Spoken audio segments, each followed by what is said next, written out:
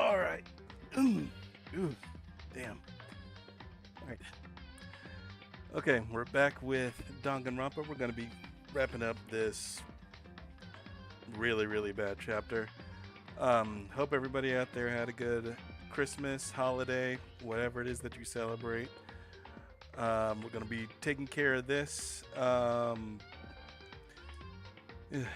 I think I mentioned it before, but yeah, this upcoming trial is pretty much everything wrong with the entire series condensed down into one chapter. But it's fun. We're gonna have a good time with it. I don't even.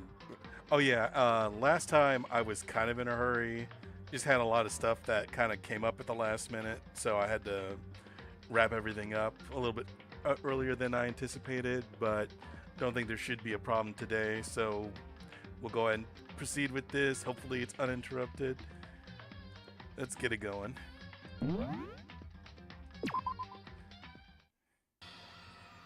Up here we go. Oh yeah, I got to start reading again. Start doing all this. All right. So last time some shit was going down. I think the Fumi was apparently attacked. I think Toko also got attacked. So everybody's running around trying to figure out who this mystery assailant is. I think that's where we're at right now. I think the last that happened is that Hifumi got attacked. We brought him to the nurse's office.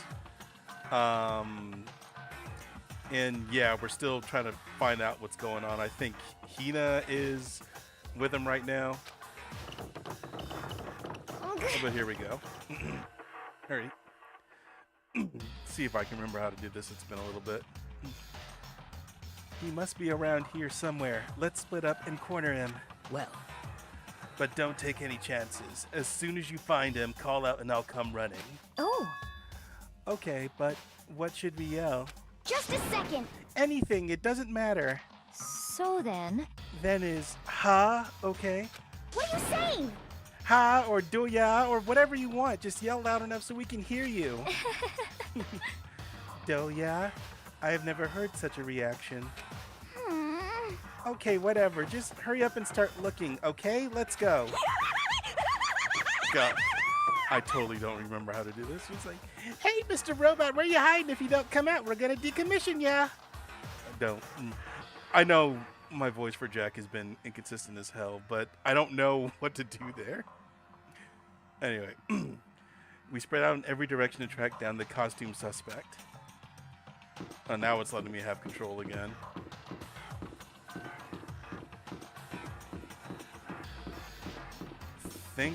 No, that's the library.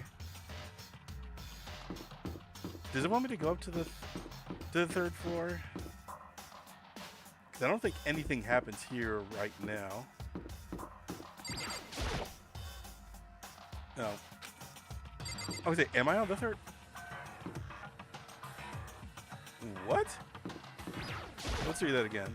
He's got to be around here somewhere. I better check the third floor really well. Aren't we on the third floor? We're on the third floor. Not the third floor. We're on the second floor. But this is the library, and I don't think anything happens here. Oh, never mind. This dumbass shit happens here. This is one of the stupidest pieces of evidence that they've ever used in any of these games. But getting ahead of myself. This hammer is just like the one Celeste was attacked with. This one is Justice Hammer 2. This one is a little bigger than the one in the rec room. Okay. That's the only reason we had to come in here. Yeah. Oh, I guess that's what that's supposed to sound like. That strange cry. That had to be Celeste. It came from the floor above. She's on the third floor. I sprinted up to the third floor. Everyone. I've run it into the ground at this point, but Jesus, this game could really... They could have used a couple more drafts before putting this on the page. Over here, everyone. Everyone who heard the scream had come running. Just a second. Celeste, what's wrong? What? That was a rather intense scream for someone like you. Ugh. I saw him, the strange costumed man. He ran off as soon as I screamed. I was blocking the stairs, so he headed further down into the hallway and disappeared.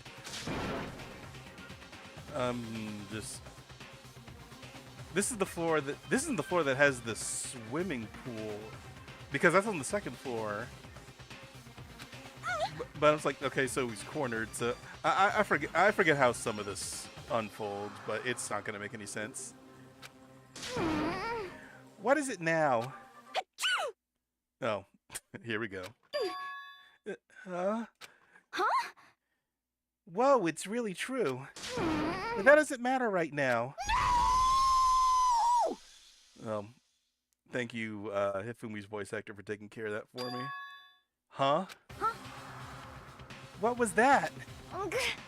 That came from downstairs. It must have been Hifumi. He's in the nurse's office. This is bad. Come on, we have to go back. What? What about the suspect?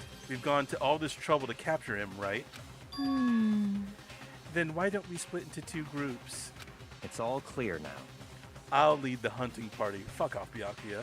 That seems much more interesting. So then, Very well. Then Makoto and Hina, you come with me to the nurse's office. I will leave the capture of the suspicious individual to Toko, Sakura, and Byakuya. So then, I know these kids really do not think all that well, aside from Kyoko. These kids do not think all that well in the heat of the moment. But immediately something immediately feels off by having this one person just pretty much direct where everybody's gonna go, and it's been this way the entire time. We'll handle it. Just go take care of Hifumi. Okay, you guys be careful. With that, we split into two groups. Me, Celeste, and Hina all ran downstairs to the first floor. just a second. Oh, I thought I was going to continue that. That's my bad. He's in the nurse's office. Let's go.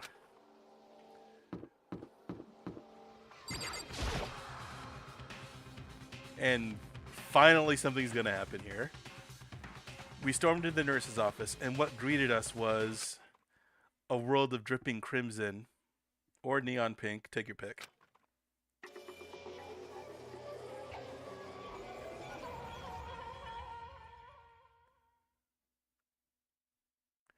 This would have been a good place to end off last session, but it is what it is. Everything was covered in red, pink. And in the center of all this red, pink was Hifumi? No! Yeah, I'm not gonna hurt my vocal cords right now. What the? It looks like something very bad has happened. Jesus. Some of these lines, man. I certainly was not expecting this. I did not imagine that Hifumi would be murdered.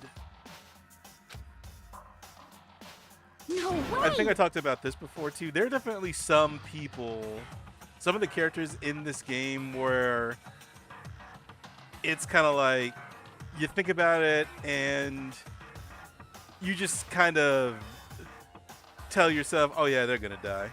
There's no two ways about that. Murdered? You're not serious, are you? He's not really dead, is he? Unless he's taken a bath in blood. Ran out of shampoo, so he used a blood bag. A body has been discovered. After a certain amount of time, which you may use however you like, the class trial will begin.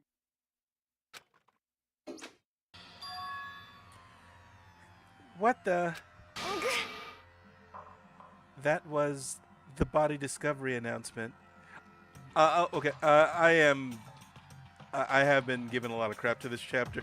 This is kind of the most interesting This is actually a pretty clever setup that will come that they bring up later. But everything surrounding it is pretty fucking dumb. The body discovery announcement. When 3 or more people discover a body after a murder, that's what plays. And since we just heard it, that means... it must mean Hifumi. Someone killed him. One of us. One of us? Who the hell else is there? And look at that. When Celeste said that, she pointed to something. Something on the floor. Something that had also been on the floor after the last 2 surprise attacks. This dumbass hammer. Another hammer. Justice Hammer 3. And it's even bigger than the other 2. I'll talk about a little more about this when the trial starts, but I think most of the evidence in problems with this trial, both in universe and out, have kind of a similar issue with it. But these hammers are definitely some. I would say the best example of what's wrong with a lot of the stuff that's brought up in this trial and a lot of the stuff that's used to set everything up is these hammers. These hammers are so goddamn dumb. Just as I suspected, one strike from that and you are finished. Then the killer... I should have used this for the thumbnail, but we're gonna be seeing a whole bunch of it, and the thumbnail CG that I chose only appears once, I think, or twice, but it doesn't come up nearly as much as this dumbass photo. There can be no doubt the suspicious individual, going by what Hifumi called him, the culprit must be Robo-Just. I'm sorry. I'm trying not to laugh that much, but this is absurd. It is goddamn ridiculous. Whoever's hiding in that costume is the one that killed Hifumi. But wait, you saw him on the 3rd floor, right? Running back into the hall? So how did he end up in the nurse's office? You're not saying they like teleported or something, right? Are you okay with this? Given props to Makoto, I still think that he's kind of a dick, but he is, and the thing is that the game does kind of give him shit for taking, I mean, I give him shit too, but the game does kind of give him shit for taking so long to figure things out, but he figures shit out faster than damn near everybody else. It's just the way the game is set up that makes it seem like he's slower than he should be. We can figure that part out later. Right now, we have to tell the others. You're right. So then... Then shall we go? Saying what I was thinking. Hina, snap out of it. Huh? Huh? Are you okay, Hina? Sorry. Sorry. I'm not sure I can move right now. Yeah, I was thinking it, but... Human reaction, can't blame her. I'm feeling kinda... This is a problem. We can't just leave Hina here alone. Okay, then I'll go get everyone.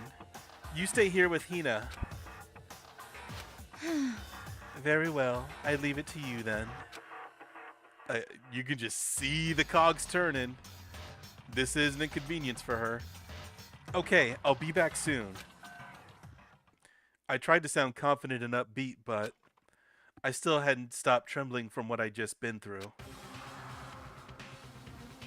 Everyone else is already on the 3rd floor. I have to hurry. Do I have to run there, or are you just gonna fast travel me? There you go.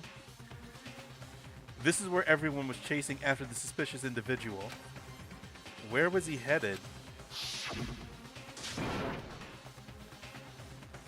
We're flashbacking already? Celeste, what's wrong? Yeah. Just happened. Just happened. Not taking removing the amount of time I've been talking. We were just here. This is I guess this means that this is supposed to be evidence, but I don't know. They make things so clear cut anyway. They obfuscate things by trying to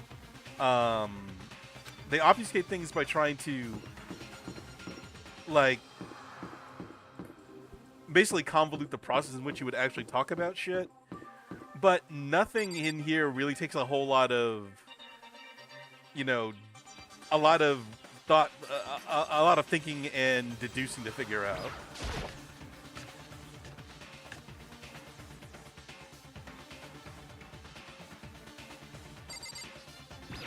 Like, it's mostly just noise and dialogue boxes that get in the way of everything. Oh yeah, did they say in the end of the hallway? Oh, wait a second. I need to...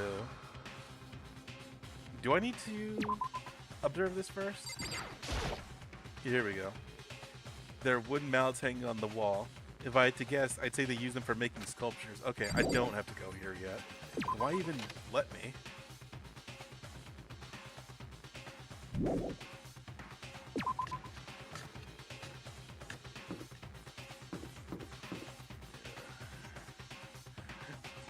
Oh yeah, this dumbass architecture here.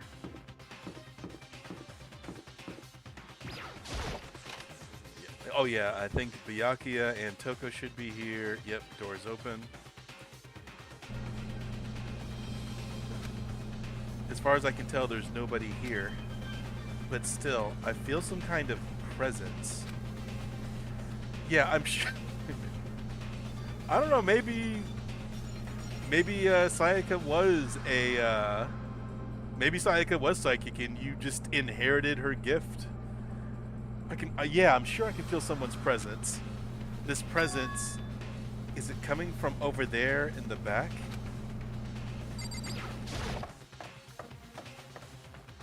This game really does give you control, and it goes back and forth from giving you control and leading you by the nose very randomly. I leapt through the doorway, and when I did, I found another nightmare. The second nightmare of the day was waiting there to greet me.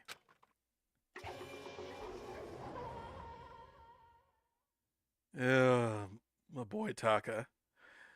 Taka got a raw deal this entire fucking game, and he didn't deserve it. There, in a pool of his own blood, was Taka, dead. Danganronpa.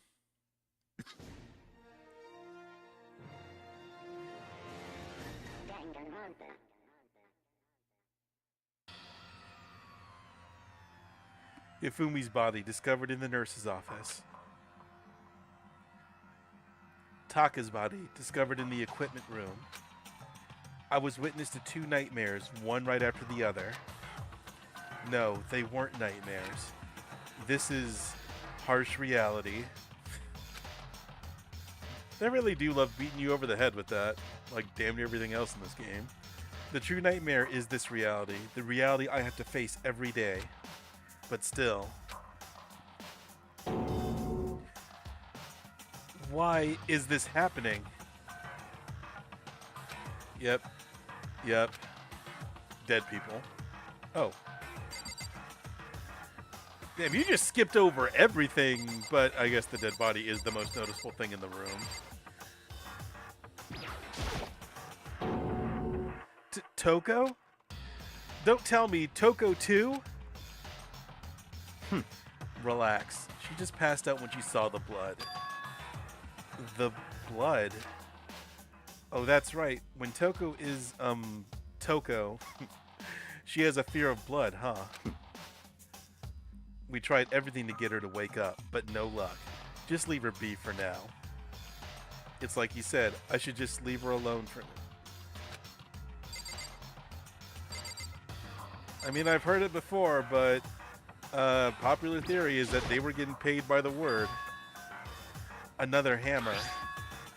Now it's Justice Hammer 4, and it's even bigger than before. Is that suspicious individual responsible for killing Taka too? However, But why is it Justice Hammer 4? Huh? What do you mean? Celeste was attacked with Justice Hammer 1. Then Ifumi was hit with Justice Hammer 2. But this time it was Justice Hammer 4. What happened to number 3? what? What's the matter? Well, when you mentioned Justice Hammer 3, you just reminded me. What? Out with it. Do you know something? Maybe if you'd shut the fuck up, we could tell you. Actually, Taka's not the only one that's been killed. Hifumi's dead too. What? What? Hey! Hifumi's been killed?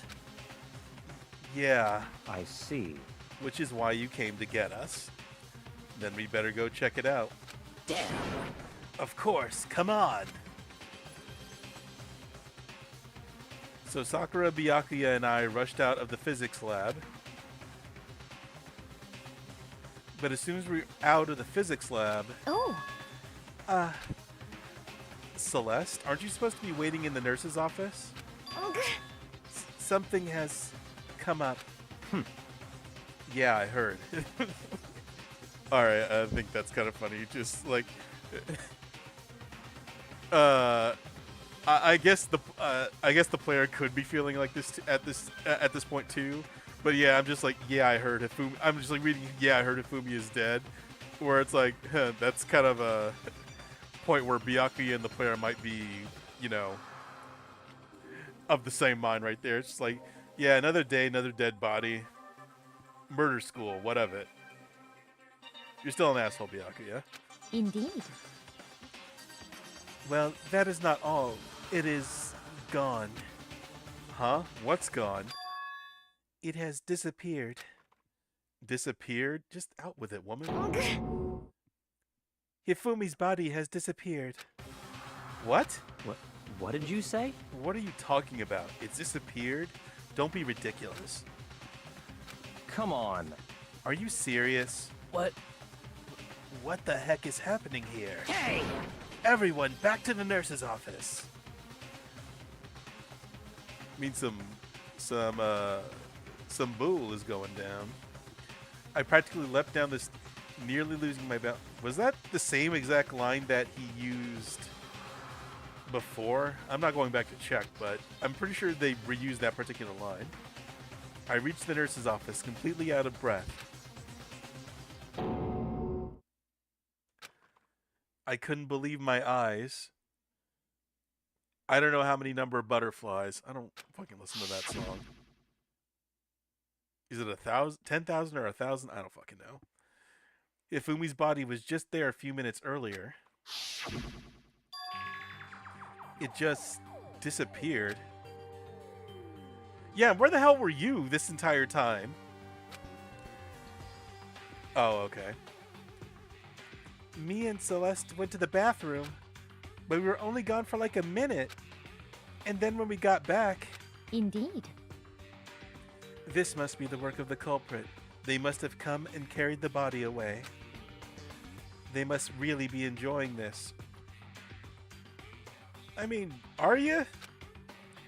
Enjoying the sight of us standing around, frightened and confused. We're all going to die here. We're going to die, just like those guys did. What did you say? I don't know if that would count as foreshadowing or what. Not the what she said, that's gonna come up later, but just the fact that they added Byakuya's the voice line of "What did you say?" right here. If it was intentional, that's pretty clever. I don't believe this. I don't believe a body would just disappear. Why? First there were 2 murders, and now one of the bodies has been taken.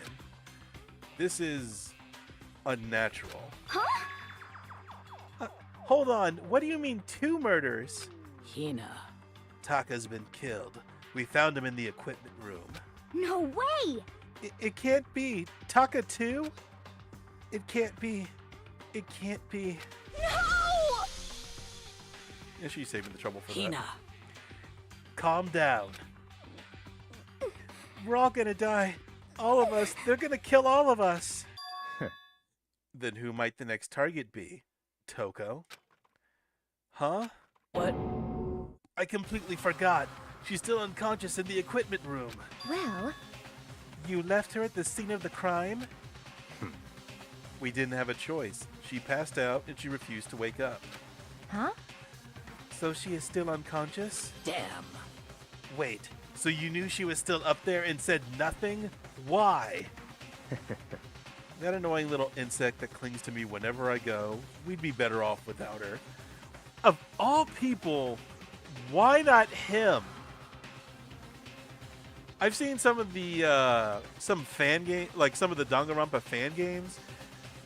At least in those games, they at least had the decency to kill off the people who were just being blatant, instigating assholes.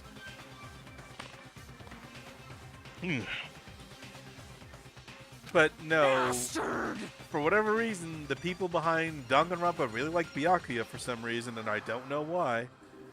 Motherfucker has his own spin-off, and even there he's a prick. You bastard!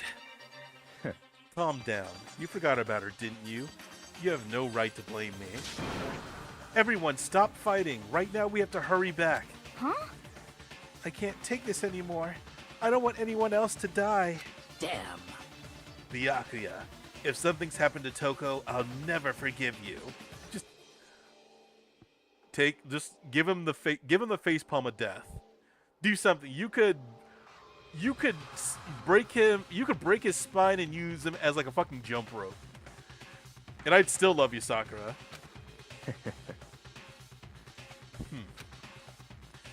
Yeah. Ugh.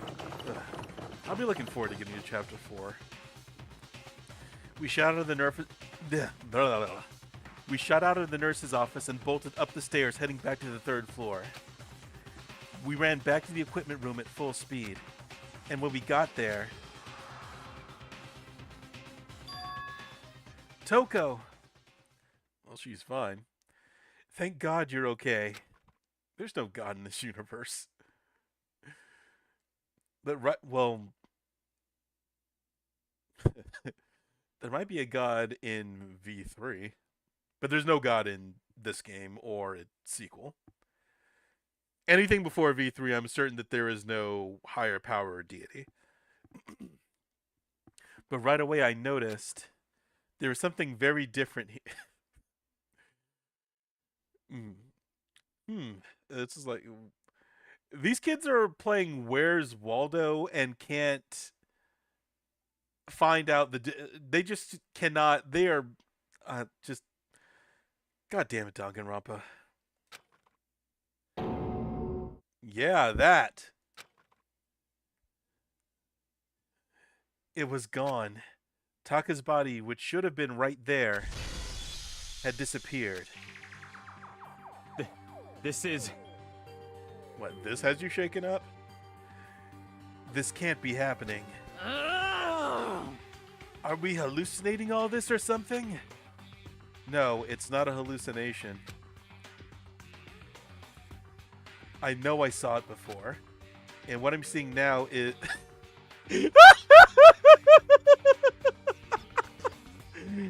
These fucking lines, man!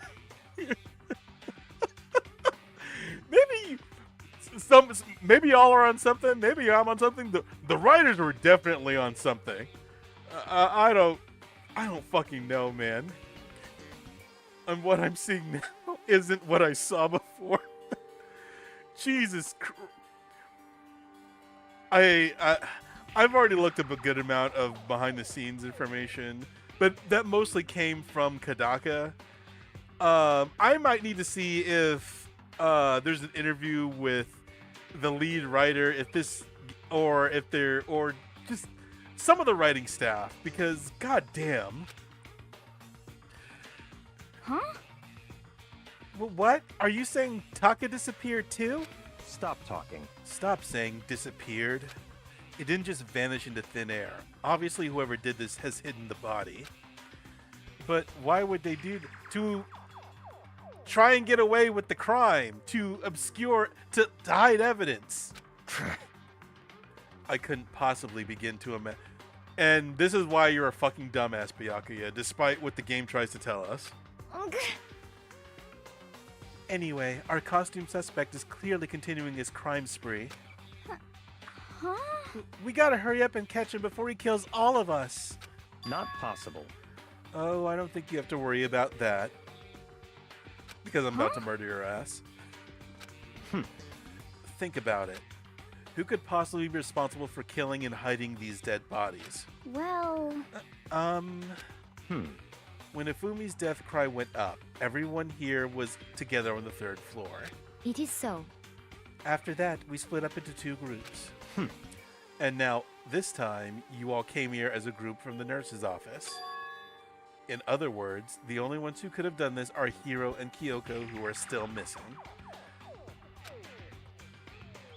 I mean, if that makes some sense, but hold on a second. Kyoko has an alibi for when Celeste and Nifumi were attacked. There's no question that she was in the dining hall with us.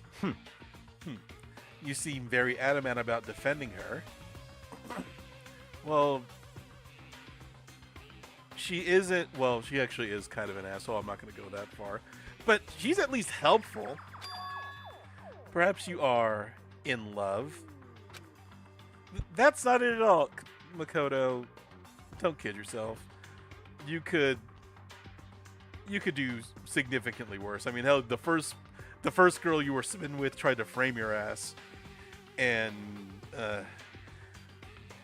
Makoto strikes me as somebody who gets a little too easily attached to people.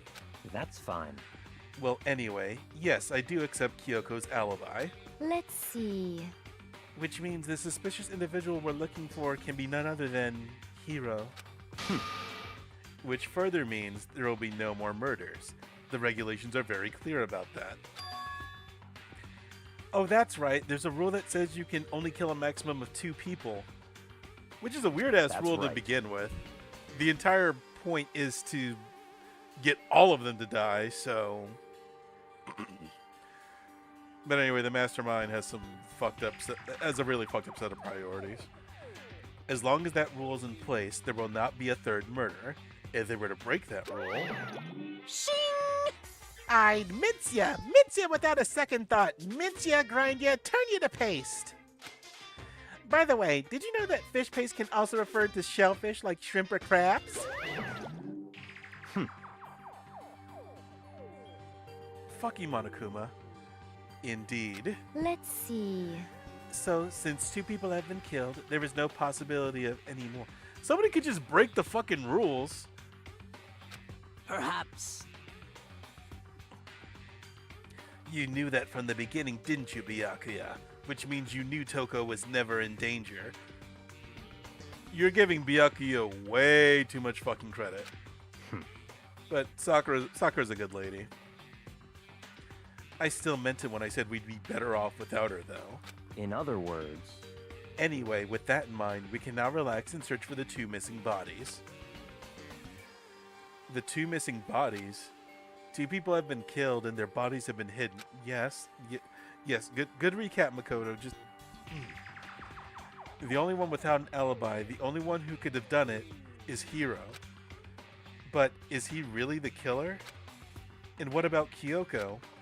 If she's not involved in this case, where did she go? What? Hey, Makoto, what's the matter? Oh, no, it's nothing. I'm just, communicating with the audience, reiterating shit that is very, very fresh in the viewer's mind. Whatever. We need to find those bodies, or our little narrative here can't move forward. Ugh, so God. then... I know this shit is ridiculous, yes, but fuck, man. Again, I'm just sad that Byakuya survives all this shit. Very well, then let us split up and begin searching. But There is no need to be afraid. No more murders will take place during this case.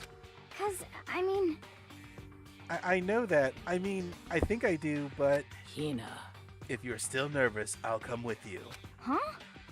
Okay, thank you. No need to thank me.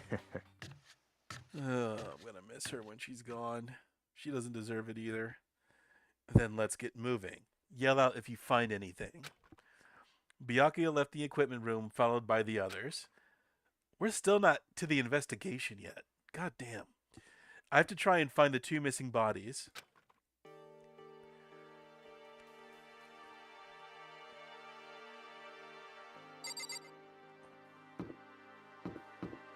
Oh yeah, now they are moved to the art room.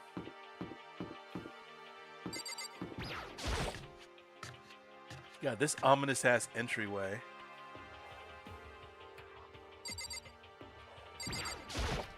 Huh? Where could 2 dead bodies have disappeared to? Nothing important, I guess. Damn. We need to search for the bodies that have disappeared. What happens after that?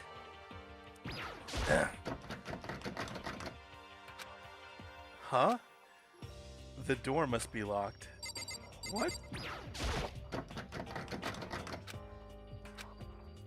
How the hell does this shit proceed? Damn. Oh yeah, you can't... God damn. Dumbass rules, I swear.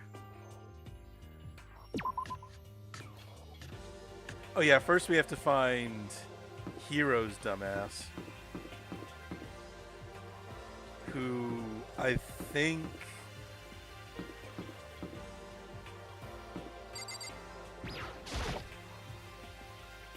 is in... Nope, not here. Is he in the rec room?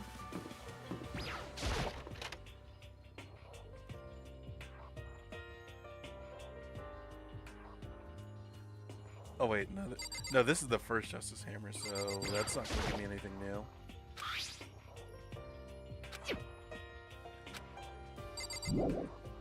I mean, the thing with that Justice Hammer is that it's just a really dumb piece of evidence.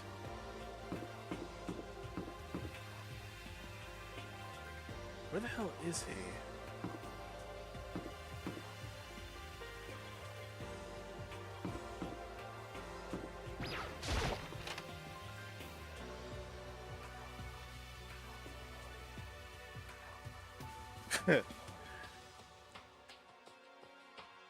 I think again, this is another one of those cases where the people behind Danganronpa know how silly and stupid this game is, but they still want you to take it seriously. Oh shit. Come on.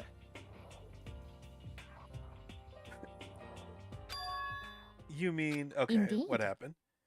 I found the okay. Okay, this is gonna come up later. Hifumi and Taka's bodies had both been hidden in the repository. Goodbye. I've already told Hina and Sakura. We'll go on ahead. Their bodies were in the repository. Isn't the repository... Isn't the repository the door I literally just tried to open?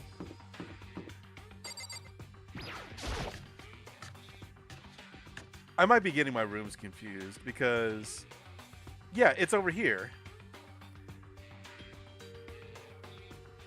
So the game is like making it seem like I'm stupid for checking where they were, not being allowed access to where they were, and then checking somewhere else and being like, "What, you fucking dumbass? They're over here. The fuck is wrong with you?" But anyway, are the bodies here somewhere? Yeah, let's see what you have to say, Byakuya. I have... You just... What is happening? You just told me where they were. Up ahead is the repository, the place I just tried to look. The doorknob turned. I guess it's unlocked now somehow. Then I have no choice but to go inside. So I opened the door, and when I entered, I saw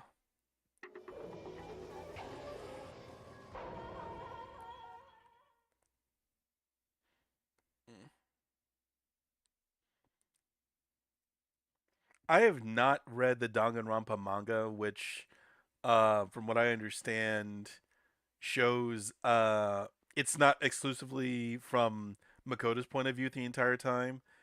Depending on the murderers and victims of this game, it takes place from their perspective from time to time. So I'm don't know if they show everything because again, this entire investigation and trial is a mess. So I'm curious how they depicted the shit going down from the killer's point of view. The two bodies that had disappeared were right there. The smell of blood made me gag. What I saw before my eyes was unquestionable, unavoidable, unwavering reality. It's like put them bars on that page, Makoto.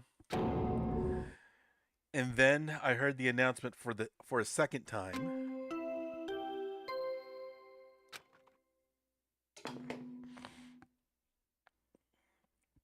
A body has been discovered. After a certain amount of time, which you may use however you like, the class trial will begin. Finally. And so here we are. It's the Monokuma file! Yeah, he covered it right there. I was going to hand them out when you found the bodies the first time, but I thought something might happen. What?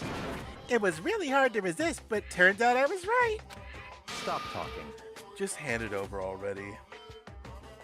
Goddamn bear. Punishment is waiting for you. Now make sure to investigate with all of your mental might and prepare for the class trial. See ya later! Yes, please go the fuck away. Well then, now that we found damn. Well then, now that we found the bodies, all that's left is to uncover the culprit. What the heck? Hold on. How can you be so calm? I mean, they're dead, you know? That's terrible. Dead. Gone forever. They're never coming back. Awful. This is all just too awful. Hina suddenly burst into tears. She clutched at Hifumi's lifeless body.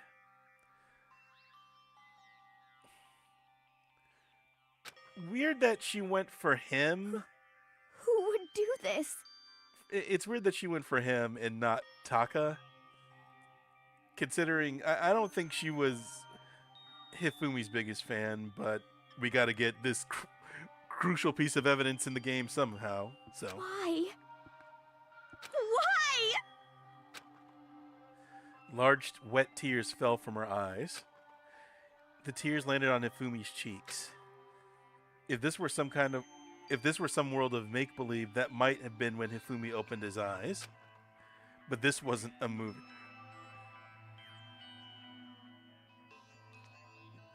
Again, the writers think they're so goddamn clever.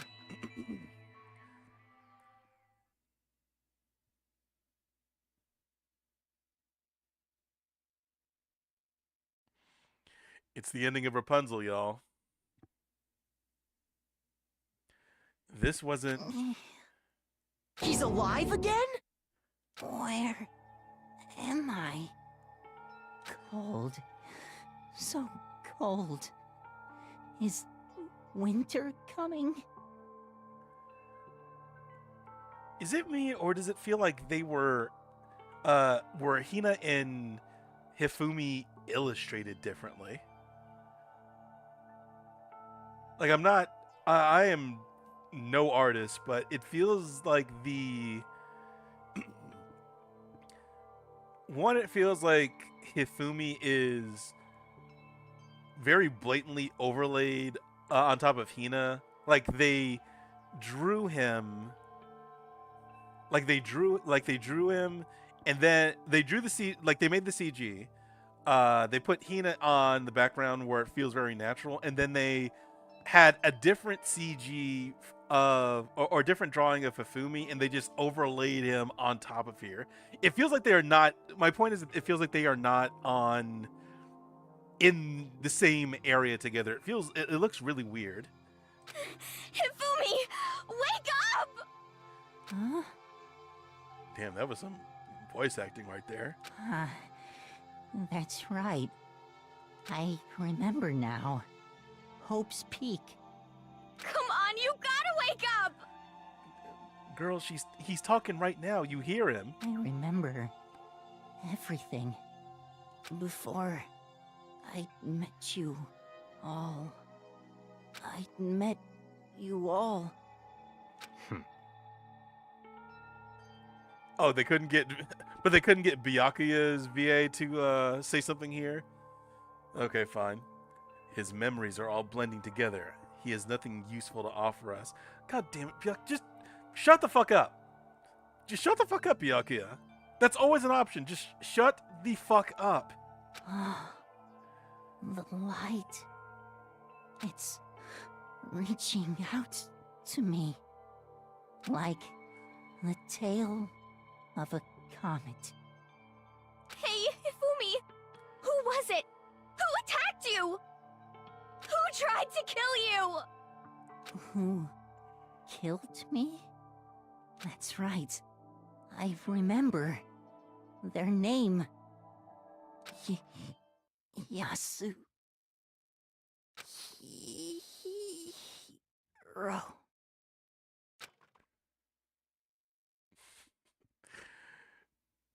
All right. I did say that the. Well, no, I was gonna say that this is also a very stupid, very contrived piece of evidence. And I was gonna say that it was a better example of everything wrong with some of the stuff that they bring up in the series. But no, I still think I thought about it for a moment. This is more of a nail in the coffin, as dumb as it is. The Justice Hammers are still worse. They are very, very dumb.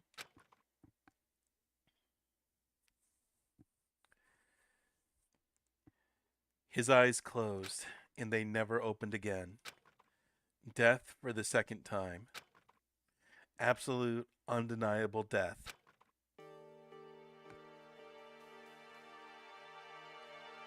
But geez, like, no shout outs to Taka, no concern for Taka. And again, that boy had a.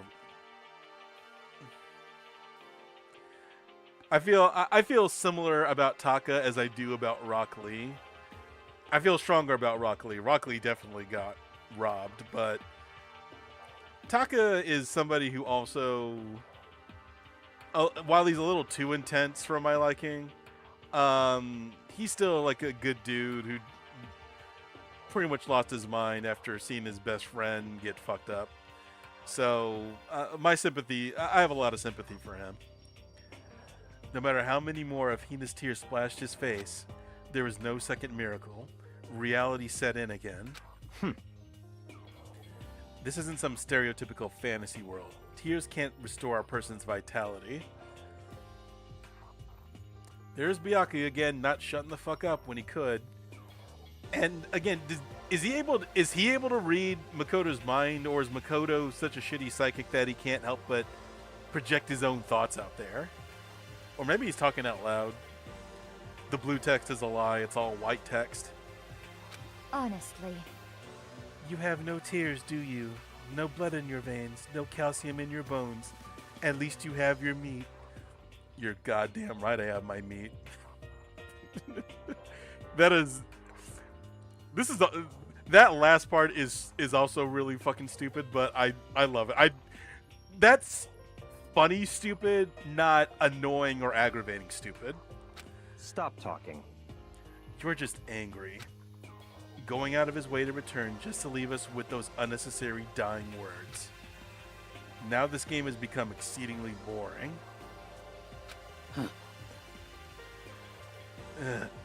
Just nobody does it, and I hate it Somebody just call his ass out. Once. Well, that's why I can't wait to get to chapter 4. He said Yasuhiro, right? Then perhaps... Yasuhiro Hagakure. That is the only person he could have been referring to. So, in other words, And with that, the case is solved. Assaulting people and even killing Taka and Ifumi, and then going so far as to hide their bodies. I mean, Mondo did too, and even though he wasn't the killer, Byakuya also hid the body. A criminal that hides his face behind a mask and uses a bunch of giant wooden hammers. Is that what Hiro is? What is this? If it's true, I can't forgive him. No way can I ever forgive him. To kill 2 of our friends. that's fine. Anyway, it's about time we track down the culprit in our little life or death game here. Although, this time it's not all that life or death. The trial will conclude without much trouble. Indeed. Yes, it does look that way. It's going to... I was about to say, it's begoing to begin... Blah. That's what happens when you get older. Brain doesn't work as good. It's going to begin again. We have to go through this one more time. I have to accept it. I have no choice but to go through with this, to make sure everyone survives. I just have to do it. Strap your Nikes on. Need a sip real quick.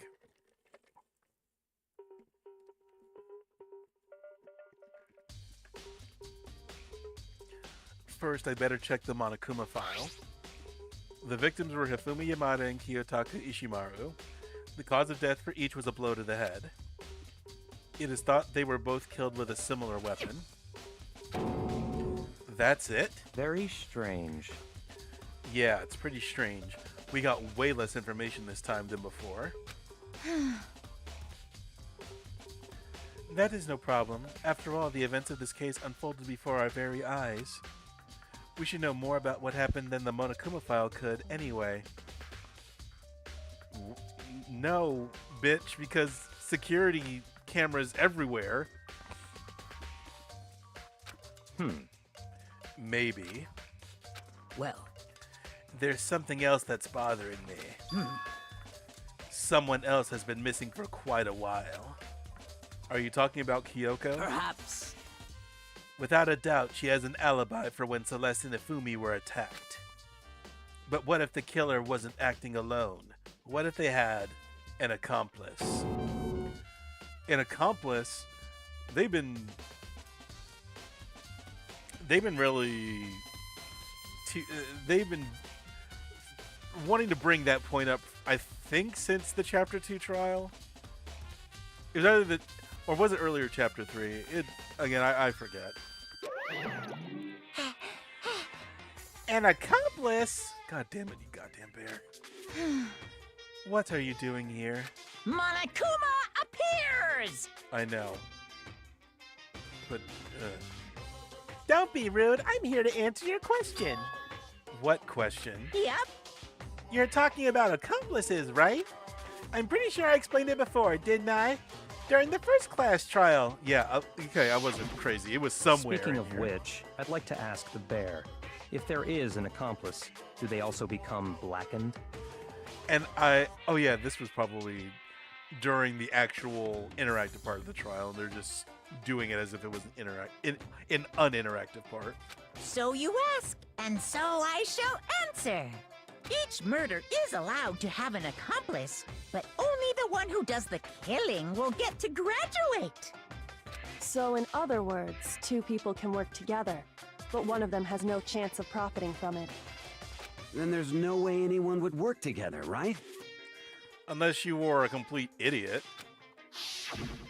In Hint, other hint. words, So basically, you can be an accomplice if you want, but there's no gratification in it. so then. So, are you saying nobody worked together this time either? Hey, Sorry, can't answer that. It would obstruct the free exchange of information between you guys. I just want to make sure you don't forget, no matter how much you might assist in a murder. Phew. Only one Blackened can graduate. An accomplice gets nothing. So, in other words, Then we only need to figure out who that one Blackened is that did the killing, right? Just like normal. Well, Okay, let me take this opportunity to clarify the whole shebang. In this class trial, what you need to determine is extreme! the one true Blackened who devised the murder plot and put it into action. This rule is going to get changed down the line. The true Blackened, so just one person? Well now, That's enough for explainifying. Now it's down to the final battle between all of you and the Blackened. Good luck to all the contestants! So there can only be one Blackened. An accomplice wouldn't benefit.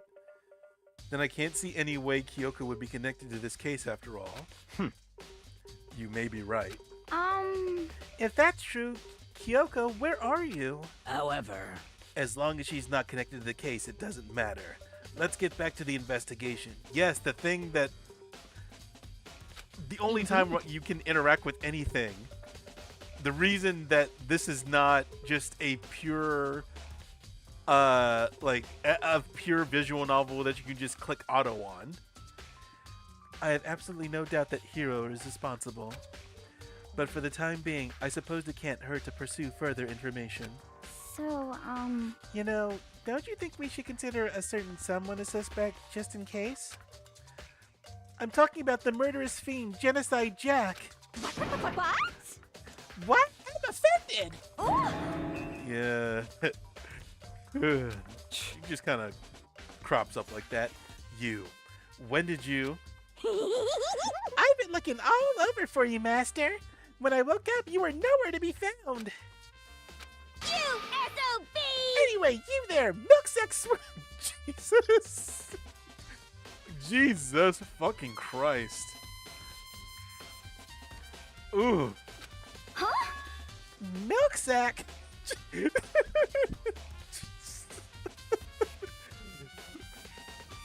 Oh, You gotta Jesus be Christ. kidding! Why do I gotta be a suspect? What the heck? Well, I mean, you are a serial killer. What?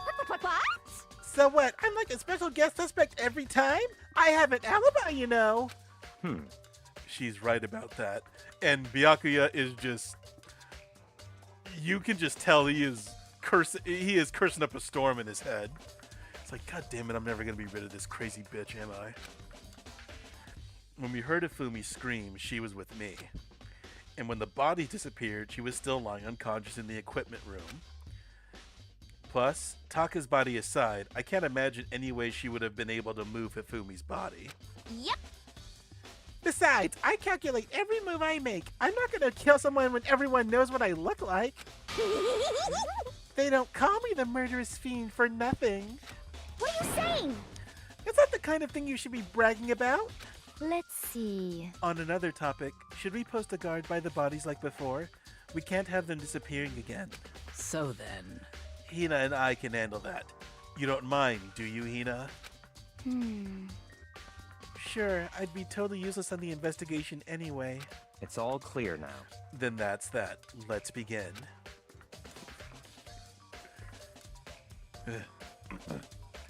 I will have to do a side-by-side comparison for... Well, it's like I guess in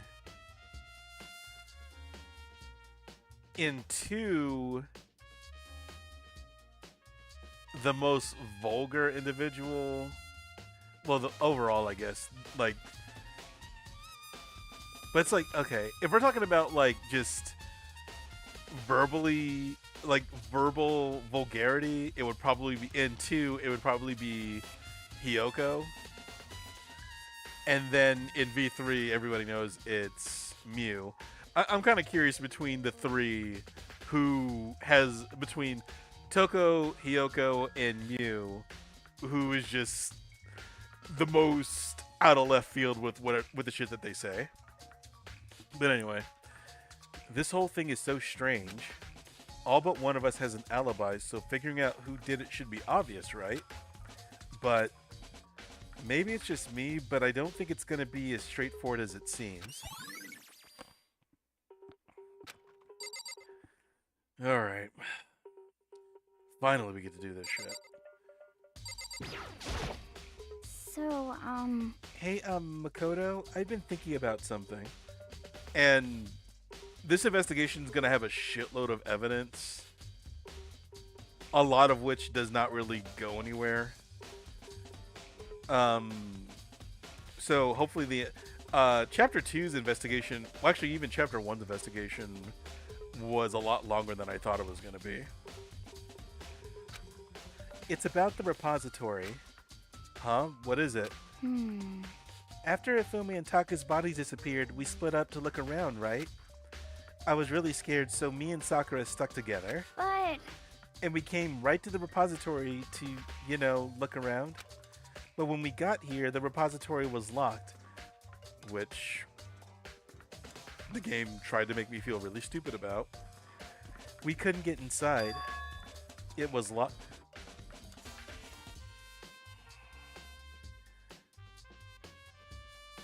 Low budget game. I still wish it was more dynamic than this, because if you do certain things, it would be nice to have to necessarily have that shit repeated back to you after you've done them.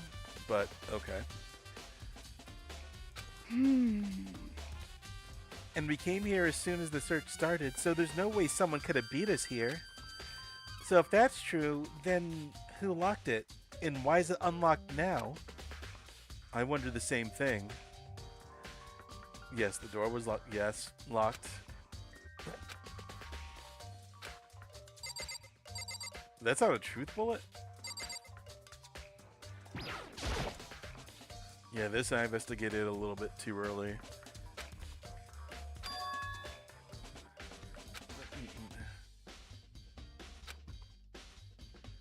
Okay. Yep. There's this one. Oh, okay.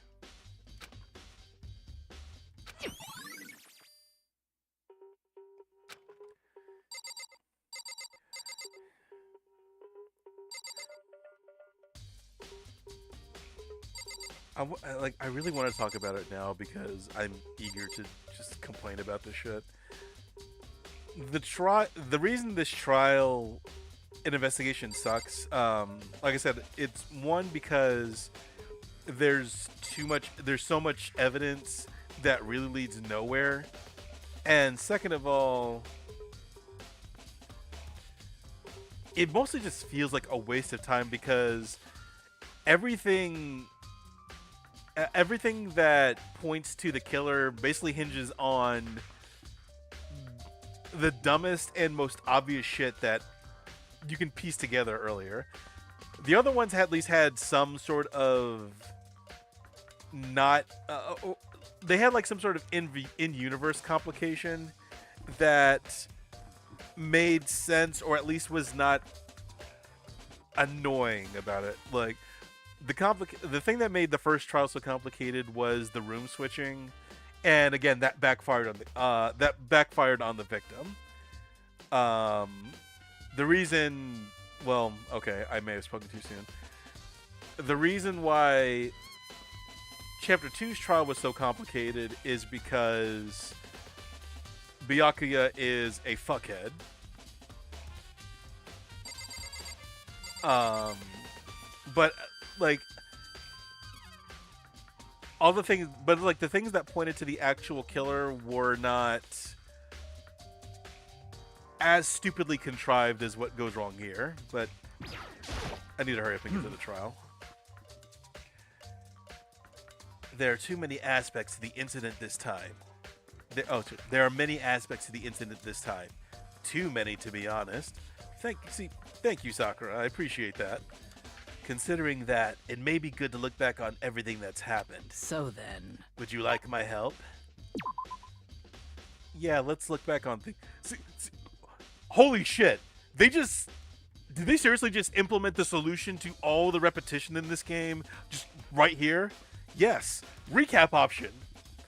Would you like to go over everything? Yes, no. Jesus.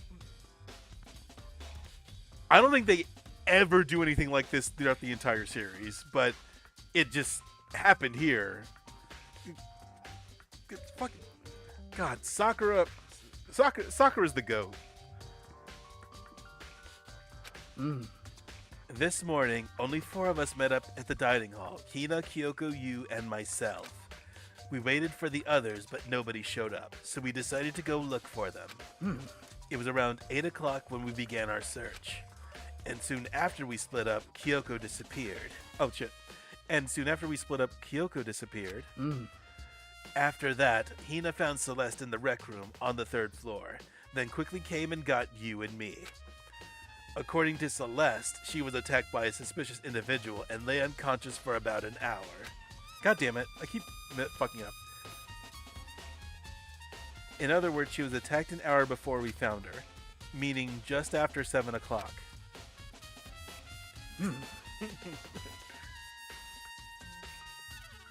God, this dumbass picture. I love this dumbass picture, I really do. Based on the picture Celeste took, we discovered her attacker was dressed in a strange costume. It was Robo... Why does everybody treat the name of Robo Justice with this reverence that they have to pause as if to, like, take in its majesty or its... it's just... It's a knockoff It's a fucking GoBot.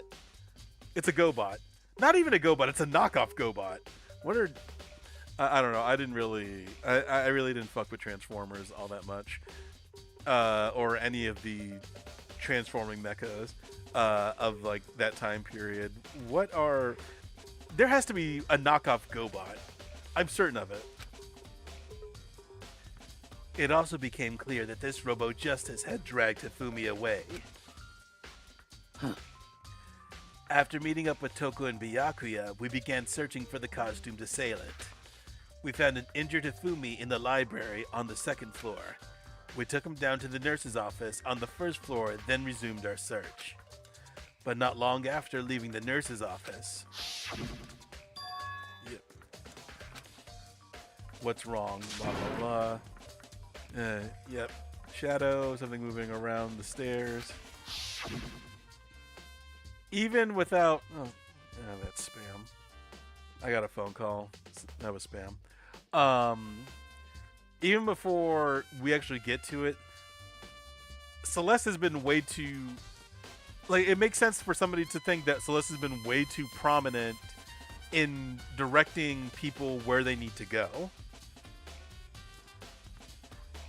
Based on Celeste's claims, we went back up to the 2nd floor where we split up and began searching.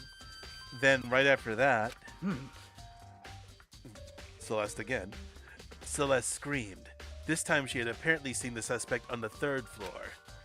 Hearing her screams, we quickly made our way to the 3rd floor. Yep. Blah, blah, blah. Intense scream. This is the 2nd time we flash back to this scene. I mean, I guess to be fair, I did ask for a recap, so that's fine. It was consensual this time. It wasn't consensual the first time. Yep, logging the stairs. And even this right here, he attacked you. He supposedly already attacked you once. And then he decided to run away after seeing that he couldn't run from you. Why wouldn't he just attack you again? Like, my point is that even now, there are way too many holes in the story that are pretty blatant. But the game wants to waste your time just string you along the narrative it wants to give to you, that you can't just cut out, you can't skip a lot of that shit.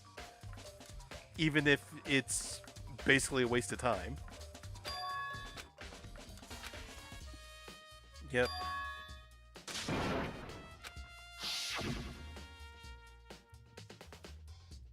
Yep, at that point, I'm not going to go ahead and speak the rest of this. My fault for saying yes, but I still appreciate the fact that they gave you an option to recap everything that happened up until you were able to start officially investigating. Yep. Ifumi was supposedly dead. Well, was dead, as far as they know.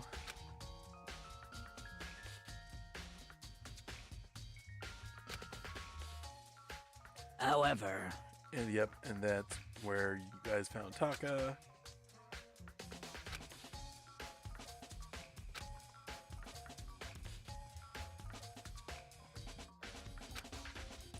Yep, all went back to the nurse's office, even behind Toko. I actually don't know why they felt the need to do that. Like, why they needed to actually go and see Hifumi's dead body. It's like, it's a dead... I mean, it's a dead body.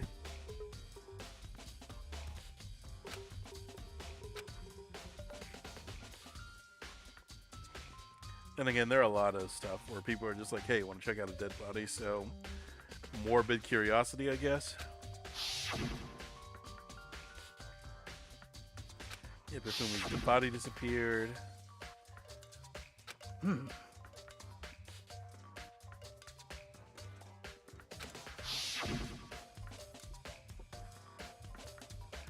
Now, Taka's body is gone.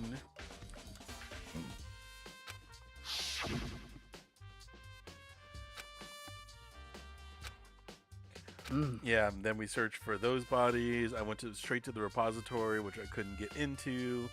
And then the game tried to make me feel like a dumbass for doing that, even though that's where I needed to go eventually. Yep, and here. And then Byakuya, for some reason, acted like he didn't know where the bodies were, even though he told me where the bodies were. I think they were half asleep when writing parts of this chapter. however, I feel like I should have been able to get a good amount of the truth bullets out of this. Taka, he'll never move again. Rest in peace, my boy. According to the Monokuma file, Taka died from a blow to the head. We found Justice Hammer 4 near his body in the equipment room. Is that what was used to kill him? And there's a tarp laid out under his body. Did the killer use the... yes, Makoto, that's... Does Japan have real crime stories? Is not real crime, true crime stories? Is true crime a big thing? I figured that true crime might be a phenomenon, or like an entertainment phenomenon everywhere. I wonder if what Japanese true crime looks like. But yeah, dude, that's why if you see a room covered in plastic, you need to get the fuck out. That way there wouldn't be any blood left behind while the body was moved. Well, you learn how that works. What do we got? Oh yeah. It wasn't, well, I need to look at his body anyway. Ifumi's big, cold, but... Makoto, yes, we know he's fat. Let him rest in peace without you calling attention to that. Just say his body. Come on. His... God. His really big body. I mean, how on earth was the killer able to move someone so big?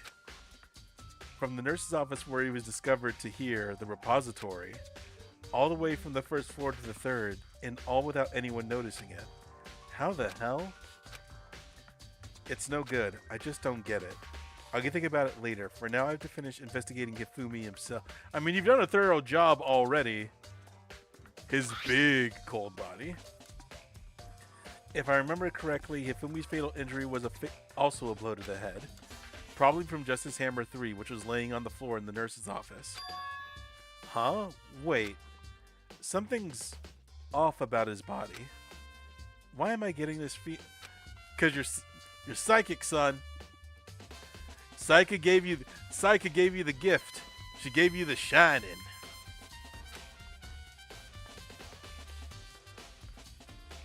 Something about Hifumi's body's in the nurse's office versus his body right now.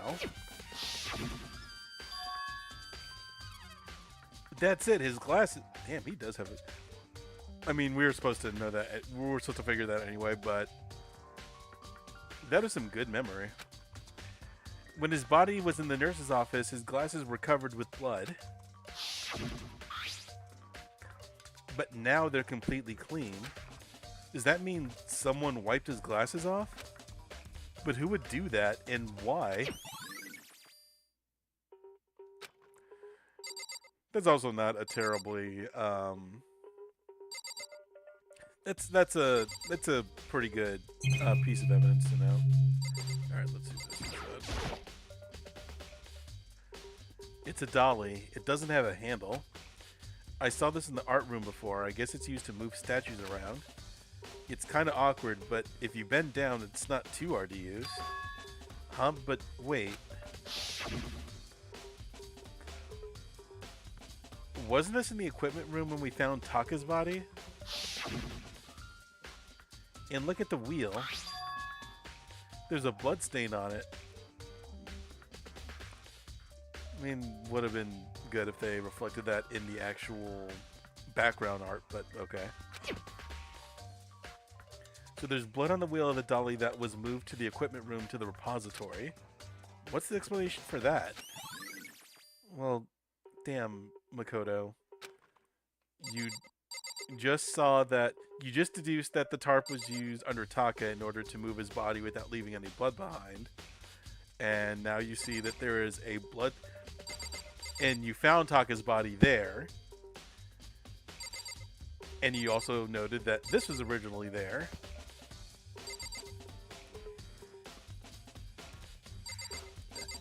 I know it sounds like nitpicking at this point, but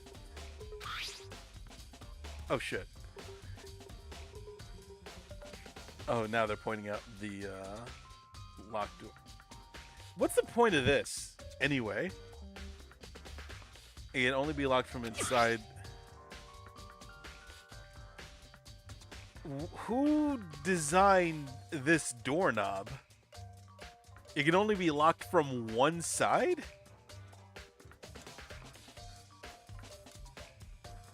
And there's no other way to get into the repository other than through the art room. This is another dumb piece of evidence.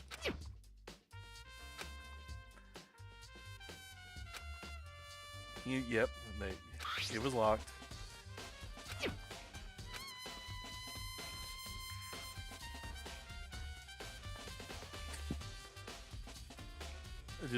They had to design an improperly locked and improperly designed doorknob in order to make this shit make sense.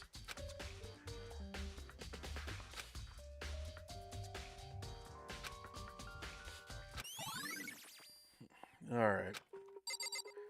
Now can we leave? Oh, there's more shit? What else is there? Oh. This sneaky little bastard hiding off screen. Byakuya, do you really think Hiro did it? I don't see how anyone could think otherwise. When the attacks and murders and disappearances all happened, every one of us had an alibi. And the last thing Ifumi said when he died... Yeah, oh my god, I was surprised. I actually thought this was going to be a flashback. Yeah, he said Hiro's name. So in other words... Then there is no room to suspect anyone else. Okay, but if he did do it, why would he hide his identity with that weird costume? Maybe he thought that no matter what happened, he'd be safe as long as his face was covered. Because he's the fool of the century, you see. That is fair. I mean, see? I mean, he is kind of dumb. Kind of being the most generous adverb you could put before that. But do you really think that's enough to explain it? I feel like there's a clue hiding in there somewhere. What? And is that it? That's all that bothers you about the case? Well, no, there's a few other things. Like, why did the killer try to hide the bodies? They probably figured that if we couldn't find the bodies, we couldn't complete our investigation. But if that's the case, we found the bodies pretty easily, didn't we? No? I'm not going to get over this whole... I went to where the bodies were... I went to where the bodies were. I had to go somewhere else, and then the game treated me like I was a dumbass for not going to where the bodies were, which I did, and it would not proceed further. Again, it comes back to the fact that the culprit was a moron. Is that really all there is to it? The other thing that bothers me is, why'd they bother killing 2 people? What?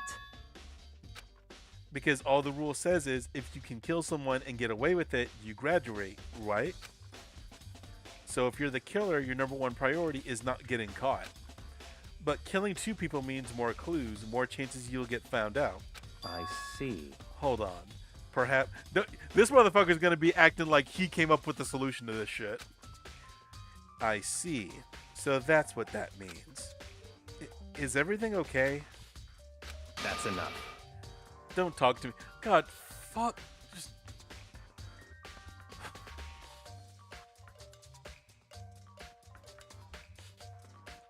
I do have to see if there's an interview that talks about Byakuya, because they love this character and there is virtually nothing likable about him. Huh? What's with the attitude? I'm a fucking asshole, Makoto. Like, get with the program. But you have my appreciation. Goodbye. Thanks to you, I might have some fun with this after all. Yeah, and fuck you too, Byakuya. His mysterious words hung in the air as he left the repository. He talked as if he'd figured something out. But if he did, would it have killed him to tell me what it was? Byakuya Togami. Asshole. There's got to be a clue around here somewhere. Maybe I should check somewhere else. There are some places I already know about. First, the nurse's office where Ifumi was found. Then the equipment room where Taka was found. Finally, I can leave this room.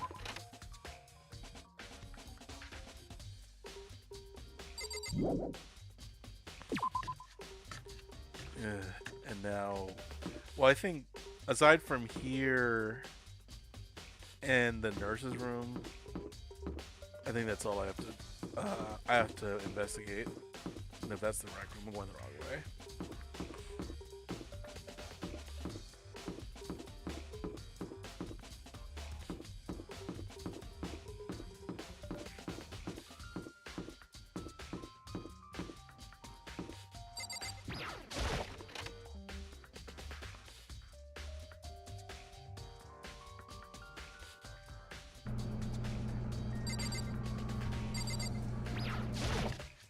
My boy Taka, you couldn't go back in time.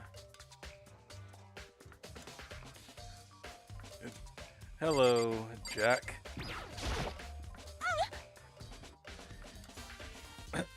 I was sleeping right here when the killer carried the body away. What? I'm super pissed I missed such an ultimately rare event. That's it? I couldn't get anything on that? What else we got? Yeah, these are the tarps. I don't think I'm going to get anything from here. Yes, Makoto. It was the tarp that was... Ugh. Ugh. This game sometimes. There's some kind of tire mark going through the pool of blood in the middle of the room. That reminds me about the dolly in the repository. There was blood on its tire. Yes, Makoto. Could that blood have come from here? Which could mean that Taka's body was moved from the equipment room to the repository using the dolly. Is this going to be a truth? If this is not a truth bullet, this is another one of those things where he could have put 2 and 2 together once we investigated those 2 pieces of evidence. Both rooms are on the 3rd floor, so that should definitely have been a... What? So that definitely... So that should definitely have been possible. Okay. But even if the dolly was used to move Taka's body, what about Hifumi? Hifumi's body was in the nurse's office on the first floor. Even with the dolly, there's no way to get it up to the third floor. By the way, this technically this technologically advanced institution doesn't even have an elevator. In 2010, shit, my high school, my public high school had an elevator. Admittedly, it was only 2 floors, but even then, I would justify not having an elevator in a 2-store institution opposed to a 5-story, 2-story. Did I say story? I don't know. But anyway, an elevator, not having an elevator makes a little bit more sense in a 2-story institution than a 5-story one. But I'm pretty sure Hope's Peak does not give a fuck about any handicapped individuals. Accessibility is, well, it's a private school that you either have to be part of the elite to get into, or win a lottery, or pay a shitload of money to get into. So yeah, they makes sense they wouldn't give a shit about accessibility. Even with a dolly, there's no way to get it up to the 3rd floor. That's still a total mystery.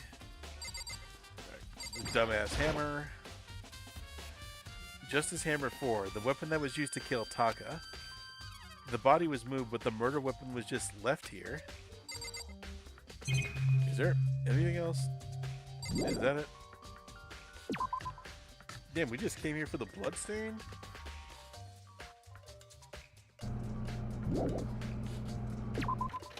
And now the nurse's office.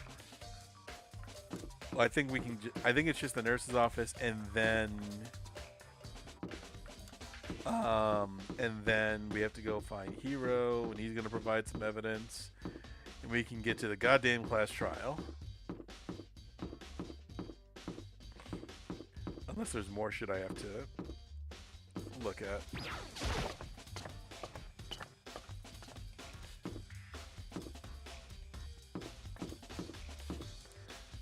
Because he's supposed to be over here at the pool, right?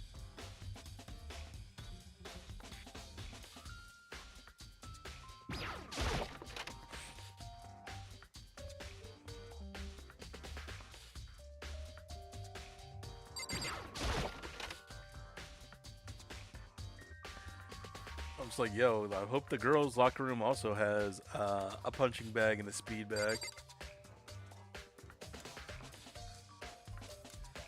Nope, not here yet. I think I do have to. Can I fast travel to,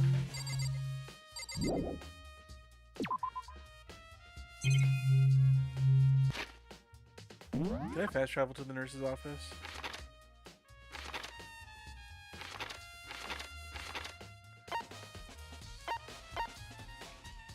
I cannot. Oh no, I can. Okay, I can do that. It's weird that you can just fast travel to certain areas in the school, but not to specific rooms.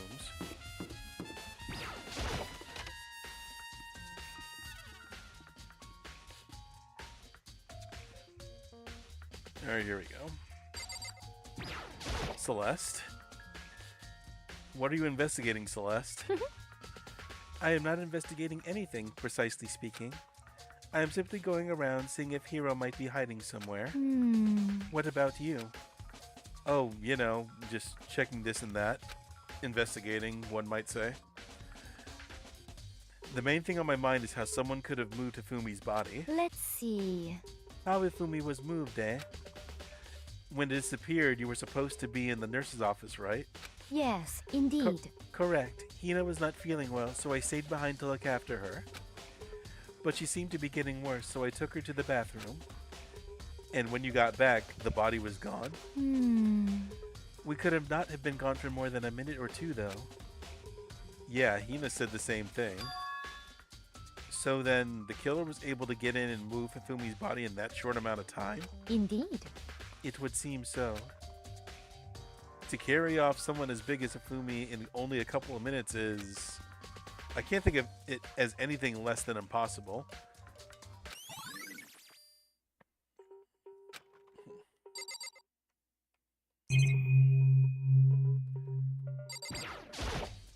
I think this is. I think this is another.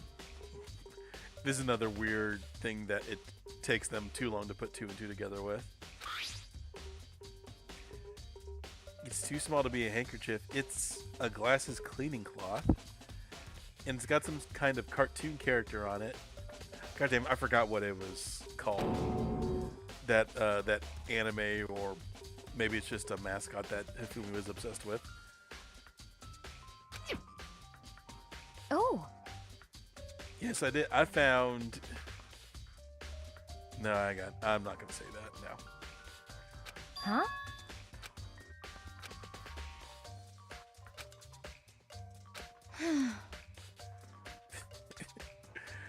Honestly, when we get to it, this she's gonna be kicking herself for her choice of an accomplice.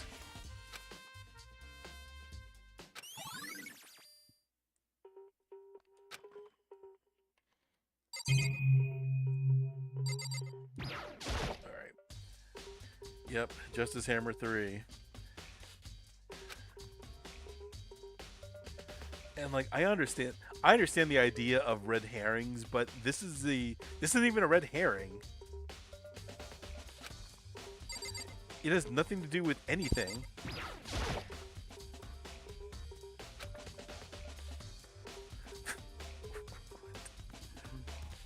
Makoto, this doesn't feel stupidly contrived, but it still feels a little contrived. It's like, I'm thirsty. I'm gonna look in the fridge in the fucking nurse's office, not the cafeteria where I could definitely get something to drink, but because there might be a clue here.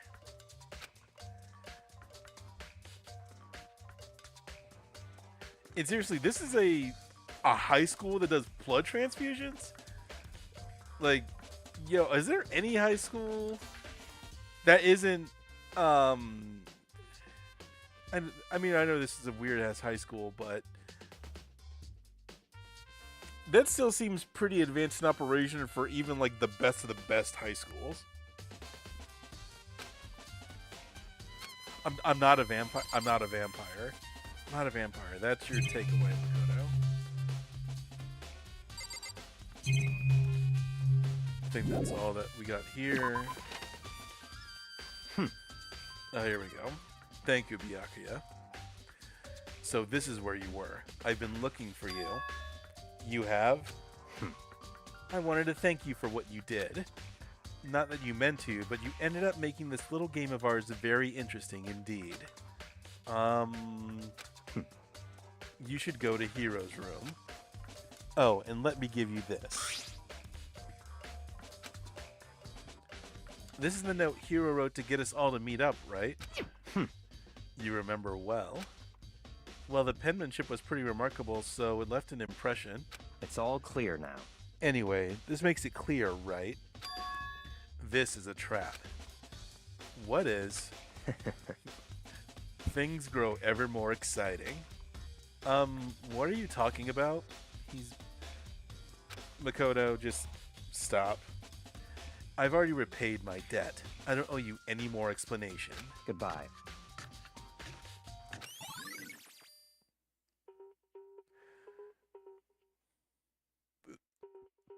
I remember some people getting confused about what what Byakuya was talking about. I'm like, it's pretty fucking obvious. So he said to go to Hero's room, but what's waiting for me there? Ugh, God. So Hero's room.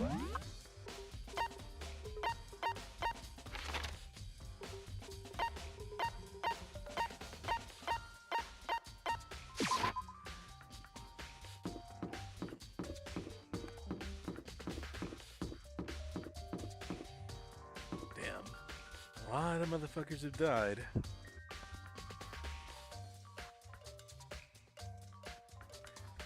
I need to look at.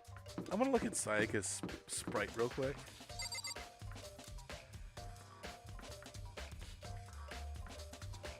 They kind of. I see what they did there, but they basically just took the top part of just like the head. They separated the head and the hair from the sprite, but they didn't think to give her hair beyond that. I don't know. It's kind of lazy and shortcutish. Sakura. Hero. The door is unlocked. I guess I can go inside.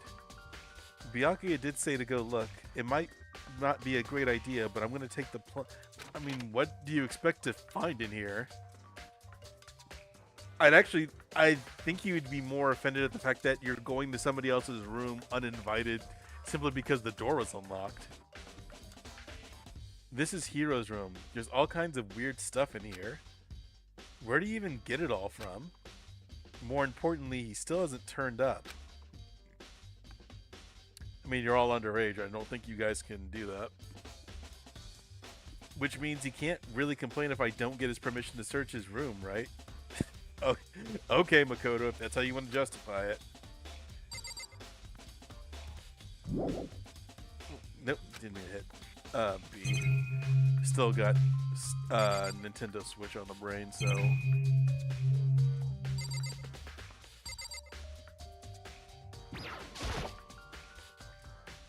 Yep, no, okay. Nothing but the bed. Oh, is that the door outside? I really don't like how they overlay that.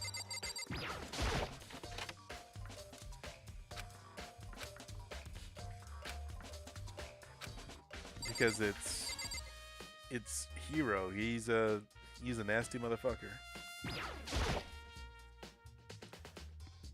think there's something in the cardboard box.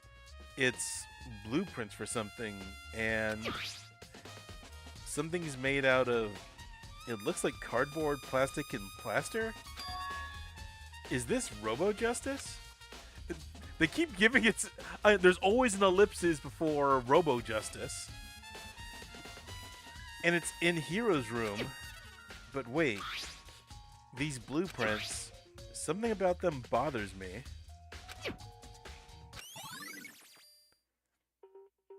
Have the arms bend like this.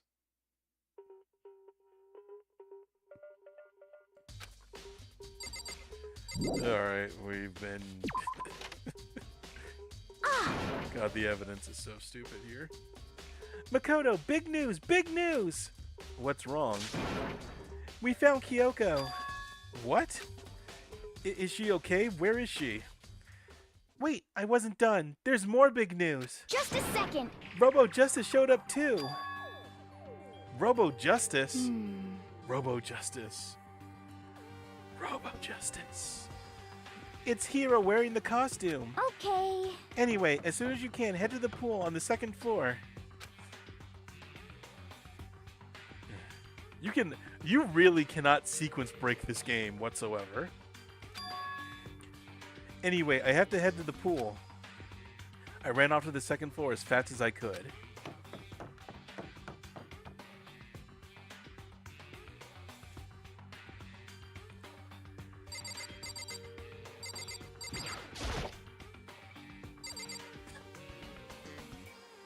Yeah, you gotta go all the way around. Hello, Kyoko. Kyoko, and... I mean... Phew, man, have I had the worst day. Hero? Alright, let's see what everybody has to say about this shit. I am positive that is the suspicious individual that attacked me. Byakuya. Apparently that ridiculous object is Hero. I'd ask Kyoko for the details if I were you. No, that was relatively cordial. Robo Justice finally made his appearance, huh? I guess Kyoko's the one that found him. Hero? Huh? Oh, hey, Makoto. Yeah, duh. Who else would I be? That's a good question. Huh? What? Why do I look like this? Did someone come along and remodel me while I was sleeping? Was it the Illuminati? Topical. Kyoko, be a bastion of Right. sanity, please. I found Hiro. He was jammed in the pool room locker. It looked like he was fast asleep, so I kicked him and woke him up. Don't be mean! I still can't believe you kicked me! You could have been a little more gentle about it. Like, I don't know, caress my face or something. What? That's creepy. Kyoko's fucking funny, man. Anyway, Kyoko, where have you been all this time? You just disappeared all of a sudden without a trace. Well, There was something I had to check up on. What do you mean? Never mind. I can't never mind. it's nothing. Never mind. Hey, More importantly, she says that, but does she have any idea? Does she know people might think she might be spying for the master? I almost forgot about that dumbass plot point. and? First of all, Hiro, you need to explain to us why you're dressed like that. I mean, Well, I mean, I have no idea. 1 second I was asleep, don't even know how that happened. Then I woke up, and then I was here. I don't care. Do something about that costume. It pains me just to look at you. huh? Well, I actually like, I let's see, is this how you do it? I kind of like this on its own. I don't like the fact that it has no eyes. It not having any eyes is kind of weird. And the very crudely painted on R and J. Everything else looks pretty good. Like halfway between good cosplay and cheap Halloween costume. But God, it's just so this is goofy as shit to look at. Let me out of here! I don't know what's up with this thing, but I can't actually get it off. A little help? Why would you make something that you can't take off by yourself? You got it all wrong! I didn't make this stupid friggin' thing. It would seem... There's a clasp on the back that's keeping you from getting it off. It looks pretty sturdy. I don't think you can get it off on your own. We don't really have a choice. Let's help him. It took everyone's help, but slowly we were able to get Hiro out of the suit. It took a few minutes. This is reiterating this previous sentence with different words. Ew. Free at last. Isn't it kind of weird how perfectly the suit fits Hiro? So then, More to the point, nobody but Hiro would be able to wear that costume. Um... That's repeating this again, repeating the previous statement in with different words. Wait, what? Hold on a sec. honestly, Don't bother trying to act innocent. The blueprints were in your room as well. is that okay? In other words, it is obvious to everyone that you made this costume. That's true. I saw the blueprints myself. Yeah, me too. Could it be... Then it's obvious the one who put this costume on went around attacking everyone That's terrible! was Hiro. Shall we tie him up and gag him? Save that for the bedroom. Just the worst. Good idea. We wouldn't want him killing anyone else. What? Tie me up? But what about my ball gag? Hold on, guys. I think that's going a little far. That's right. He may be a suspect, but he deserves fair treatment. Hmm. Yeah, I mean, attacking blueprints? I have no idea what you guys are talking about. What the heck? You can't talk your way out of this. It's been decided. You killed them. Please! What? Killed who? I have no idea what you're talking about. There must be a fake hero running around. What are you saying? You're the only one who can wear this costume. So who else could possibly be the costume attacker? What the heck? How do you know I'm the only one? Maybe you should try it on for yourself before you convict me. Okay. Fine, if you're gonna be a jerk about it, I will. Without missing a bit? That's not what the term is. Hina started putting on the Robo Justice costume. Huh. See? Look. See how loose it is? I mean, come on. I'm blind as a bat in here. Can't see my feet at all. I'm surprised you got anywhere in this thing. I'm telling you, it wasn't me! And not to mention, you totally can't bend at the waist. Seems like a pretty obvious oversight. That's not a very nice thing to say. Why do you care, man? I mean, it's not like I made it. I just Oh got my caught up in the God. moment. Byakuya easily wins, like the character I dislike the most in this game. Hero is not far behind. Like I said, it was early. There's funny stupid and there's annoying stupid, and just plain stupid. And Hero is often one of those two latter categories. He's either annoying stupid or just plain stupid. Well, either way, now we know for sure, right? I mean, it seems pretty clear that nobody but Hero could have fit into this dumb costume. But if you're blind while you're... I mean, sure, it doesn't fit you, but and the CG doesn't imply that she's wearing, I guess the helmet of it. But if that's the... but point being is, like, if you're blind when you're putting it on, and you even said that I don't know how you were able to get anywhere while wearing this, how could he possibly kill two people whilst wearing it or attack anybody? But we haven't gotten to that point where they connect the dots yet. In a huff, Hina took the suit back off again. Well, now you're all out of excuses.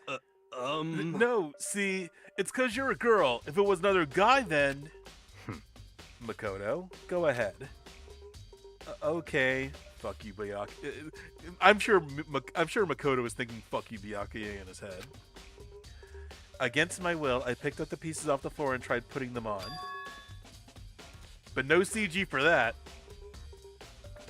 It's no good. The arms are too long. There's no way I can wear this. Just a second! See, I told you it was impossible. You are absolutely right. It seems this costume was made to fit Hero's body exactly. But... Then there's another costume. They must have one that looks the same, but fits them. Honestly. If you insist on this line of defense, then show us some evidence. what the heck? Evidence? Yes, Hero. The thing that you use in order to prove an argument or make your case. The follow-up to your thesis, as they say. You claim there is another suit, yes? Then you must find it and show it to us. What the heck? Just the worst. Who cares? Hero's the only one without an alibi during this whole thing anyway. That's terrible! Which is how we know it was him. What? I mean, is that really true? I have no idea what's been happening. Could someone, like, tell me? All that for that one truth bullet. Hello, Kirby fans. How you doing? All right. So, anything else here? Okay. Oh yeah, that's right. He's not in the costume now. So. What the heck? If you don't tell me what's going on, how am I supposed to understand? I think I figured out that someone's been killed, right? Hey, Makoto, who was it? Well, two people were killed. Taka and Ifumi. What? Two people? Just the worst. Why are you freaking out? You did it. Please! I did not. Huh? Wait, hold on. If those two are the ones that were killed... How about that? That's it! I know who did it! So then, You may as well tell us then. Taka and Ifumi were fighting over Alter Ego, right? Holy shit, this is actually... I'm at least 30% right. I was seriously about to give him credit, and then... almost immediately. correct. I see. That's unfortunate. Please. Huh? Unfortunate? What the heck? Stop trying to trick us. Just admit that you did it, okay? I'm telling you, you got it all wrong. Oh, so then. I know, that note. Note? Last night, someone slipped a weird note under my door. And here's what it said. I found a hole maybe we can use to escape. Monokuma can't find out, so don't tell anyone else for now. Let's meet in the rec room at 1 a.m.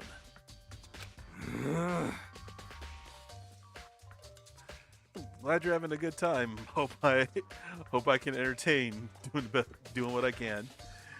Thank you for stopping by. Appreciate it.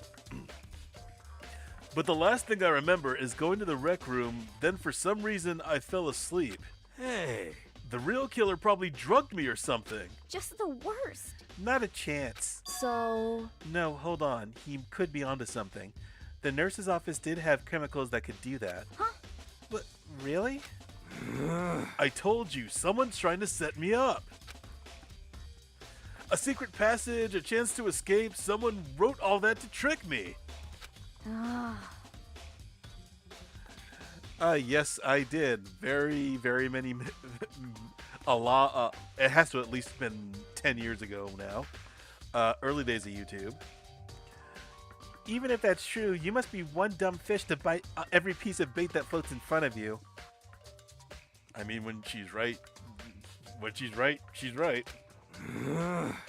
Well, after being trapped here for so long, even if you know it's a lie, you still gotta check, right? Oh, Jesus. Again, just. This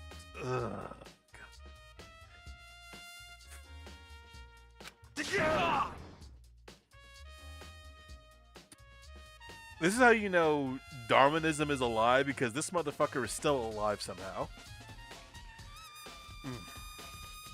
Yo! They preyed on my desire to get out of here. They deceived me. Yes. I still don't buy it. Don't be mean. Well, you should buy it. Just a second. Okay, then show us that note. With pleasure. I have it right here in my, pocket. No way. Looks like I lost it.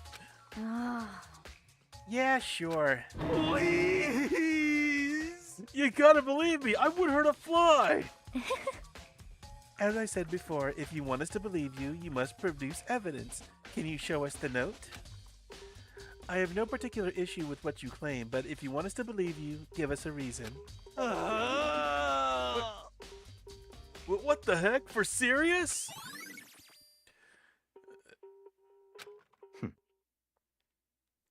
It's weird that now that's becoming a truth bullet when the entire discussion beforehand indicates that not many people believe him due to the fact that he can't produce any proof or produce any or anything tangible to go off of. Now then, shall we resume our investigation? There's no time to waste before the class trial begins. Why do we need to keep investigating? We already know who did it. What the heck? Why? Why did you kill them? Tell us, hero. Oh, God, I'm tired of hearing this motherfucker already. No, it's like I said. Just the worst. Was it really to get the money Monokuma offered us? Now, it would be impossible to do this unless you exclusively hung out with Hiro to this point.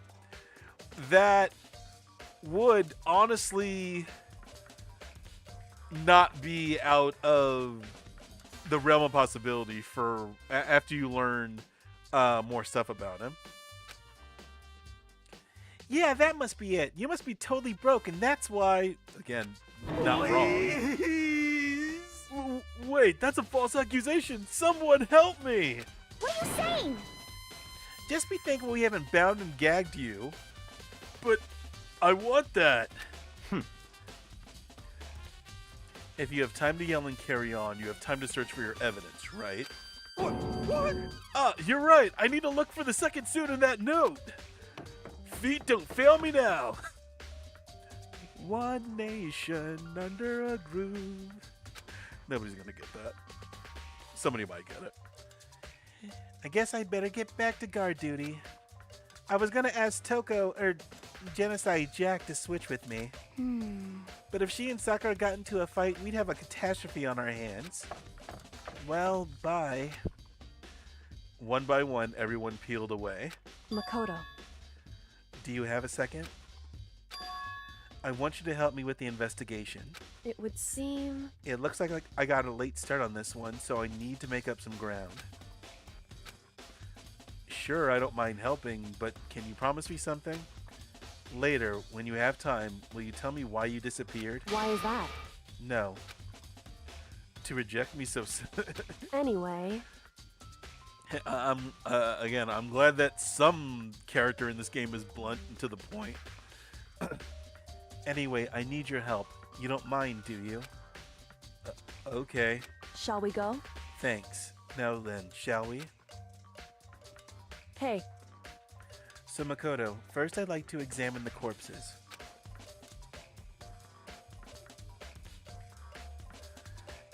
Examine the corpses? I can't believe I'm hearing that from the girl the same age as me. Makoto, this is your third investigation, and Kyoko has been pretty, this is kind of her bailiwick. correct. Dead bodies don't lie, They tell the truth far more easily than the living. Hey, Wouldn't you agree?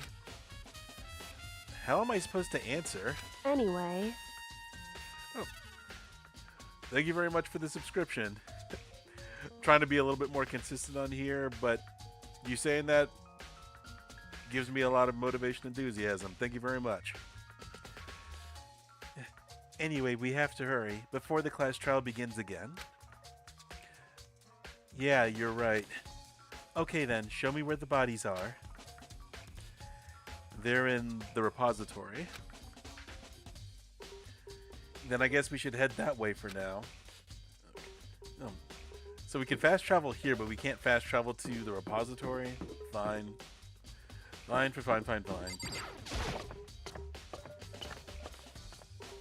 Like I said, this game is really weird about when you have control, when it wants to lead you by the nose, and when it gives you control.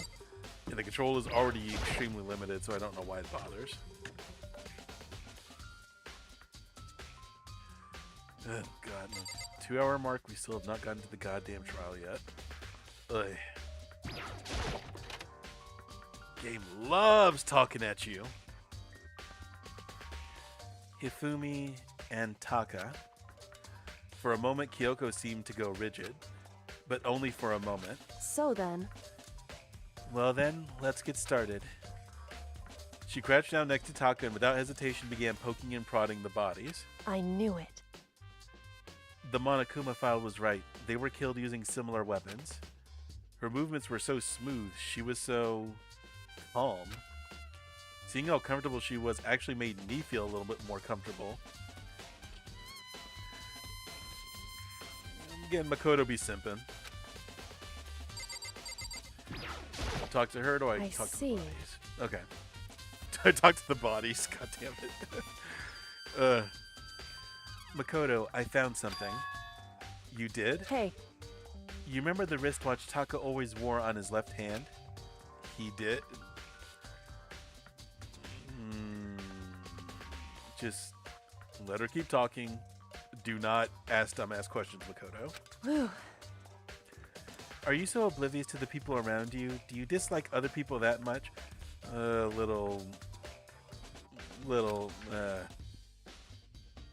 Like, calm down, Kyoko. No, that's not it. Anyway, so you said he had a watch? so then, Take a look. It's broken. You can see the hands aren't moving, right? It most likely broke when he had his encounter with his assailant. That's a pretty out there assumption. And if you notice, yeah, that's right. I forgot to use this, but I take that back. And if you notice, the hands are frozen at just past 6 o'clock. So that would mean the watch was broken sometime just after 6. that's right. But last night, Taka's watch definitely wasn't broken. Hey, you! How long were you going to keep us waiting? Taka said something too intensely. It's almost 10 o'clock, you know that? Bedtime for all the little boys and girls. In other words, So if it worked at 10 last night, it couldn't have been broken at 6 p.m. Meaning it must have happened at 6 this morning. See, I took it back. About to jump down this game's throat again. I caught myself. I make mistakes. However, and that's not all. Look at Taka's left hand. He appears to be gripping something. You're right, there's something white in there. Makoto, Can you try and pry it out? Me? because Rigor mortis has already set in. Boys are better suited to this kind of manual labor, right? First off, well, I don't know. I mean, I don't know how quickly rigor mortis sets in. It's been a long ass time since I've watched any episode of Scrubs. But it's like, damn, woman, really? Again, Japanese game, they're real into gender roles. Okay. As much as I didn't want to, I grasped Taka's cold hand. The ice cold hand was nearly enough to cause my heart to stop beating. Makoto will not be a mortician or god damn it. What is the career? Fuck. I just talked about Scrubs and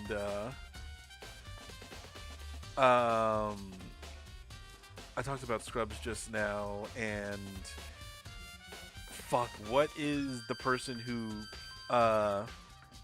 basically bags and tags the people for the morgue? Is it pathologist? I think it's pathologist. But anyway, after some effort, I was finally able to free the object from his tightly clenched fist. A piece of paper? hey, Was that all he had in his hand? Yeah, that's it.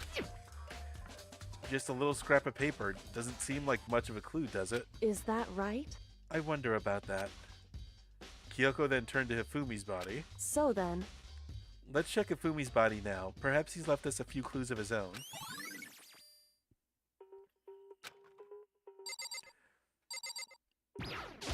Alright. This pleasant image. The biggest problem I have right now is how the killer was able... No.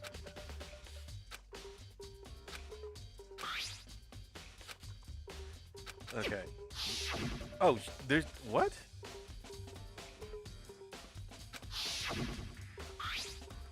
You just kind of went off on your own trail of thought here, Makoto. But now they're spotless. Does that mean someone wiped his glasses clean? But who would do that and why? Okay. So that was a waste of time. So, did you find anything? indeed. I did. More than I expected, to be honest. Look at this. A wad of paper. That's right. Ifumi had it hidden on him. Hidden? Indeed. He stuffed it in his pants, so I can only assume he'd hidden it on purpose, you see. In his pants? Wait, so you... Why is that? It was just his pants, not like his socks or something. Is there a hidden meaning to this line? Was it just throw it in there to be funny? I'm not sure what the joke is. I don't know what that means. Hey, Anyway, let's take a look at the paper. Go ahead, Makoto, open it up. When I think of how it was stuffed down his pants, it's like, it better be important, Hifumi, or I'll never forgive. The motherfucker is dead. Makoto, come on, man. Be better. A note? Yep, there we go. so That sounds very familiar. My bad. Favorite Kirby ability is probably Ninja or any of the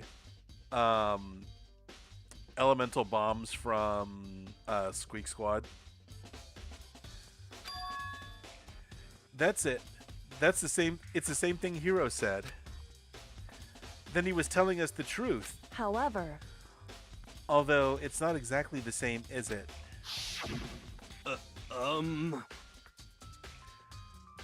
Last night, someone slipped a weird note under my door, and here's what it said. The note, text, all that again. The time is different. Hira told us that his note said to meet at 1 a.m., but the note they wrote to Ifumi asked him to meet at 6 a.m. is that right? Hold on, just because Hifumi had the note doesn't mean it was meant for him.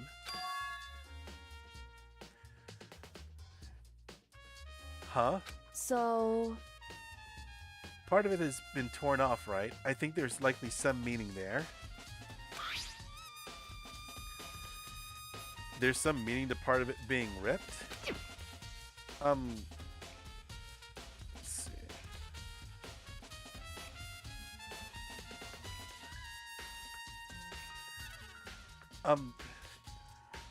Could you maybe explain it a little more? Think carefully. hey, Why would he have been clutching that scrap of paper so tightly? I have no idea. so then, What if it wasn't just a scrap of paper when he was holding it? What if it was something more important? And how would something important like that become a mere scrap of paper? That's what you need to answer. Or you could just tell us, why do we... I know this is all basically like a secret test. Like she's testing him to see how reliable he can be or useful he can be to her. But still, you can give him a little bit of a harder. You can go ahead and like make it a little bit more difficult.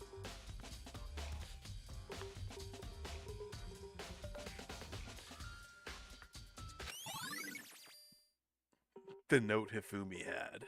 hey, And while we're at it, I should tell you one other thing. The two victims this time definitely had their handbooks in them. So the handbooks have nothing to do with how the murders were carried out. Not that there was any reason to think they were connected to the killings in the first place. It's sad that this comes from Kyoko, who should be better than this, but this was most definitely this might be the most ham-fisted piece of dialogue in the entire game.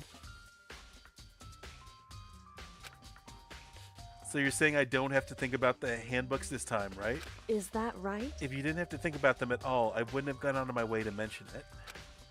All I said is that they weren't used to help carry out the murders. There may come a point, however, where a handbook may play a role. Jesus. A handbook may play a role. I don't think I understand. Ties into why this case is the worst. But if Kyoko thinks it's important, I better keep it in my mind. Simp.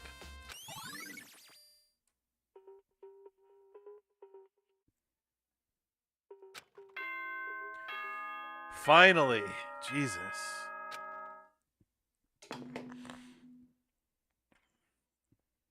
Are you excited? Are you pumped? It's time for the class trial to begin! Like the bright burst of fireworks, like the flash of a soul clashing with life and death. And so, with no further ado, everyone please meet at the usual spot. Make your way to the red door on the first floor of the school. See you soon. It would seem... It's unfortunate, but I suppose this is where our investigation comes to an end. You'll have to figure out the rest for yourself and come to the proper conclusion. Yeah, you're right. Shall we go? Well, we'd better get going. Okay. Thank God.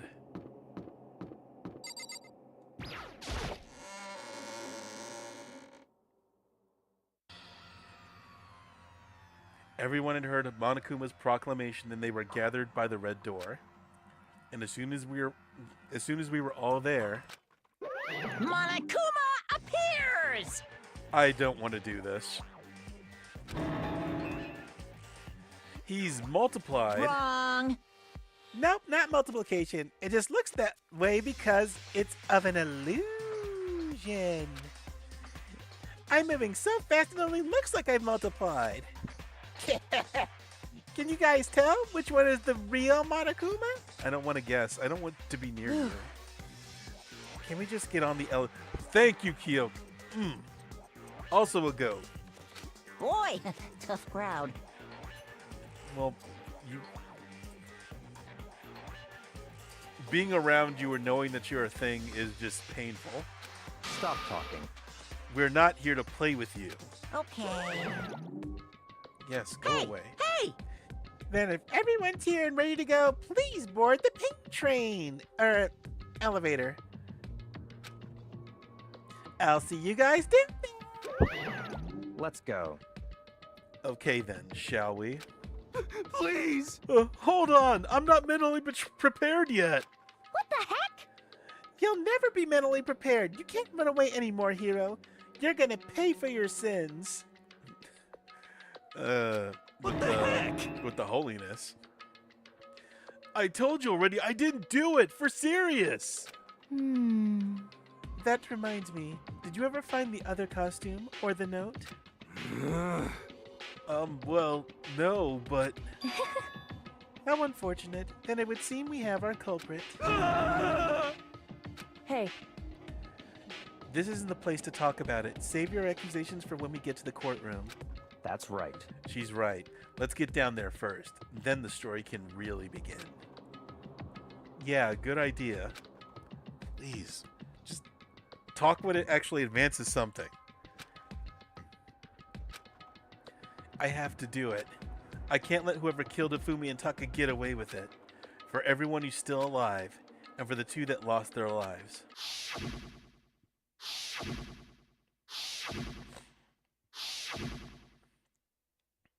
The one who killed Hifumi and Taka.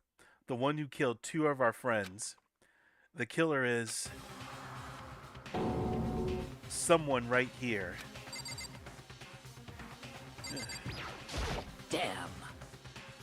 I don't like Monokuma's carefree attitude. I mean, agreed, but... Damn. Just the worst. Let's hurry up and go so we can make Hiro pay for his crimes. Were you listening? Wait till we get to the courtroom to begin your arguing. Yes, yes. Yo, good nickname. Good nickname for Makoto right there. That's not bad. Come on, Big Mac, let's do it!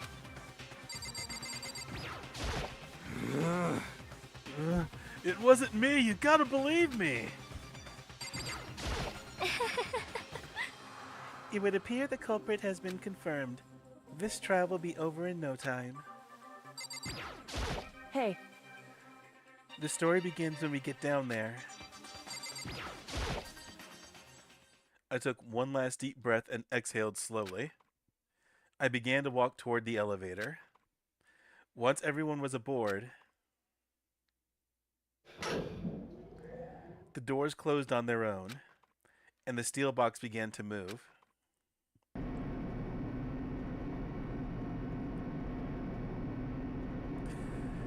The clunking of the elevator kept us company as we fell further and further down. There was no going back. Until we settled all this, we couldn't go anywhere. Both in universe and out of universe. I'm not sure how long it was before the elevator came to a stop. The elevator door slid open, opening up onto a cruel fate. Got his poet going again. When I see all of you gathered together like this, I realize just how few of you there are left. Your school life is slowly reaching its climax. Just the worst. Only 'cause of you. Why? Why are you making us do such cruel things to each other? What? What? Do you really hate me so much? But I'm so cute. God, this fucking dare. Come on. Stop goofing around and begin the trial. don't rush me. Of course I'm gonna start it. I would never be like, stay tuned for the action pack. Oh. I hate. Yoo-hoo! God, can we just stop talking Monokuma? Like forever, please. And so the curtain opened once again. A deadly judgment, a deadly deception, a deadly betrayal, a deadly riddle, a deadly defense, a deadly fate, a deadly class trial.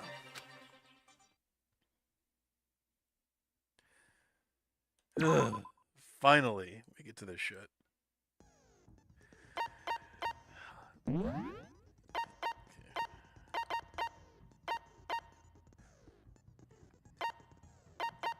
What is this one?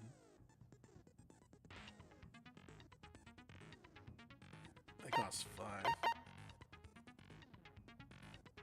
I only have 7 slots. What is this one? Oh, it's a decrease. This is actually a pretty useful feature.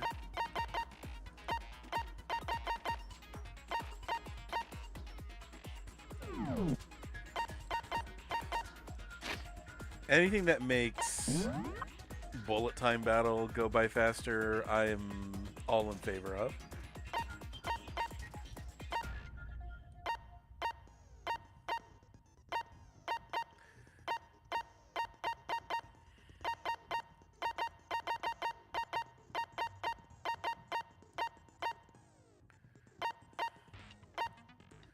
But yeah, for all of this shit right here,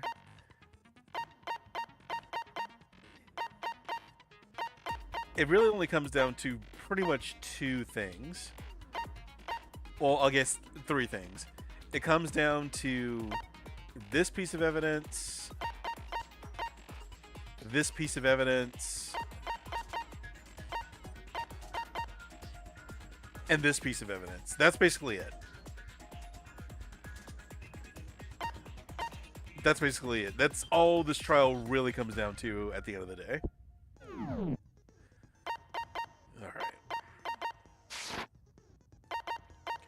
Alright. Skill saved. Alright. Let's finally get to this shit.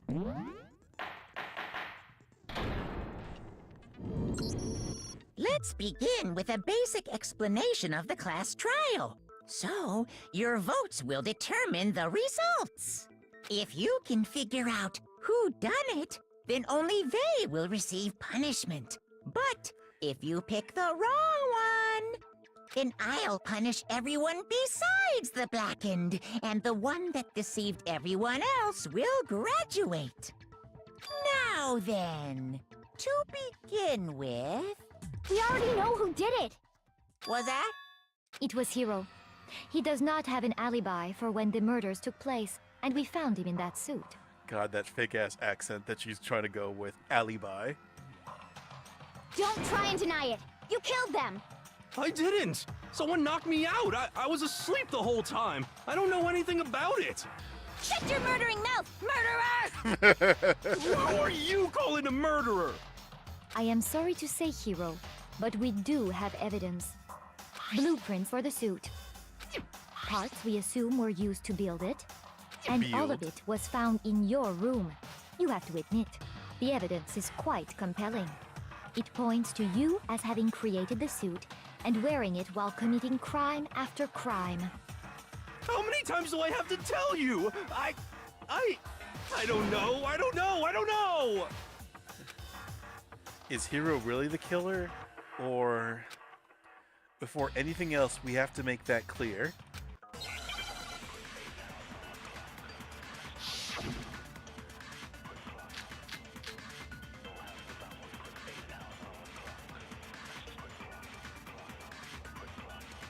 Everything we found in your room. The blueprints, the suit parts, they are all proof enough that you are the culprit. I don't know anything about that stuff! It's not true! It's a conspiracy! Hiro, why? Why did you kill them? No! Just hold on a second!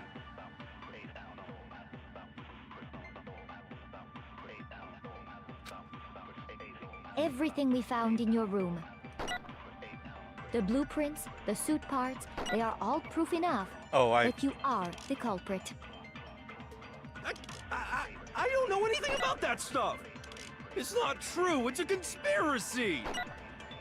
Hero, why? Why did you kill them? No! Just hold on a second!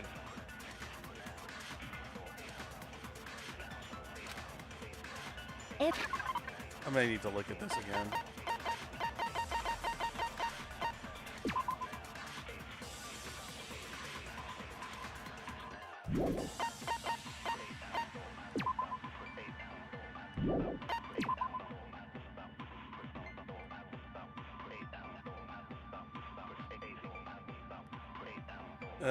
God, I might be stupid right now.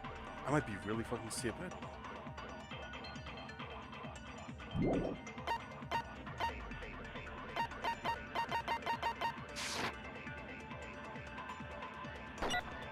The blueprints, the suit parts, they are all proof enough that you are the culprit. I don't know anything about that stuff! It's not true, it's a conspiracy! Hero, why? Why did you kill them? No! Just hold on a second!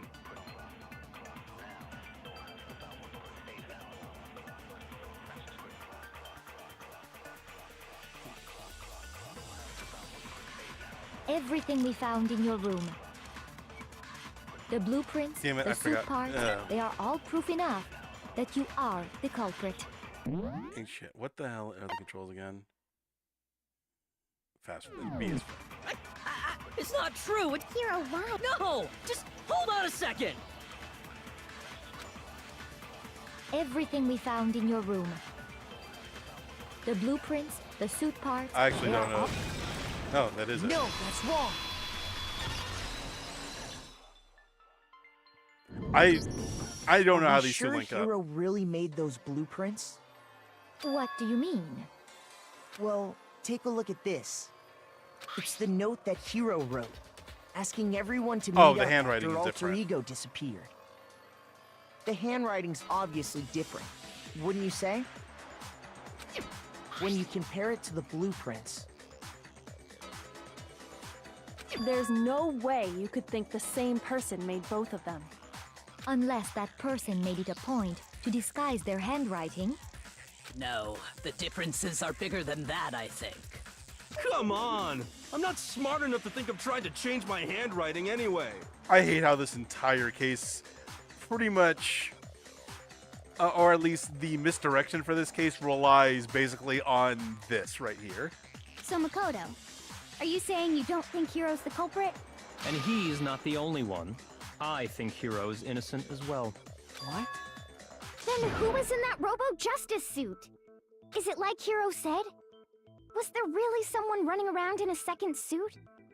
The suspicious individual hidden within the suit. Go ahead, Makoto. Tell them who it was. Because Byakuya is a dumbass and actually does not know anything. So? Who was in the Robo-Justice suit?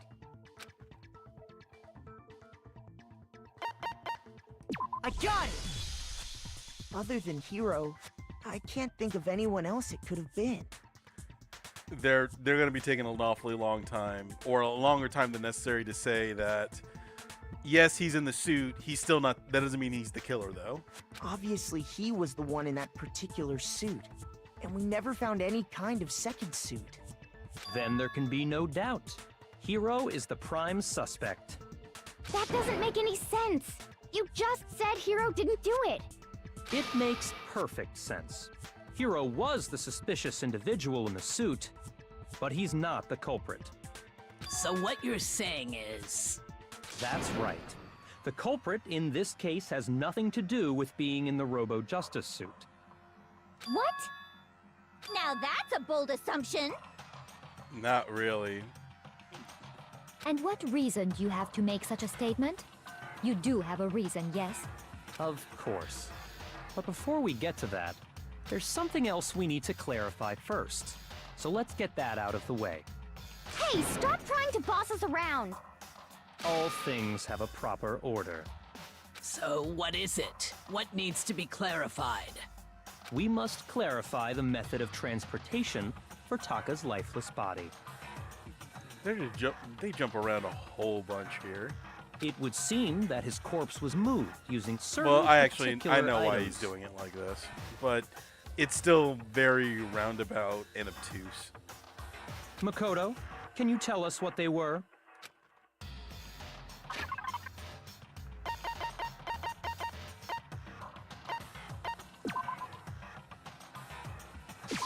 I got it!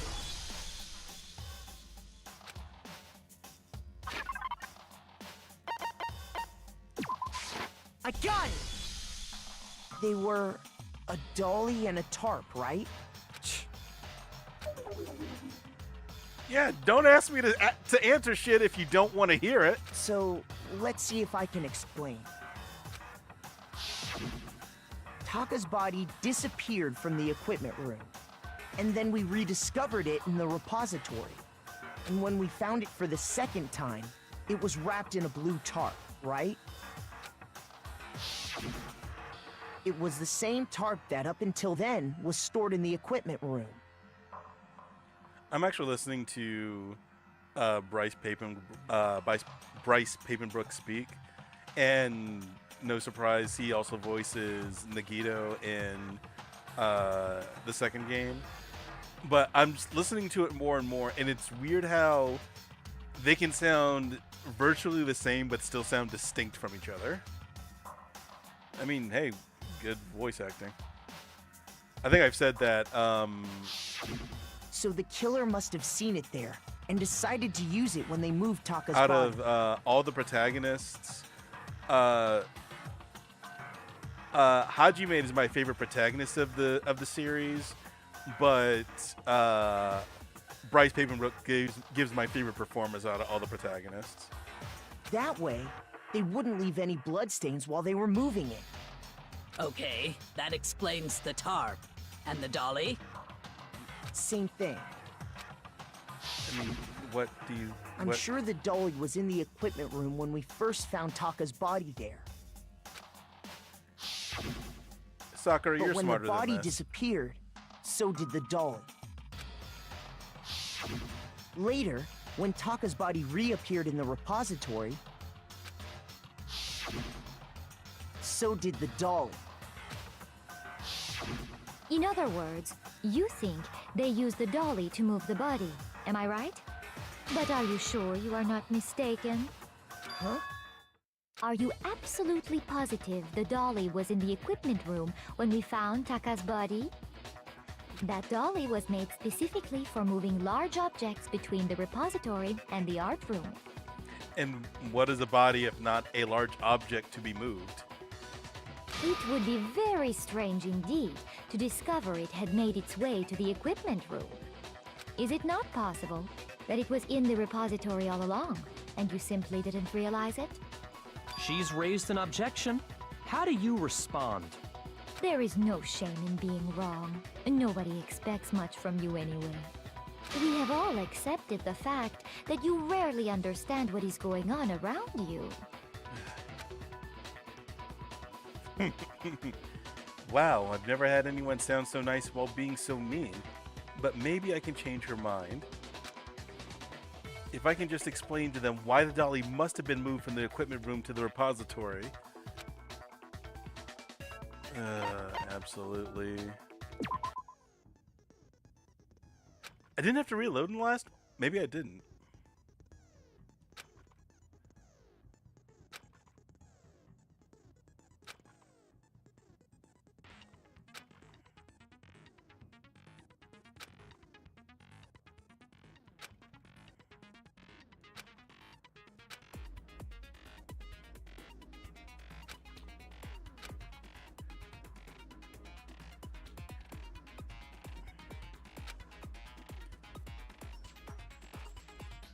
I don't know why they felt that they would need to add more to this particular game.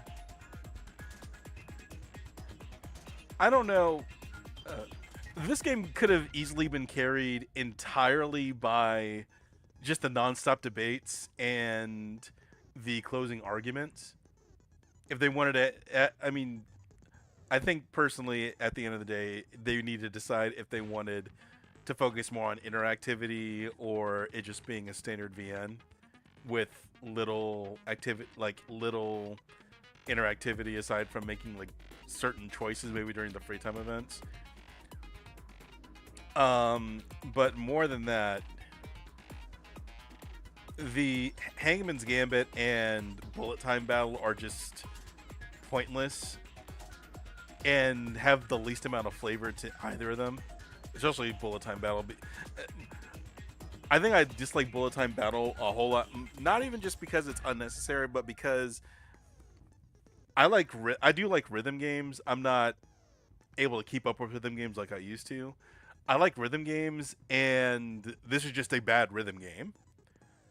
Like, I've seen rhythm be implemented in other games that aren't necessarily about keeping the beat and the keeping up with the tempo and the beat, that do it better than this game does, and that's basically what the entire thing is.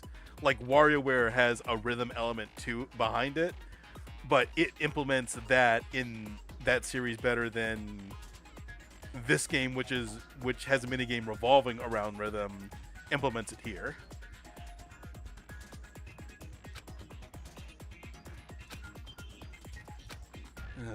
But anyway, here we go.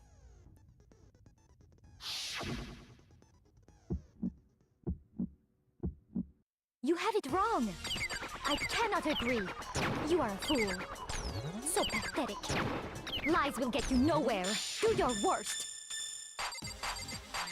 You miserable wretch. I cannot agree. You are a fool. Do your worst. You have it wrong. I cannot agree. You are a fool. So pathetic. Lies will get you nowhere. Do your worst. You miserable wretch. I cannot agree. You are a fool. Do your worst. You miserable wretch. You have it wrong. I cannot agree. You are a fool. God, I don't like this game. I cannot agree. This should prove it.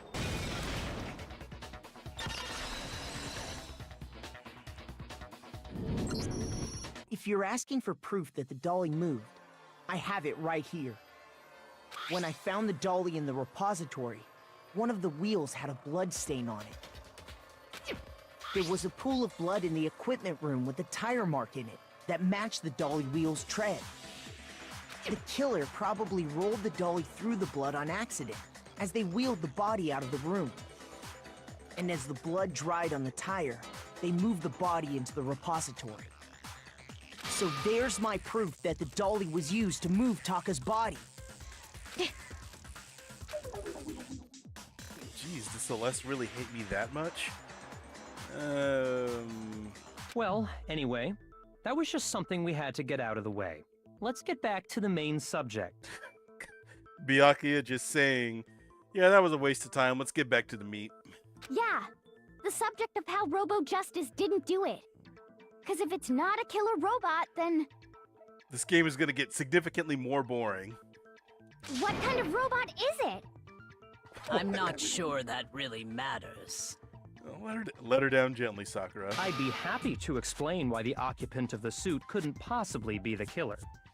If you look back on how the body was transported, it will become immediately obvious.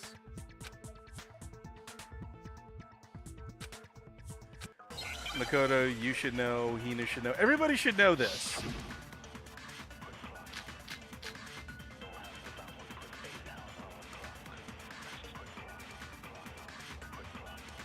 As we know, Taka was killed in the equipment room. And from there, the body was moved to the repository, correct? Yeah, the culprit wrapped the body in the tarp, then loaded it onto the dolly and wheeled it off, right? Now, keep in mind that the dolly doesn't have a handle. Well, yeah, but even without a handle, all you'd have to do is bend over. Then you could push the dolly no problem. Hina. So the killer just crouched down and carted the body off to the repository. If you accept everything we just said, then you must realize that whoever was in the suit couldn't possibly be the culprit. And Hina, you should know this better than anybody else. Sorry, I don't think I realize anything. I mean, seriously, why'd you give that comment to Makoto when Hiro was standing right there? As we know, Taka was killed in the equipment room. And from there, Yeah, the cult then loaded it on. now, keep in mind. Well, yeah, but even without a handle, all you'd have to do is bend over. Then you could push What? the dolly, Did I no miss that? problem. So the killer and carted the body. If you accept, then you must. Must realize that whoever Okay. was in the It's right, sorry, right bumper. I don't think I. As we know, and from there, Yeah, the cult then loaded it on. now, keep in mind. Well, yeah, but even without a hand, all you'd have to do is bend over. No, that's wrong. I'm just like, seriously, Hina You're is the person absolutely who... right that you could push a dolly Hina is the without a person that handle if figured you this stoop out down for low. us. But if you were wearing that suit, do you think you could actually get into a position like that? What do you mean? Think back to what you said Hina, when darling, we were all come checking on. out the suit together. Remember?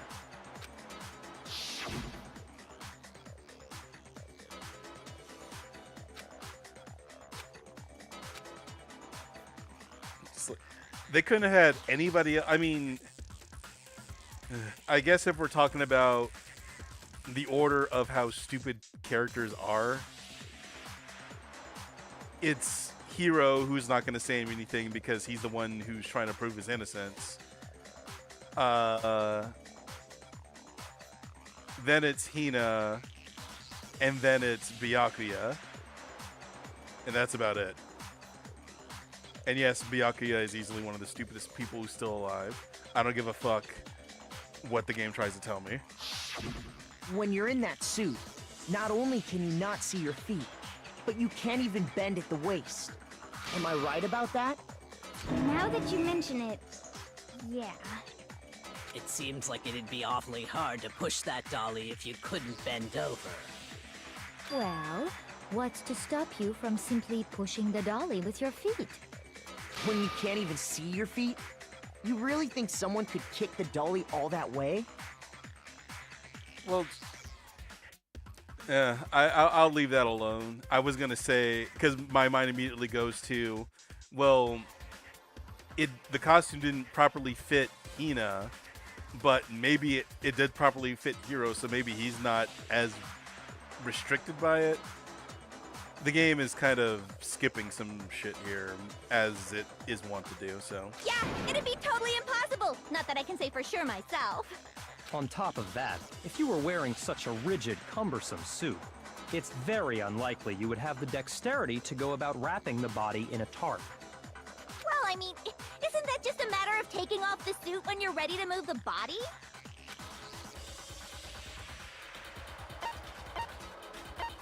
I got it! I don't think taking off the suit was an option. If you remember...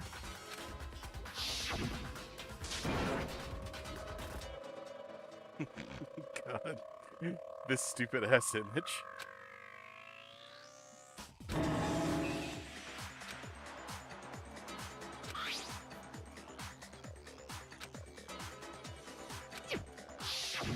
That's true. It seems impossible to put the suit on or take it off without help. Then, you really can't take it off by yourself? Hiro wasn't just making it up? Of course I wasn't making it up. If he could have gotten it off by himself, I don't think he would have let us see him wearing it. Showing up in the suit was basically an invitation for everyone to suspect him. I wouldn't put it past him, though. Again, he's a stupid motherfucker. Yeah, that's right. So, it's really, really true that Robo-Justice couldn't have moved the dolly? To be clear, whoever did move the body, it couldn't have been Hiro in the robot suit, correct? No, wait. Just a second, if you please. Have you forgotten about the picture that I took?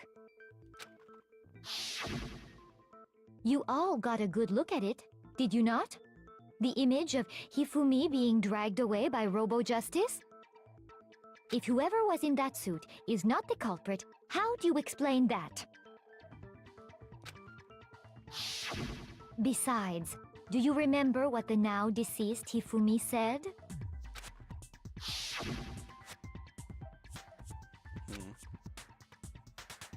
Okay.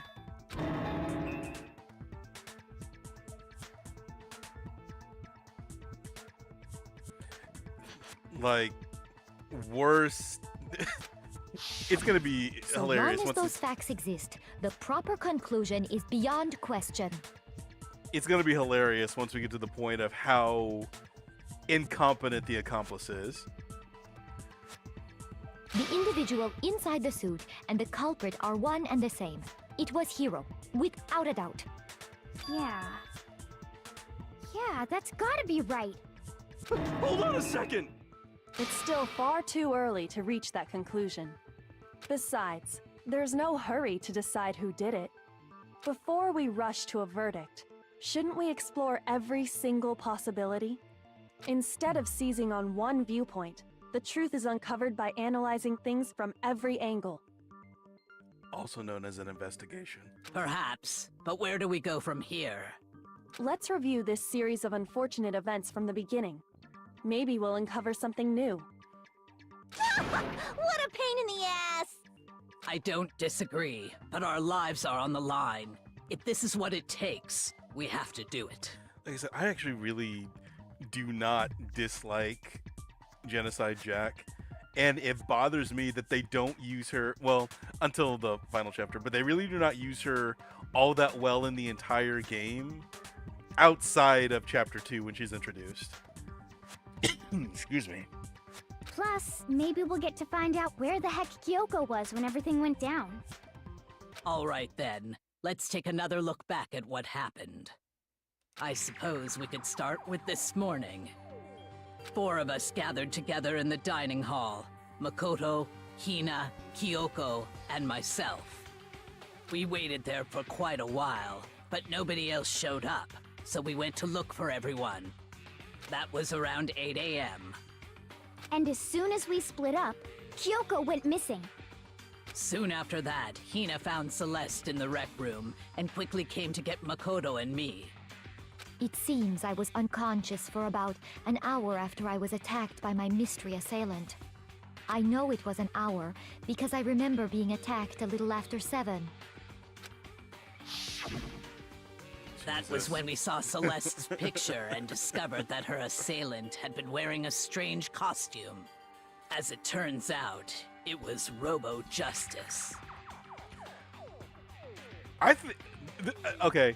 Didn't think about it before. I think Robo-Justice and just getting them to say Robo-Justice, very high priority for this particular chapter. It also soon became clear that this same Robo-Justice had abducted Hifumi. We were soon joined in our search by Byakuya and Toko, and then went on to find Hifumi in the library. He was injured, so we took him to the nurse's office and resumed our search for the suspect. But not long after leaving the nurse's office...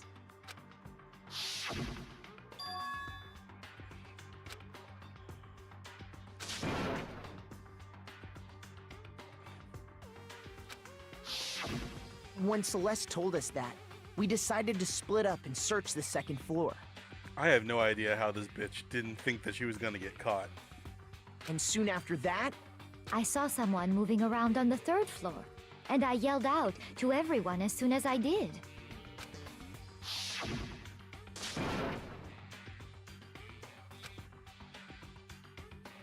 I think this is flashback number 3 for this scene.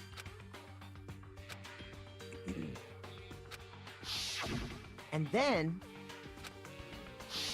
Jesus! God damn.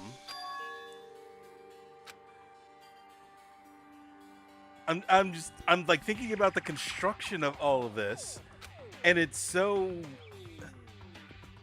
They cut so many goddamn corners.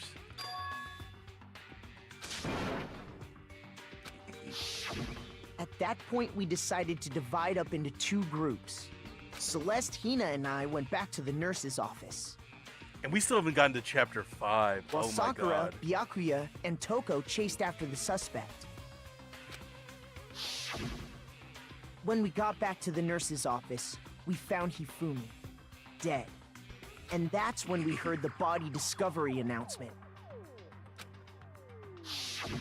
I left Celeste and Hina there and headed back to the 3rd floor to let the others know what had happened.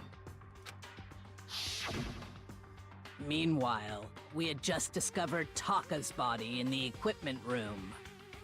We must have found both bodies at almost exactly the same time. Again, this is a little clever. Because we heard the same announcement not long after we discovered his body. And that's when I told you guys about Hifumi. Then the 3 of us headed for the nurse's office. But right after we left the physics lab, we ran into Celeste, who'd arrived after us. And she told us something very surprising. Flashback. We rushed back to the nurse's office and saw that she was right. Then we remembered we'd left Toko passed out in the equipment room, so we hurried back again. And that was probably the stupidest thing y'all could have done.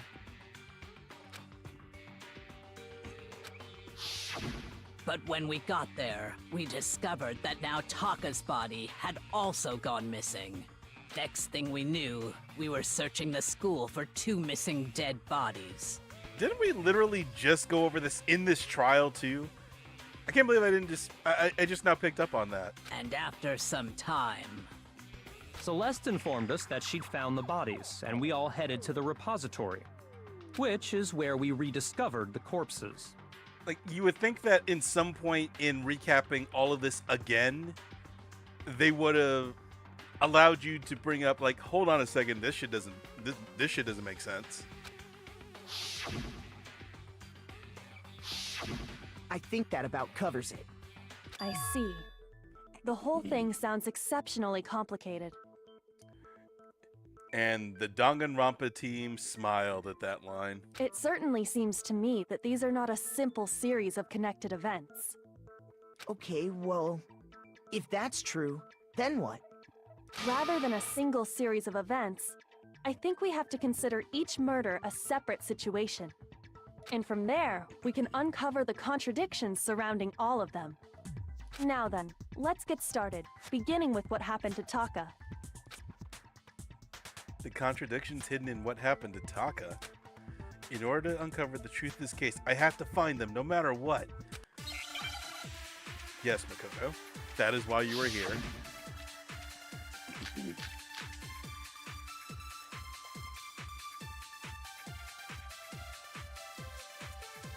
So, regarding Taka's death, I wonder if he died before Hifumi, or perhaps it was after? We already know what order they were killed in. Taka came last. What makes you say that? Because of the numbering of the Justice Hammers. It's true that Hifumi was killed with Justice Hammer 3, while Taka's death came from a swing of Justice Hammer 4. See? So it's obvious Taka came after.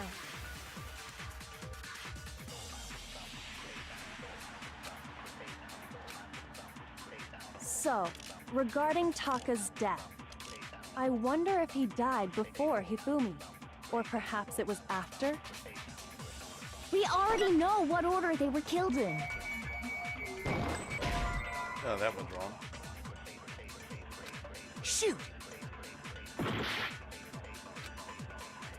So, regarding Taka's death, I wonder if he died before Hifumi, or perhaps it was after?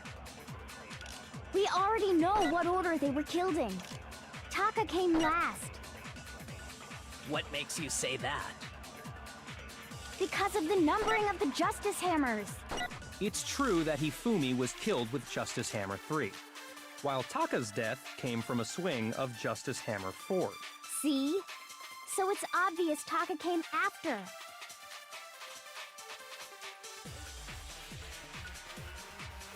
I think I have to. Shit. I think I have to absorb something here. So, regarding Taka's death, I wonder if he died before Hifumi, or perhaps it was after? We already know what order they were killed in. Taka came last. What makes you say that? Because of the numbering of the Justice Hammers. It's true that Hifumi was Damn, killed too with slow. Justice Hammer 3, while Taka's death came. See? So it's obvious Taka came... So, I wonder if... Or perhaps it was... We already know Taka came... What makes you say? Because of the numbering of the Justice Hammers. It's true that Hifumi was killed while Taka's death. See? So it's obvious Taka came after. Danny is barking. So, regarding I wonder if... Or perhaps it was after... We already know what order they were killed in. God damn it. Taka came last. What makes you say that? Because of the Numbering of the Justice Hammers. It's true that while Taka's death. See? I am So it's slipping. obvious Taka came... So, I wonder if... Or perhaps it was... We already know what order they were... No, that's wrong.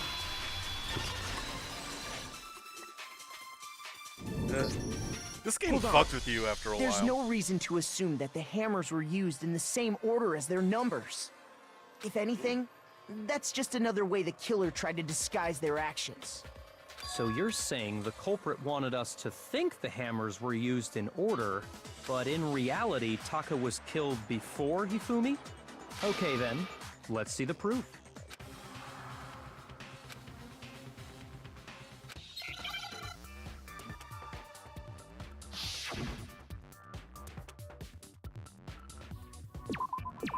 See, now it's gonna bring up the wristwatch.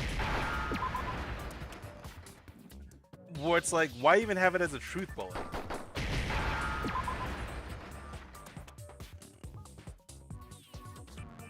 Oh shit, there was the S.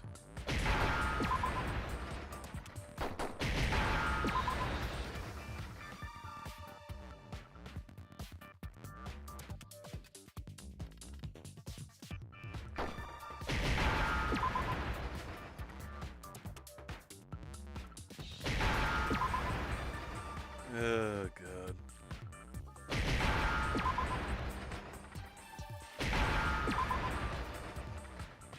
Now I understand. I'm not gonna lie though. Schizo in chapter 2 really threw me Taka's off. wristwatch. See? Look. It broke with the hands pointing just past 6 o'clock. It must have gotten broken when he was attacked by the killer. Because as of last night, Yeah, I'm too tired to get my voice all hyped up for Taka's delivery. I've been kind of letting all these pass, so that's just an excuse. I'm just lazy. so if it wasn't broken after 6 last night, then he must have been attacked around 6 this morning. And that would be his official time of death. But if that's true, then he was killed well before Hifumi. And before Celeste was attacked this morning, which happened around 7. That's right. Taka was killed before any of the other incidents took place. That simple fact slipped past all of us. We made the wrong assumption about the order of events, all because of those justice hammers. And I don't know why people thought that numbering shit was something to even factor in. Again, most obvious red herring that they take super seriously for some reason. That's exactly why the culprit wrote the numbers on each hammer and had them increase in size. That way, when we saw how they were used in each incident, we'd easily make that wrong assumption. Because you're all idiots, to a degree. Now, if Taka was killed around 6, then everyone's alibis for his murder go out the window. Because when he was killed, we hadn't met up in the dining hall yet. That may be true in the case of Taka's murder, but all of our alibis still hold true for Hifumi's death. That's right. With him, at least, we're all safe.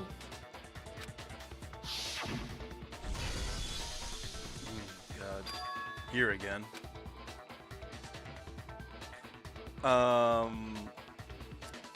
Not sure when it's gonna be. When we get to chapter 5, because I'm certain it is the most egregious with flashing back to earlier scenes. We're probably gonna have a little drinking game, and I will make sure to put that in the title. And I hope I don't die, or pass out, or worse. Actually, what's worse? I don't know. Again, tired. This game is fucking with me.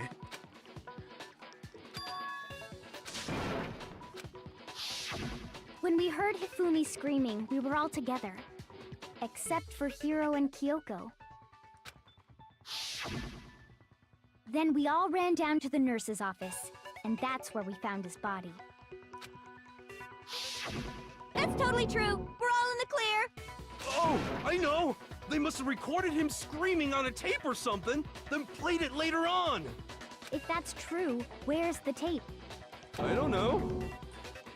Somebody needs to sit this fool down and teach him the concept of Occam's razor. Don't just go making stuff up. Anyway, we all have rock-solid alibis for when we heard Hifumi scream. Since all of us were there together, clearly none of us could have killed him. And it does not stop there. There was also the moment when we discovered his body had disappeared. When his body vanished from the nurse's office, Hina and I were in the bathroom together, while everyone else was in the equipment room, correct? And then there's the disappearance of Taka's body from the equipment room. At that time, we were all gathered together in the nurse's office because of Hifumi going missing. Again, it's incredibly stupid that they let this happen. Well, don't forget, I was passed out in the equipment room the whole time. Wait, then what if Genocide Jill did it? She could have dragged Taka's body out of there right then!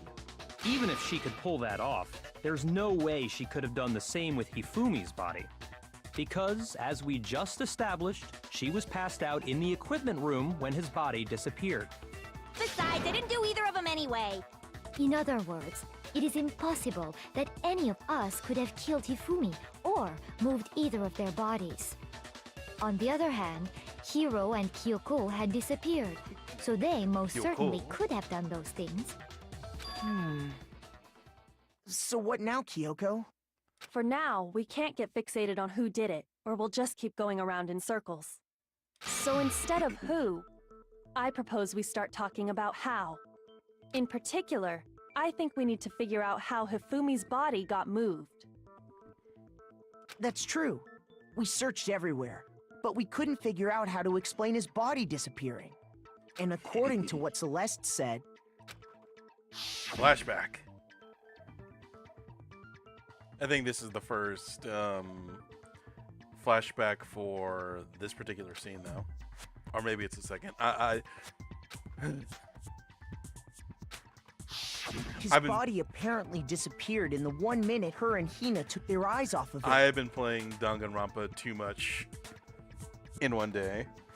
And I know it hasn't been as long as my other sessions, but doesn't mean it ain't too much. But to carry that much weight from the first floor up to the third in that short amount of time? Oh man, yeah! There's no way! It'd be impossible! Well, what if I told you there was a way to make the impossible possible? What? How? If the dead body were to move itself. The dead body moved on its own? And again, it's obvious what Kyoko's getting at, but Kyoko, you realize that you're working with some pretty dumbass people. Don't say anything that's going to throw them off like that. No! Not another ghost! Case in point. I don't think it has anything to do with the occult. I think what she's implying is, we thought Hifumi was dead, but perhaps in reality he was still alive. He was alive? Are you saying Hifumi wasn't carried out of the nurse's office, but simply walked out on his own? But I mean, we found his body. He was dead. Perhaps he was simply playing dead. That it isn't possible.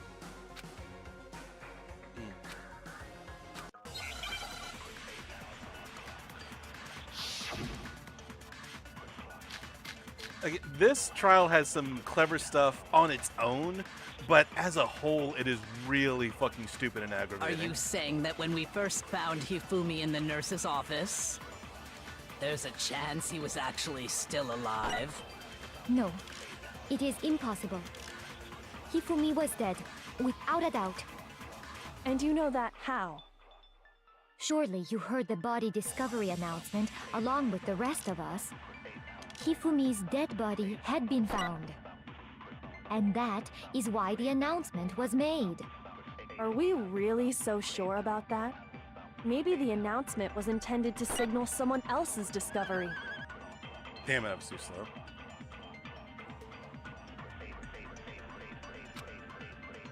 Are you saying that when we first found Hifumi in the nurse's office, there's a chance he was actually still alive? No, it is impossible. Hifumi was dead, and you know that. Surely you heard the body discovered. Hifumi's dead body had been found. And that is why the Are we really so sure? Maybe the announcement was intended to signal someone else's discovery.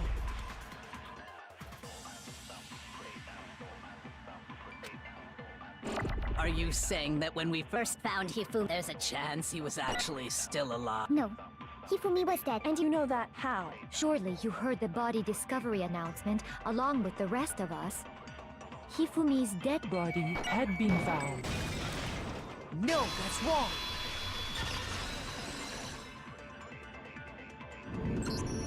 Was the body discovery announcement that was made really intended for Hifumi? Of course it was.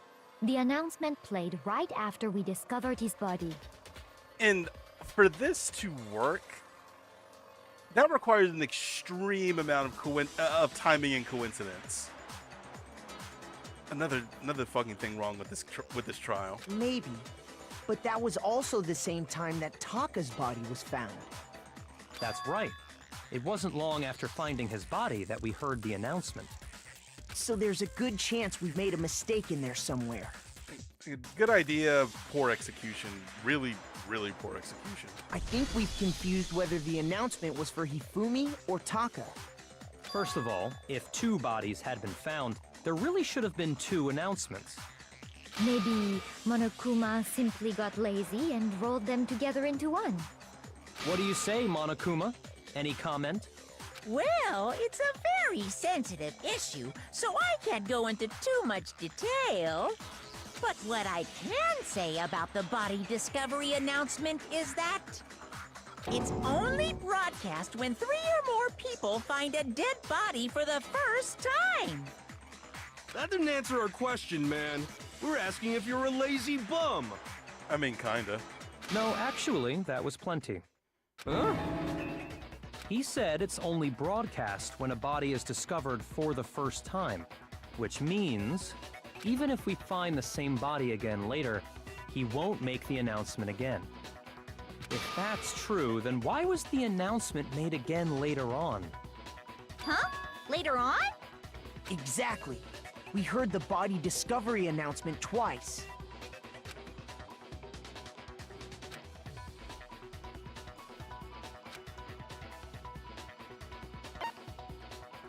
I got it!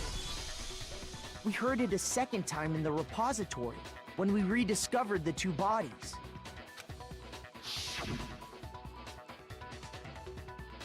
Yep. Body. Rest in peace, Taka. You didn't deserve it. It didn't seem weird at the time, but it contradicts what Monokuma just told us, doesn't it? Exactly. If we were actually rediscovering both bodies, the announcement shouldn't have played. Then in reality, when the 2 dead bodies were rediscovered, one of them was actually being discovered for the first time. Who is the third person, though? So, when we found Hifumi the first time in the nurse's office, he Shit. wasn't actually dead yet. Because nobody was in the repository. Who was the third person? Because it was Makoto Byakuya and he was the third person. Meaning, he wasn't actually found dead until we came upon him in the repository. I might have to look back at this when I'm finished, because ultimately, this is just a nitpick. I know what they're getting at, and I'm cool with it. But it is one of those details where I'm just getting frustrated with myself for not remembering shit properly. And that's just part of it. There's one other thing that leads me to believe he was still alive in the nurse's office. Oh, I know! Because he was super good at playing dead! Bada bing, bada boom! That is the worst logic I have ever heard. But honestly, I do not think there's anything that can prove he was still alive. Okay then, let's take another look at the events surrounding the discovery of his body. Then it should become clear whether he was really alive or not. This whole thing is pointless. She's really... This is the ultimate gambler. She's really bad at not... No pun intended, revealing her hand. She's really fucking bad at this.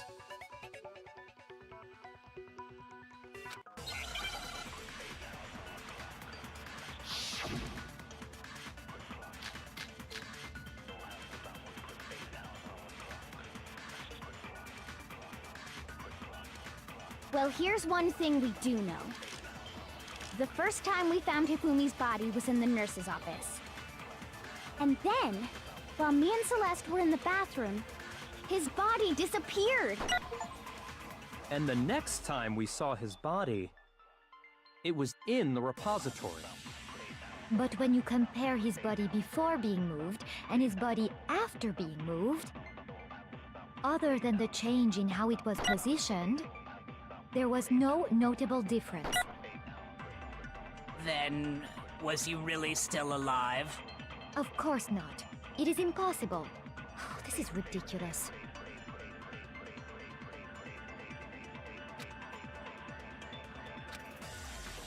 Well, here's one thing we do know. The first time we found Hifumi's body was in the nurse's, and then his body And the next time it was in. But when you compare his body before, Other than the change in how it was put, there was no notable difference. No, that's wrong.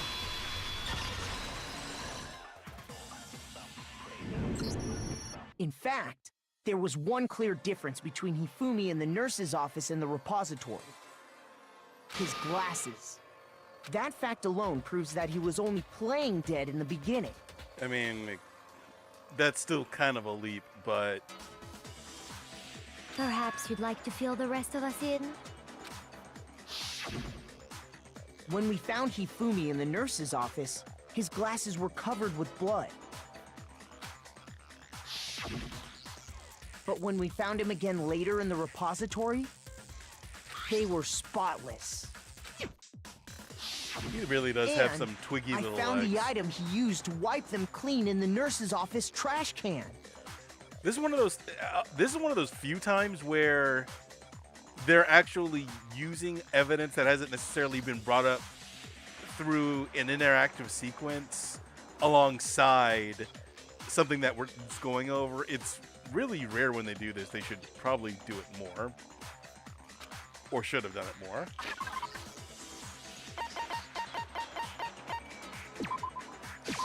I got it! It was a glasses cleaning cloth featuring a certain cartoon mascot. One look at the bloodstain on the cloth should make things clear. This piece of cloth was used to wipe Hifumi's glasses clean. God, Hifumi was really... Hifumi was a major fuck up this entire chapter. And the mascot on the cloth is the same one that's on the digital camera, right? And whose digital camera was it? Hifumi's, of course. The character was Princess Piggles from Demon Angel Pretty Pudgy Princess, I think. I'm now thinking about when Kyoko roasted Makoto about not paying attention to his to the people around him, and the fact that Hina of all people remembered this shit. Just she gonna roast your ass again, Makoto. I highly doubt anyone but Hifumi would have brought something like this to school. I see your point. And the only people here who wear glasses are...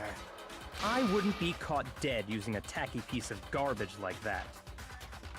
I mean, this is very, very true. A few tissues is all I need to keep my glasses clean. Then there's no question. Yeah, and she doesn't like. It belonged to Hifumi. I think it's talked about in. Oh yeah, they did mention it earlier. She does not like manga or anime. So what you're saying is, what exactly? What I'm saying is, the blood on his glasses was wiped away using his own glasses cleaning cloth. Even if that is true, it does not mean he wiped the blood off himself. But who would benefit from a clean pair of glasses other than the glasses owner? That's a good point. Then it must have been him, right? So let's assume that Hifumi was still alive in the nurse's office. He pretends to be dead. Then when he's alone, he wipes his glasses clean so he can see. With evidence that would lead directly back to him. You could have used anything to wipe your glasses clean, and you chose something that made people immediately think of you? Then he stands up and walks out on his own 2 feet. And with that, the impossible task of moving his copious corpse becomes possible, wouldn't you say? Man, they can't help but call this dude fat in any chance that they have, any opportunity they have of mentioning him. But then, if he was just pretending to be dead, what was with all that blood? Was it paint or something? The fridge in the nurse's office contains packs of blood for emergencies. He probably used one of those. He figured if he was gonna play dead, he should go all out, so he just dumped it everywhere! But he got crazy with it and had to wipe his glasses off when he was done! God, what an idiot!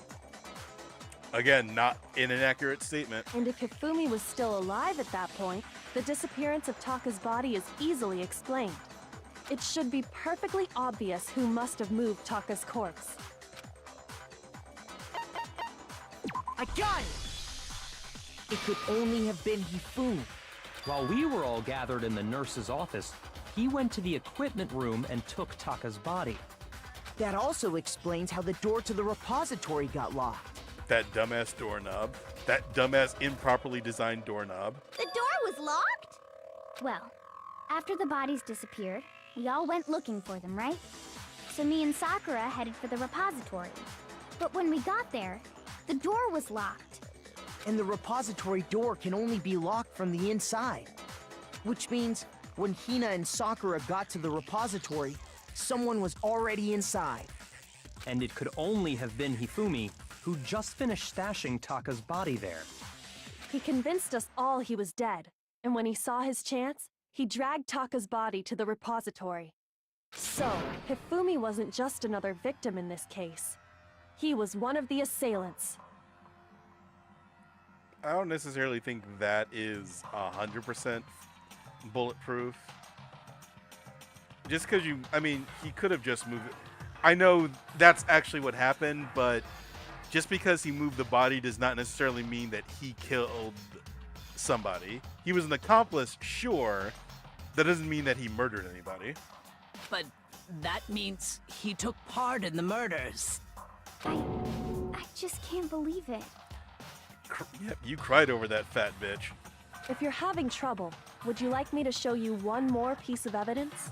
Oh yeah, there was the scrap of paper, too. But even then, that's not. That is. That isn't foolproof evidence, though. There's more? Oh, absolutely. The single biggest fact pointing to his involvement has yet to be revealed. You know what I'm talking about, right, Makoto? The item he took off of Taka's lifeless body?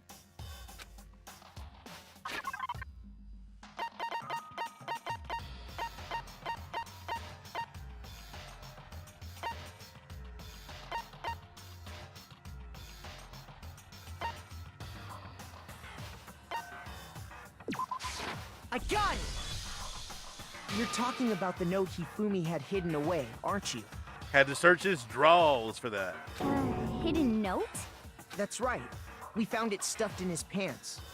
What? In his Yes, in his pants. It was gross. pants? Yes. his pants. And that was a very sexually charged line reading. Okay, well, forget about the pants for now. Take a look at what the note says. Thank you, Makoto. Ah, that's the note I was telling you about. The one that told me where to go. Huh? Wait, this one's a little different. In my note it said, Monokuma can't find out, so don't tell anyone else for now. Let's meet in the rec room at 1 a.m. I see. Then this note isn't the same one Hiro got. It's not the same? No, you idiot. You just pointed out how it's different. God fucking damn it, Hiro. Just try and keep up. In other words, the killer got in touch with another person besides Hiro. And that person could only have been... I got it! That's right!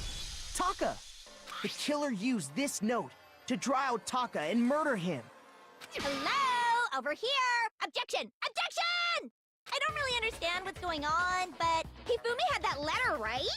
So whoever wrote it wasn't drawing out TikTok, they were drawing out Happy! Just to be clear, TikTok is Taka and Happy TikTok is Hifumi, Taka. right? Oh god. Imagine... No, well, I'll leave that to, like, the fan forums. Taka discovering TikTok. Ugh! Yes! Why must you ruin it every time?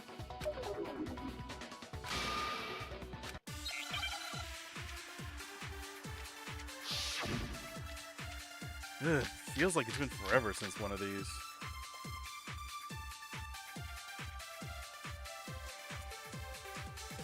Happy had the note, right?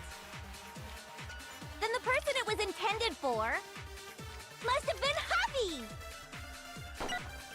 But remember what the note said. What time did it say to meet? 6 a.m., I believe. The time doesn't matter! The note has nothing to do with TikTok!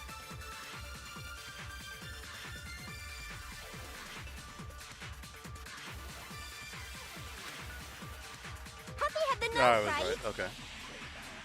Then the person it was intended for must have been Happy! But remember what time did it... 6 a.m. The time doesn't matter! The note has nothing to do with TikTok! No, that's wrong. I'm starting to catch on to how they set up the No, puzzles to be there solved. absolutely is a connection. What the hell are you talking about? I never really paid attention to it before, but yeah, it's like, if they give you a whole bunch of truth bullets, then it's one of the truth bullets. If they don't give you many truth bullets, despite how much evidence you have, then they want you to absorb something and then use it. The note said to meet at 6 a.m., which is the same time Taka was murdered. We've already proven that using his wristwatch. But there's more. Look where the note says to meet. The equipment room, right? Which is where Taka was killed. I see. So, Taka was murdered at both the time and place written in the note. I think that should be plenty to show that this note was definitely meant for Taka. Well, when you put it like that... No further objections! I can't. I mean, I can't complain. I've been doing nothing but that. That was a very pointless, interlude, but I do. I like Genocide Jack. I don't know what to say. Someone used that. I like note the to trick performance. Taka, just the same as me. The culprit really is a cold-blooded monster, telling people they found a way out. But if they gave the note to Taka, what was Hifumi doing with it? Doing a very piss poor job of trying to destroy evidence or hide it. Stuffed down his pants, no less! Most likely, Hifumi stole it off Taka's corpse after he died. Huh? He stole it? Where's your proof? Go ahead, show us.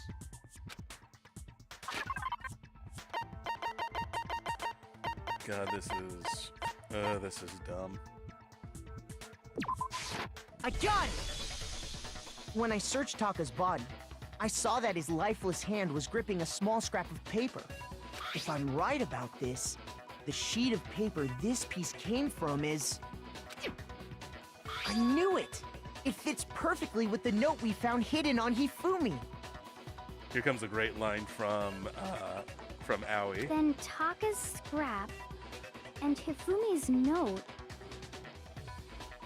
Yes. Yes, Aoi. It was Kaiser Soze the entire time. Yup. They're from the same piece of paper. That's another reference nobody's gonna get. Hifumi had the note meant for Taka, while Taka's corpse still grasped a small piece of that note. There's only one way to explain it. Taka died clutching the note. Hifumi tried to free the note from his death grip, Rigor mortis is not set in that goddamn quickly. leaving behind only one small scrap. Did I get all that right? That means Hifumi knew the note was important. Exactly.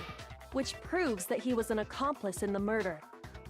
Like when they were trying to get the scrap of paper out of Taka's hand like long after he died. Again, I might be able to buy that rigor mortis would have set in by then. Again, I'm not entirely sure, but I know sure as shit that rigor mortis does not kick in immediately after somebody dies. Not immediately. Unless he had some sort of disorder, I don't know. Whoa. Yeah. After seeing all this, Hifumi was super involved in this whole thing for sure. In fact, he was behind the whole thing. In fact, he's still alive. Sorry, no. Hero When we found him in the repository, Hifumi was truly and completely dead. I know I'm saying this to the oldest member of the cast, but Hero, just sit down and let the adults talk and figure shit out, please. The second body discovery announcement proves that. So then, who killed Hifumi? Whoever did is the mastermind, the true killer. He was killed in the repository. So he must have been killed not long after transporting Taka's body. So, he must have been killed after Taka's body vanished, but before we found both bodies in the repository. During that time, we'd all split up and were searching for Taka's missing body. In other words, during that time, none of us have alibis. Wait, but me and Sakura were together. Stop trying to steal the spotlight, you stupid walrus! Okay, that's the one part about Jack I don't really like. She gives too much shit to Aoi, who does not deserve it. Who are you calling a walrus? Anyway, when they were killed bothers me too. But there's something that's been bothering me even more. Oh yeah, this I think is Hero's one smart line. And what might that be? The weapon they used to kill Hifumi. The weapon? Yeah, because I mean, according to the Monokuma file, the way Taka and Hifumi were killed was almost the same, with them having similar fractures and all. But Justice Hammer 3 and 4 were still laying around in the nurse's office and equipment room, right? So if Hifumi was killed in the repository, the culprit would have had to grab one of the hammers, kill Hifumi, then put the hammer back where they found it. But wouldn't that be seriously risky for him? His one smart contribution in the entire game. And it's a good one. Broken clock is right twice a day. So applause for Hero. He got his one in. Before the game ended, he got his one in. I'm surprised. It seems there's some semblance of a brain knocking around that skull of yours after all. Hell yeah, it's packed in there good and tight. And all that goodwill gone. He's right, though. I don't understand it either. The Monokuma file makes it clear that they were killed using similar instruments. But if the hammers were already laying around those other rooms... So the question is, how could the culprit have gotten their hands on either of the hammers? Personally, I haven't a clue. So which hammer was used to attack Celeste? Number 1 or number 2? Those were accounted for in other rooms too. And I don't think either one is big enough to kill someone. Well, not with that attitude. Then, Is it not possible they used a different weapon? I don't think it is possible. They were both killed with the same kind of thing, right? So then, what was used to kill Hifumi?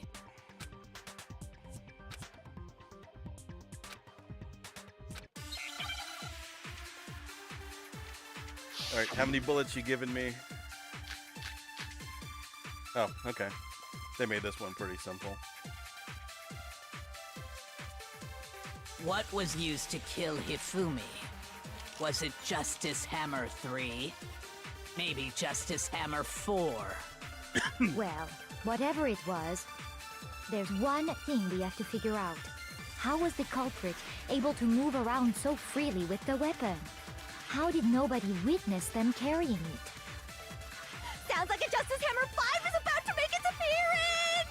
Check out murdergear.com/hammertime for more info! Well, one thing seems pretty clear. The murder weapon had to be one of the Justice Hammers! And, that's about it.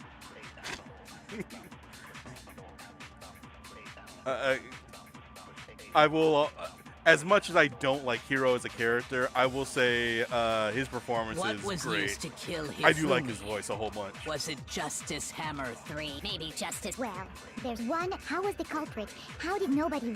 Sounds like a Justice... Check out murdergear.com... Well, what? The murder weapon had to be one of... No, that's wrong.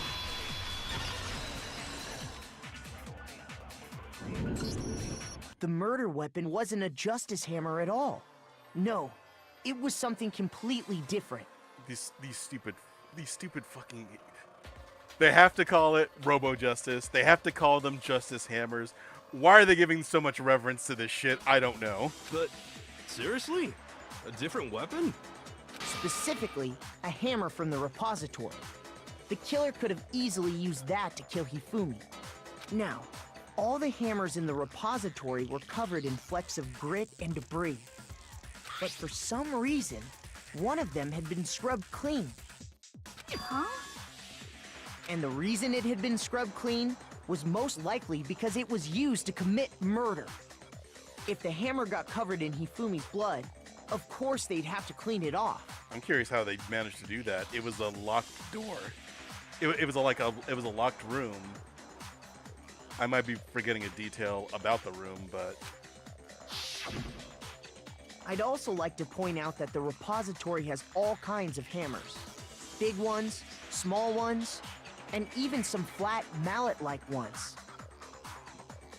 Some to go in your head. I think whoever made the Justice Hammers used those as a basis for their design. If that's true, that would explain the Monokuma file's note about the wounds being similar. So Hifumi moved Taka's body to the repository, where someone then used a hammer to kill him. And whoever did that is the true killer. The one Hifumi was working with. And the one who betrayed him. Hold on a moment. I still think it's strange to assume someone was working together with him. The way the graduation rule works, there is no benefit to helping someone else carry out a murder. Yeah, but not if you're a dumbass who will believe anything that's told to you. So the idea that anyone would work together like that is simply ludicrous. We talked about this, did we not?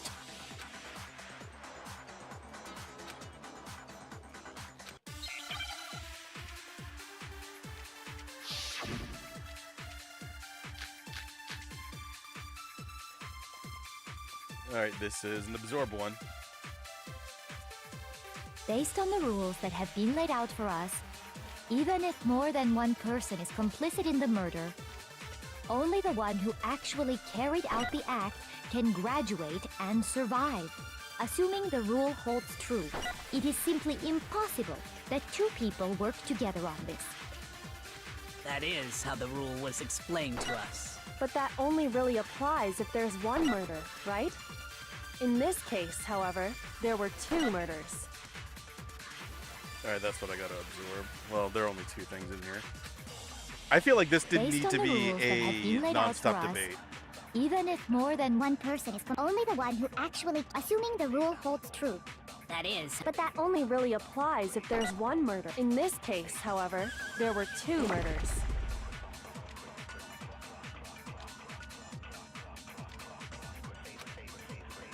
Based on the rules that have been laid out for us, even if more than one person, only the one who actually carried out the act can graduate, assuming the rule holds true. No, that's wrong.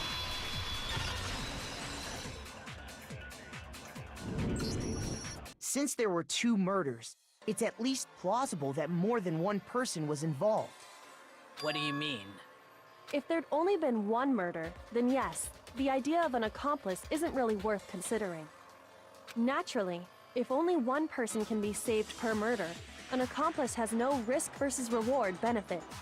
Risk versus reward benefit? I'll let him have this one. This one is... The payoff for working I know together. it's easy to understand what she's getting at, but I can the risk of understand. taking part in the scheme. There's no point in being It's someone's pretty accomplice if there's no benefit to you. However, if there were some potential mutual reward for the risk, then cooperation becomes possible. You're saying that 2 people could act as each other's accomplices to commit 2 separate murders. I think that's what the true killer told Hifumi. They would each have an accomplice for their crime. And based on the case's events, Hifumi would have been the first one to act, murdering Taka.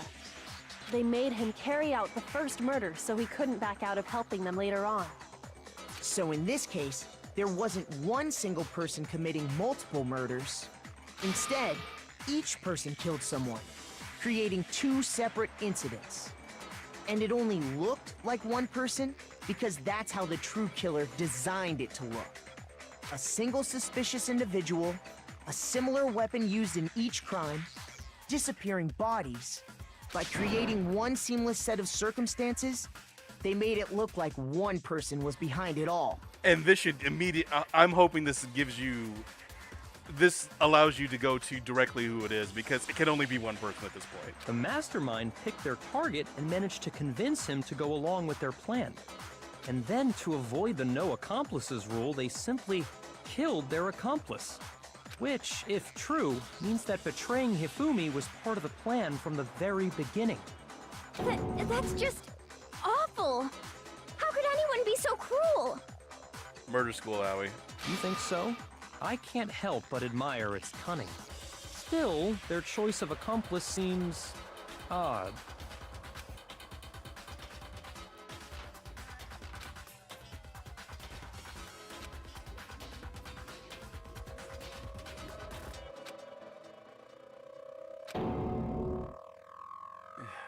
Yo, Makoto, you're still in the middle of a trial, dude. You'll be able to get all of that out of your system as soon as you get back to your room. I understand how an accomplice could be involved. But then, who was the one pulling Hifumi's strings? That's problem numero uno right now.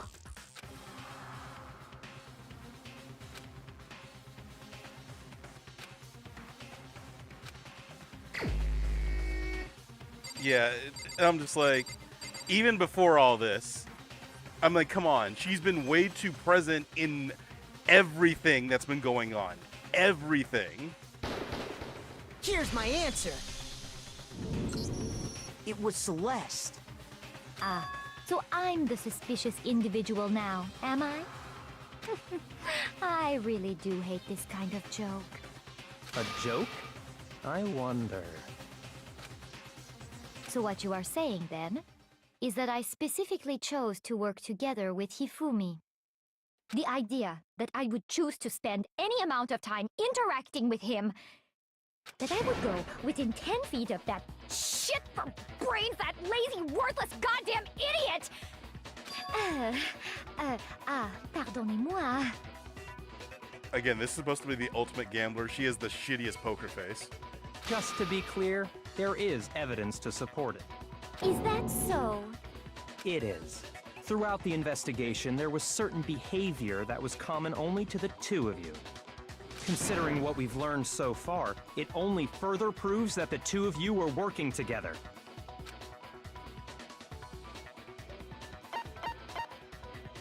I got it!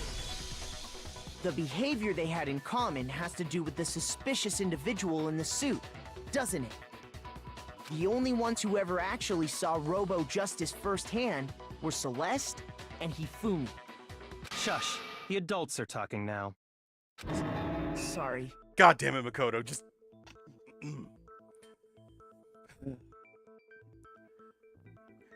There is such a thing as being too nice. Which is weird, because I've been saying a whole bunch of times that Makoto is kind of a dick. Admittedly, he isn't really doing... It's mostly just thoughts in his head. But every time he has like a dickhead thought towards somebody, it is towards everybody except Byakuya. As he said, only Celeste and Hifumi ever laid eyes on the costumed individual. If we accept that Hifumi was one of the culprits, we can't help but suspect what Celeste has said as well. Are you saying everything they told us was a lie? After taking Hifumi to the nurse's office, we all began our search for this individual, correct? And not too long after that, do you remember what Celeste said?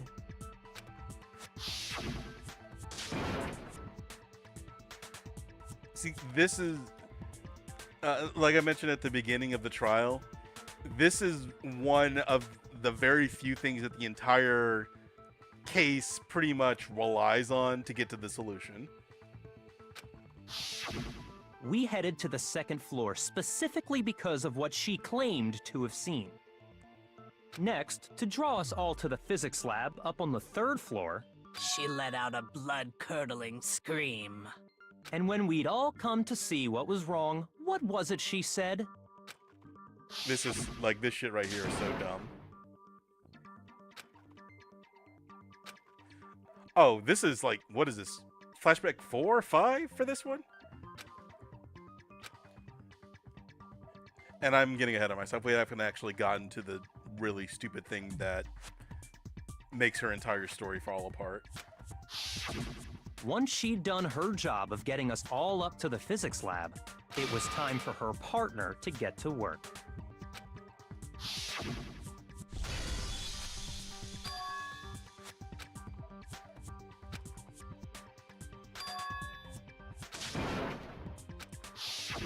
It was to get us to divide into two groups, so that we would discover both bodies at the same time?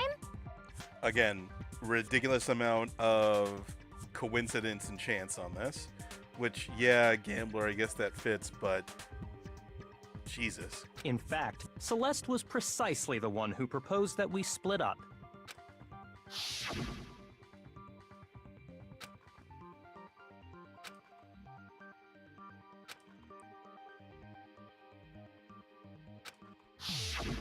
Well, if Celeste and Hifumi were working together, all those chance events suddenly become connected. And on top of that, that piercing cry of yours early on.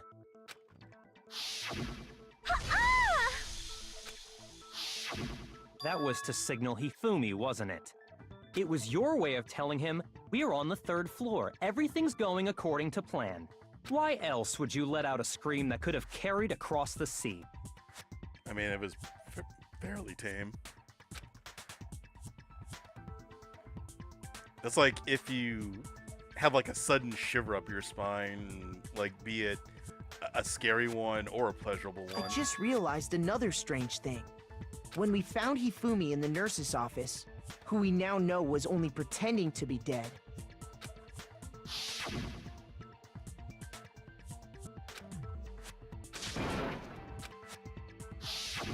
Celeste, you were the first one to say he'd been murdered. You wanted to make sure we wouldn't have any doubt in our minds. I don't believe it. Everything, the whole thing was one big act. Hina, you were with Celeste when Hifumi's body disappeared, right? Yeah. I was feeling kinda sick, so Celeste took me to the bathroom. Wait! Then that was... She wasn't worried about you. She just saw a chance to help Hifumi sneak out of the nurse's office. Each piece isn't much by itself, But start putting them together and the picture gets very ugly indeed. I still have no idea how this girl thought that she was gonna be able to pull this shit off. Wouldn't you agree, Celeste? I have no idea what you mean. Don't bother trying to deny it. You made one fatal mistake. Oh, did I?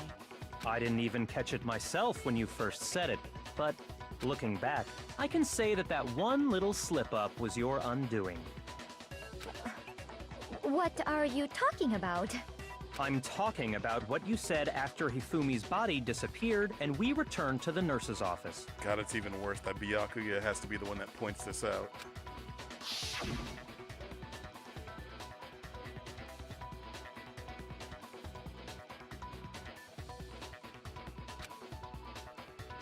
Like, this shit right here. This is so goddamn stupid.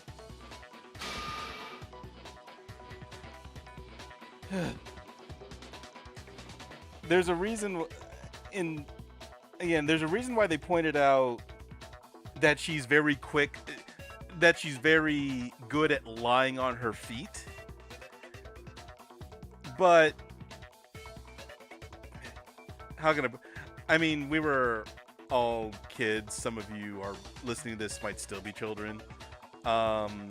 We all lie, and a lot of us are not good at lying, especially when you're younger, because you really don't know how to sell the lie. You just do it as kind of like an instinctual need to not have the truth be found out, because you don't want to get caught, and worst case scenario, you don't want to get your ass whooped by your parents or anything like that.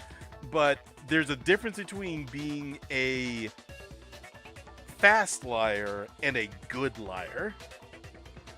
And Celeste's entire backstory revolves around her being good at, again, gambling, bluffing, poker face, being able to hide, being able to basically hide what the truth is to your advantage. And she is terrible. She's shown herself to be completely terrible at all of that this entire chapter, with the exception of throwing Monokuma off about Alter Ego, and even then it didn't even work because Monokuma says that he knew about it the entire time. So how the hell did this girl get to be the ultimate gambler? I mean, hell, I guess if they're gonna write that Hero is the ultimate clairvoyant when he's just a charlatan, so I guess. But having this be what unravels everything. Saying that too, but I don't understand what's so strange about it. Then pay attention. Sakura, Toko, and I were first to discover Taka's body in the equipment room.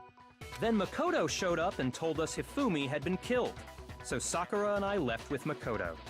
Once we were in the hall, we ran into Celeste, and the four of us headed to the nurse's office. Now, the entire time we were together, none of us said anything about Taka being dead. Think about it. Celeste's comment doesn't make sense. It was completely out of place. Yeah, I see what you're talking about. Although I don't really get what it means. You don't get much of anything, Hero. Again, sit down, let the grown-ups talk. You hear that, Celeste? Everyone's having some trouble understanding. Could you repeat what you said? If you're really not the culprit, you shouldn't have any problem repeating it, right?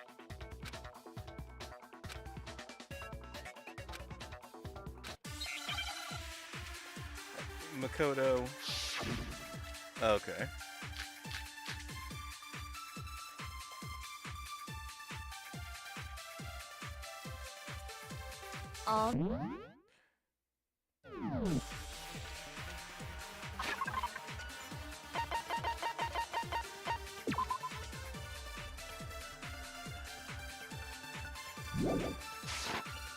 They must really be enjoying this. Enjoying the sight of us standing around, frightened and confused. They must be positively elated. We are all going to die here. We are going to die, just like those guys died. And that is all I said. And that's all it takes to finish this. It's obvious, isn't it, what was so strange about Celeste's comment?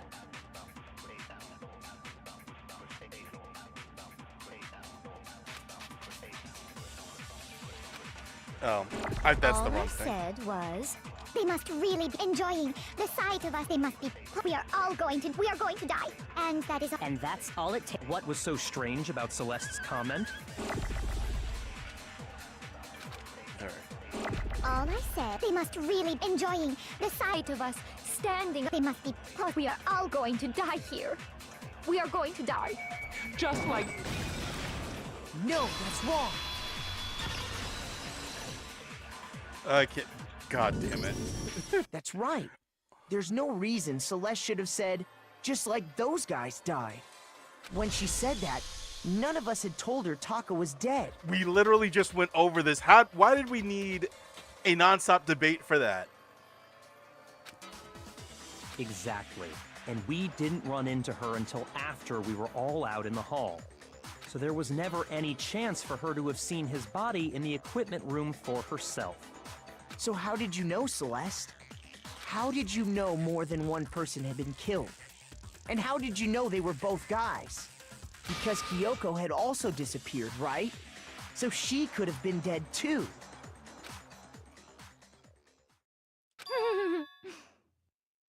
You all have such vivid imaginations. You know that? Imaginations? You claim that I was lying when I told you about the suspicious person I saw. Then what about the picture I took? How do you explain this picture of the costumed villain dragging Hifumi away? And how are y'all not going to realize this is very easily a textbook case of deflection? It has to be some kind of setup, right? So let's put the suit on.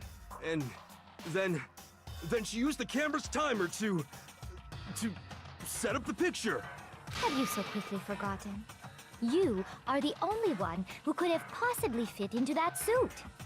Plus, I happen to know that this particular camera does not have a timer. In other words, it is an unassailable fact that this is a picture of Hifumi being dragged away. If everything I told you was a lie, how can this picture exist? Simple. Are we sure that's really a picture of the suspect dragging Hifumi away? What could you possibly mean by that? Surely there are other explanations than the one you've offered up. No, there is no other explanation. Convincing.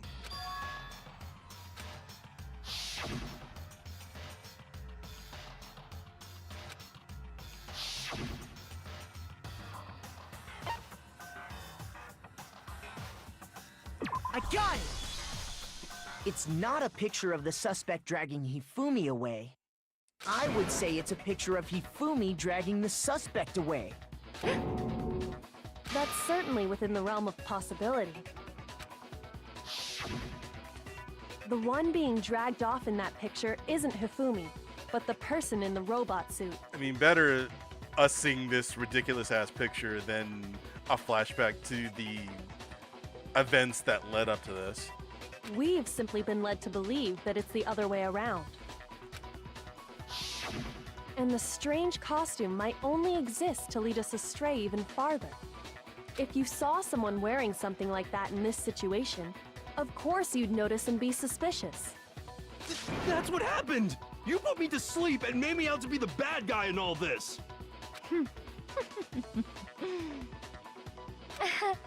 Such a thing is utterly impossible. Hifumi was dragging him away? Ridiculous. Is it? I don't think it's ridiculous at all. Then shut your mouth and allow me to educate you.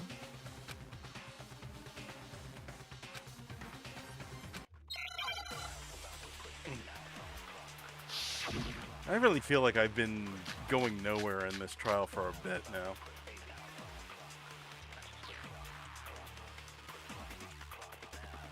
You dressed me up in that suit after I passed out! Then you just draped me across Hifumi and had him carry my weight! You tried to make me look like the bad guy! Like I said, ridiculous. As you can see in the picture, the suspect is standing perfectly upright. If the person inside the suit was unconscious, there's no way they could stand up straight like that. Then the fortune-telling idiot is the culprit after all! No way!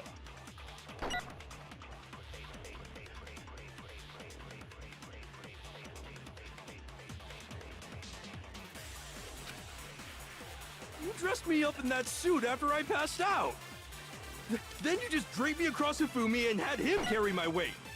You tried to make me look like the bad guy. Like I said, ridiculous.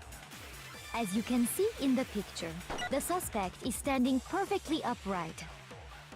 If the person inside the suit was unconscious, there's no way they could stand up straight like that. No, that's wrong.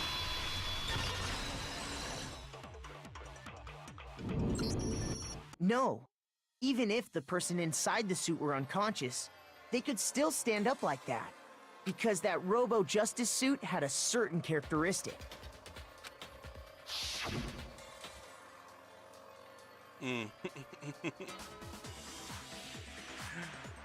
Yeah, everything that pretty much... This entire scheme was going to fall apart one way or another. Mostly because there's too much shit going on that you have to be... Actually, I'll put it like this. It's amazing it pretty much went as well as it did. It should have fallen apart in so many other places. Because, one, she chose the worst possible accomplice she could have. Now, admittedly, she didn't have a whole lot to work with. But, one, the person that she chose as an accomplice was a fucking idiot. Two, the person that she chose to frame was the worst possible... was like the worst possible option. Because if you're going to frame somebody and make this incredibly intricate plan in order to make sure that they're the ones who are framed, maybe don't make the person that you're framing also be a fucking idiot. And finally, if you need to be convincing enough to pretty much guide everybody where you need them to be, admittedly, this is the part where I was talking about where I'm surprised it worked as well as it did, then you have to be more convincing than this. I mean, the source problem at the end of the day is that there's too much evidence that's being left behind that points to you at the end of the day. But Jesus Christ, like, the ultimate gambler. I know it's supposed to be some sort of play on betting against the odds, but holy shit. You are a bad gambler. A very fucking bad gambler. That's right! They totally made a mistake when they made it, so it couldn't bend at the waist. I'm not so sure that was a mistake. I think the suit was designed from the beginning to be used the way it was. Celeste and Hifumi took the suit they'd specially designed and stuffed Hiro into it. That's how they were able to fake that whole thing. The point of it all was to make us believe whoever was in the suit was to blame. Well then, I suppose this is checkmate. Checkmate?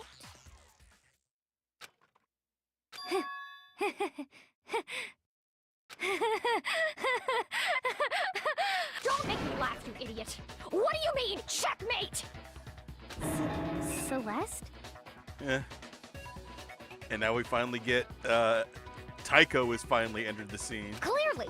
You want to cram me into your little guilty box? Well, there's one little problem. Have you already forgotten what Hifumi told us as he lay dying?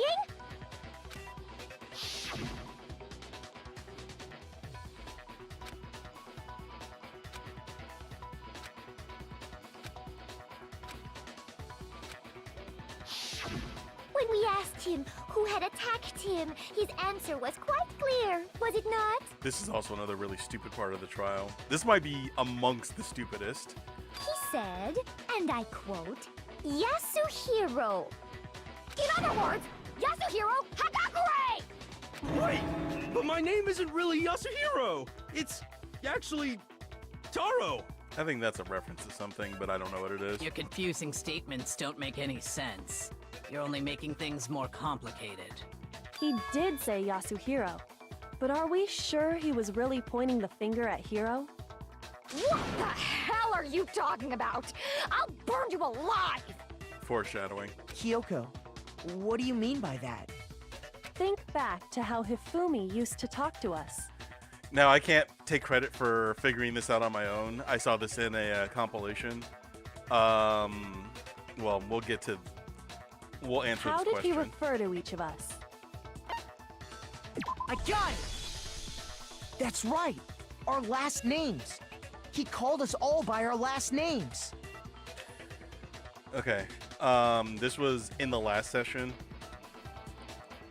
This is what I did not figure this out on my own, but the issue here is that this is not always true, and it's extremely contrived and coincidental. Again, there's a lot of stupid coincidental bullshit about this, including what we find out about what Celeste's real name is, and the person that she chose to frame who happened to have the same name somewhere in there. Back during the part where it's pretty much, it's highly implied that Hifumi was looking up internet porn using the alter ego laptop. You know, the "It's a brothers." He specifically says, "Makoto, save me." So this is what I'm talking about. How maybe they should have gone over a couple more drafts before they put the pen to the paper. But it is what it is. This is what we got. This is what Danganronpa is. Exactly. I know I heard him say Mr. Naegi more than once, for example. So if Hifumi did mean to say Hiro's name, he would have said his last name, Hagakure.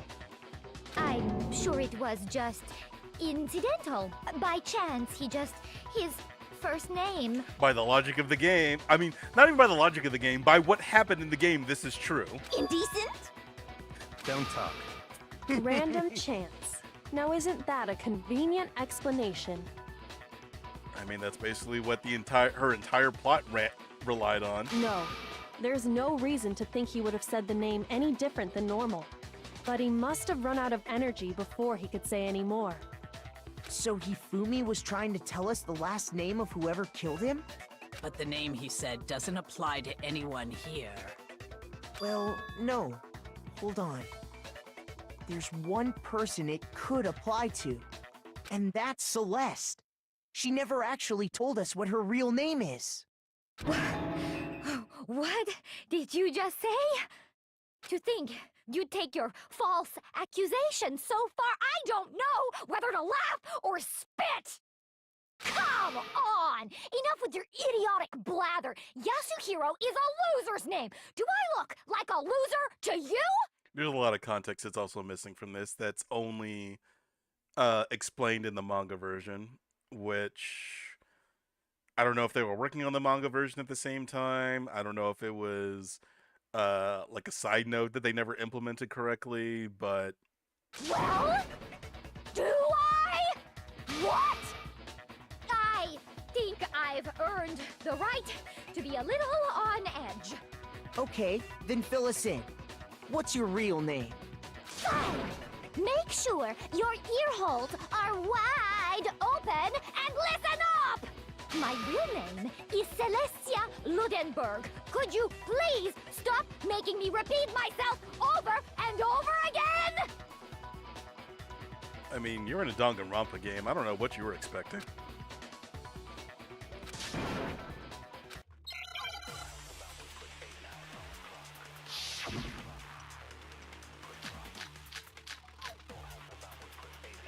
And this is the last thing that... Well, again, this is... Hifumi was trying to tell us something. This is more He just the wanted final us to nail know in the the killer's coffin. last name, Yasuhiro. If there's one person here who might have that last name... It would have to be you, Celeste. You haven't told anyone what your real name is. How many times do I have to tell you? My name is... Slim Shady? Celestia Ludenberg, god damn it! How long do you plan to go on pretending? I'm not pretending. It's the truth. And since you have no way to contradict me... I'm not even going to waste time going through it more than that's once. wrong.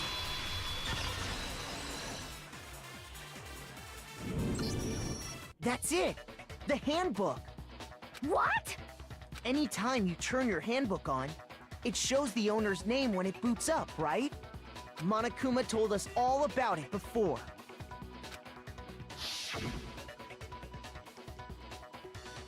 Man, a post chapter 3 flashback.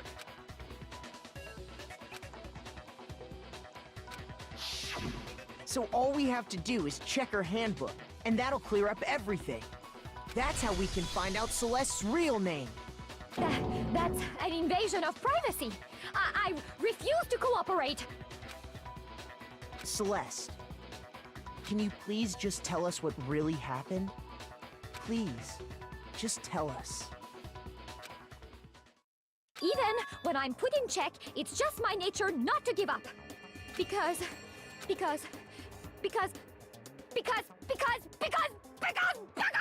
until the game's over, you never know what might happen. Well, it's been pretty consistent so far. Fine then. Let me settle it.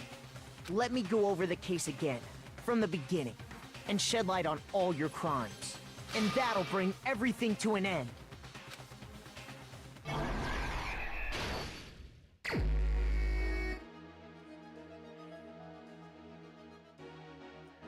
This case, going over it again, is weird in the sense that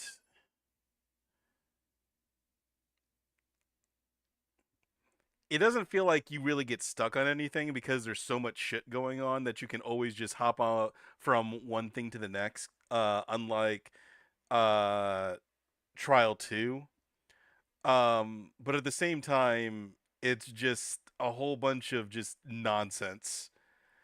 So I feel like there's more going on with the interactivity and and I guess moving from one ridiculous point to another, but it's still all very just unsatisfying. Like, this girl is stupid. She is very bad at trying to pull off a murder scheme.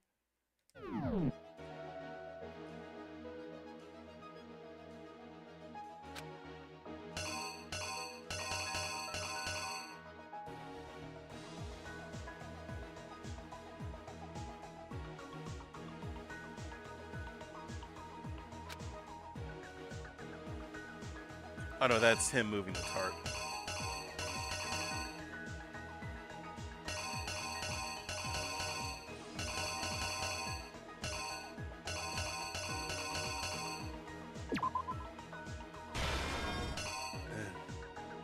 Like, Jesus Christ, this is indistinct.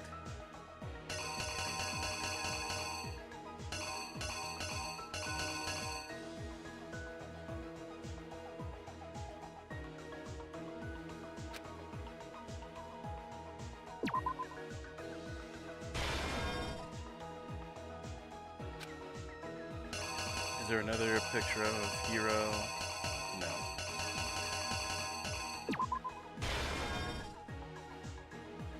It's this one.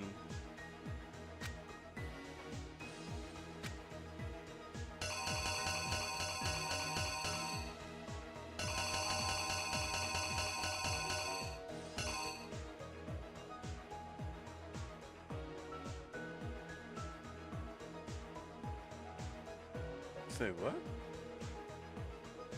Falsify their events and they use a certain...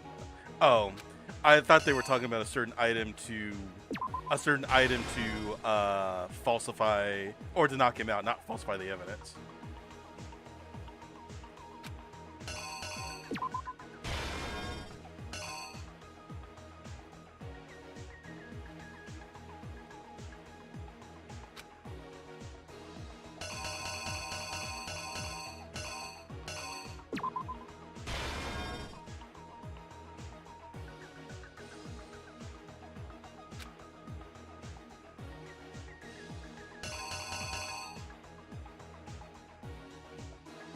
Oh no, shit, it was at 3 or 4. Fuck. It wasn't 4. It wasn't 4. It was 3.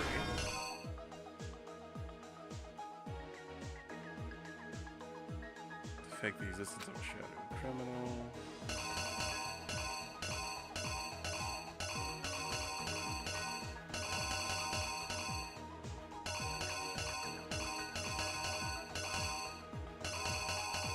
Oh, it was 2.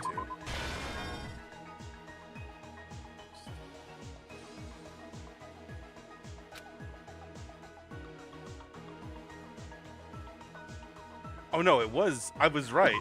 It was 4.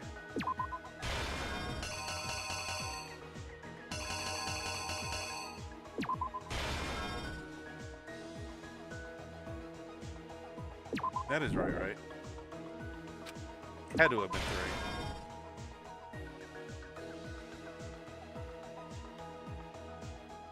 Something. Okay, that's this.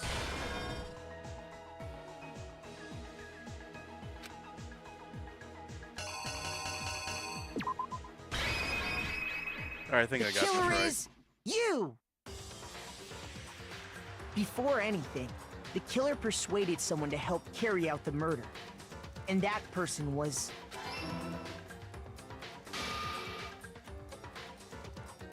Hifumi. With an accomplice, the killer was able to execute a number of otherwise impossible schemes. Mistake number 1.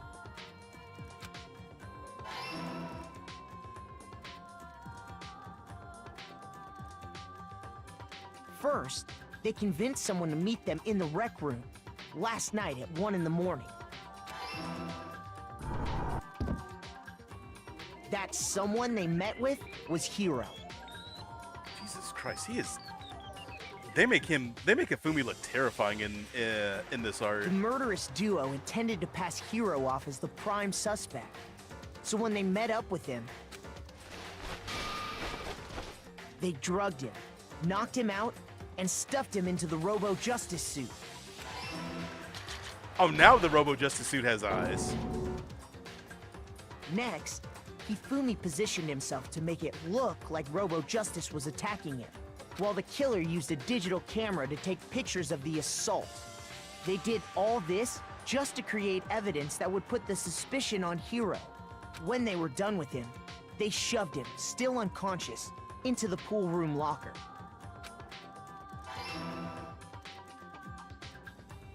And then finally, at 6 a.m., they moved into the murder phase of their plan. They called Taka to the equipment room. Jeez, look at this. Look at this motherfucker. And that's where Hifumi killed him, making it the scene of the first murder. The murder weapon was Justice Hammer 4, which was left there in the equipment room. The reason Hammer number 4 was used was to create confusion about the order of the crimes. Which they didn't even need to do, but okay. So, next they falsified 2 more assault incidents. For these attacks, the killers pretended to be the victims, to solidify Robo-Justice as the suspect.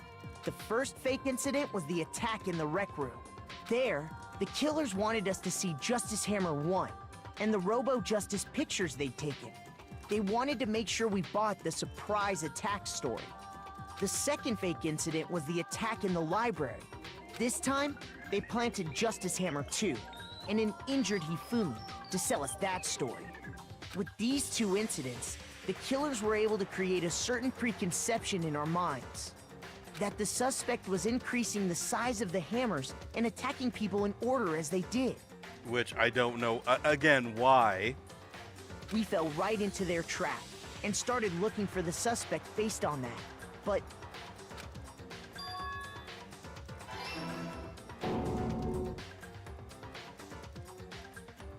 while we did that, we left Hifumi alone in the nurse's office.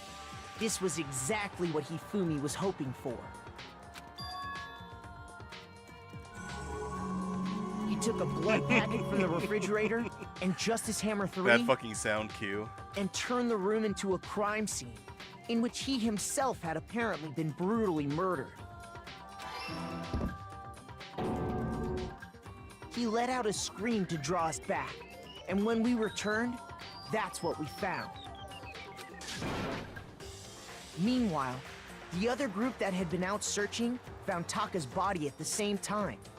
So when we heard the body discovery announcement, we naturally assumed it was for Hifumi. We left the nurse's office and Hifumi once again took advantage of the situation. He simply got up and made his escape. When we learned his body had disappeared, we all rushed back to the nurse's office. And once again, Hifumi had the chance he was waiting for. This time, he snuck into the equipment room.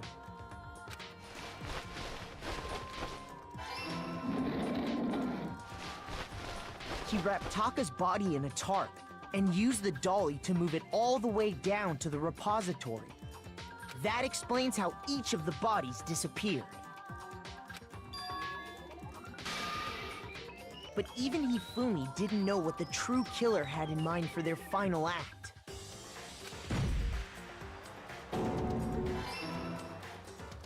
Their plan all along was to kill Hifumi and get rid of the one person who could betray them.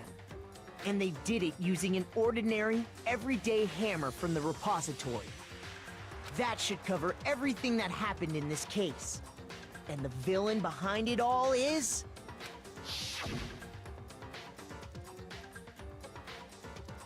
This girl who I do not trust could ever win any sort of gambling event in her life.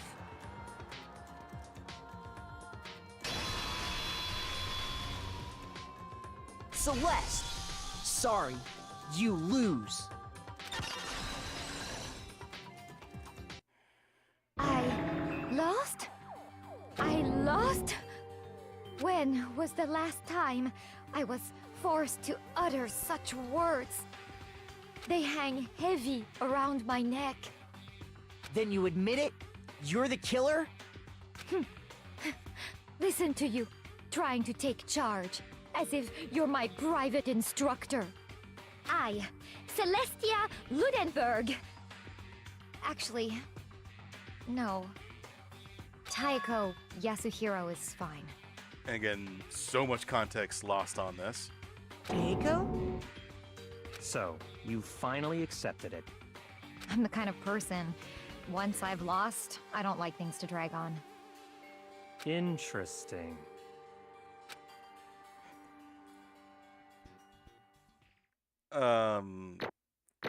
From what I understand, she's basically somebody who's taking that whole, I don't know how to pronounce it, chunibyo thing. If basically that whole, that same shit that Gundam's doing, in Danganronpa 2, like way too far. Because she was just apparently such a boring person in real life. So she basically just got too deep into the kayfabe, and now she's just gone on all in on it.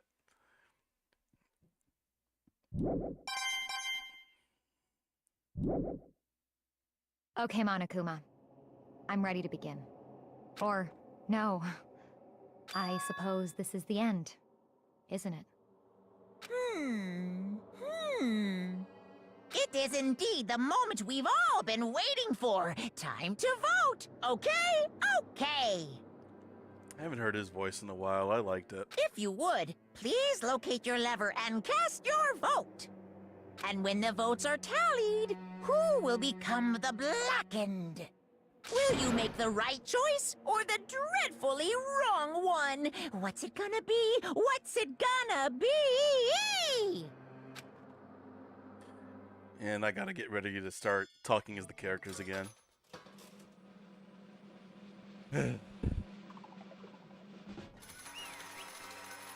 Gambled and lost, bitch. Gambled and lost. What? It's basically a formality at this point, but once again, you're totally correct. The Blackened, this time, the true killer who devised the whole stinking scheme was... Ta-da! Celestia Ludenberg, or more precisely, Taiko Yatsuhiro! Honestly. I lost. Well, that sucks. I guess trying to work with someone else was a mistake after all. Again, maybe not choose the most incompetent or the second most incompetent person left. Hifumi's ineptitude was beyond all my calculations. I knew it. So you really did approach Ifumi with this plan? But how did you get him to agree? I can't imagine he would have happily agreed to commit murder. I'm sure she relied on her specialty, lying. My specialty? Don't make me laugh. I didn't have to lie to get him to agree. So then... Then did you use, you know? I knew you'd figure it out, Kyoko. You're absolutely right. To get Ifumi to act as my accomplice, Indeed. I used her. For everyone who's still left, I'll avoid mentioning it by name, but it was the one thing Ifumi and Taka were both super into. Does she mean... Is she talking about alter ego? Makoto, you project your thoughts. Shut the fuck up. Say what? What? What? What are you talking about? Just a second. Don't interrupt. We're in the middle of a very important conversation here. Fucking bear bitch. I'm totally out of the loop as usual. How sad. Can't wait for you to die. In other words... Then you're the one who stole it? Indeed. That's right. I see. And used it to drag Ifumi into the plan you'd come up with. Right again. Last night, after we had our meeting about how it disappeared, I paid Ifumi a little visit. What are you doing here? Actually, I was hoping I could talk to you, alone. It is about what was stolen. I know who did it. What? are you okay with this? It was Taka. He stole it. Didn't you say that you didn't lie? This is lying. This is bold-faced lying. So then... And I have proof.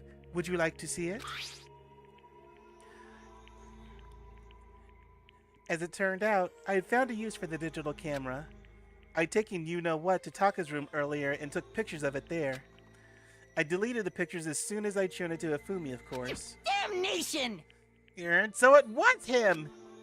But how did he do it? She was supposed to yell if either of us got close to her. You are correct, which is why Taka forced me to steal it. Say what? Glad he's doing the work for me. As for me...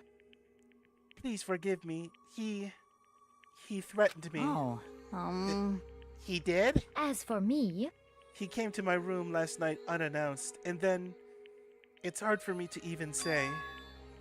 This is... Again, they're all being spurred to act on their worst instincts because of Monokuma. But what the fuck, bitch? Like, your worst instincts are bad.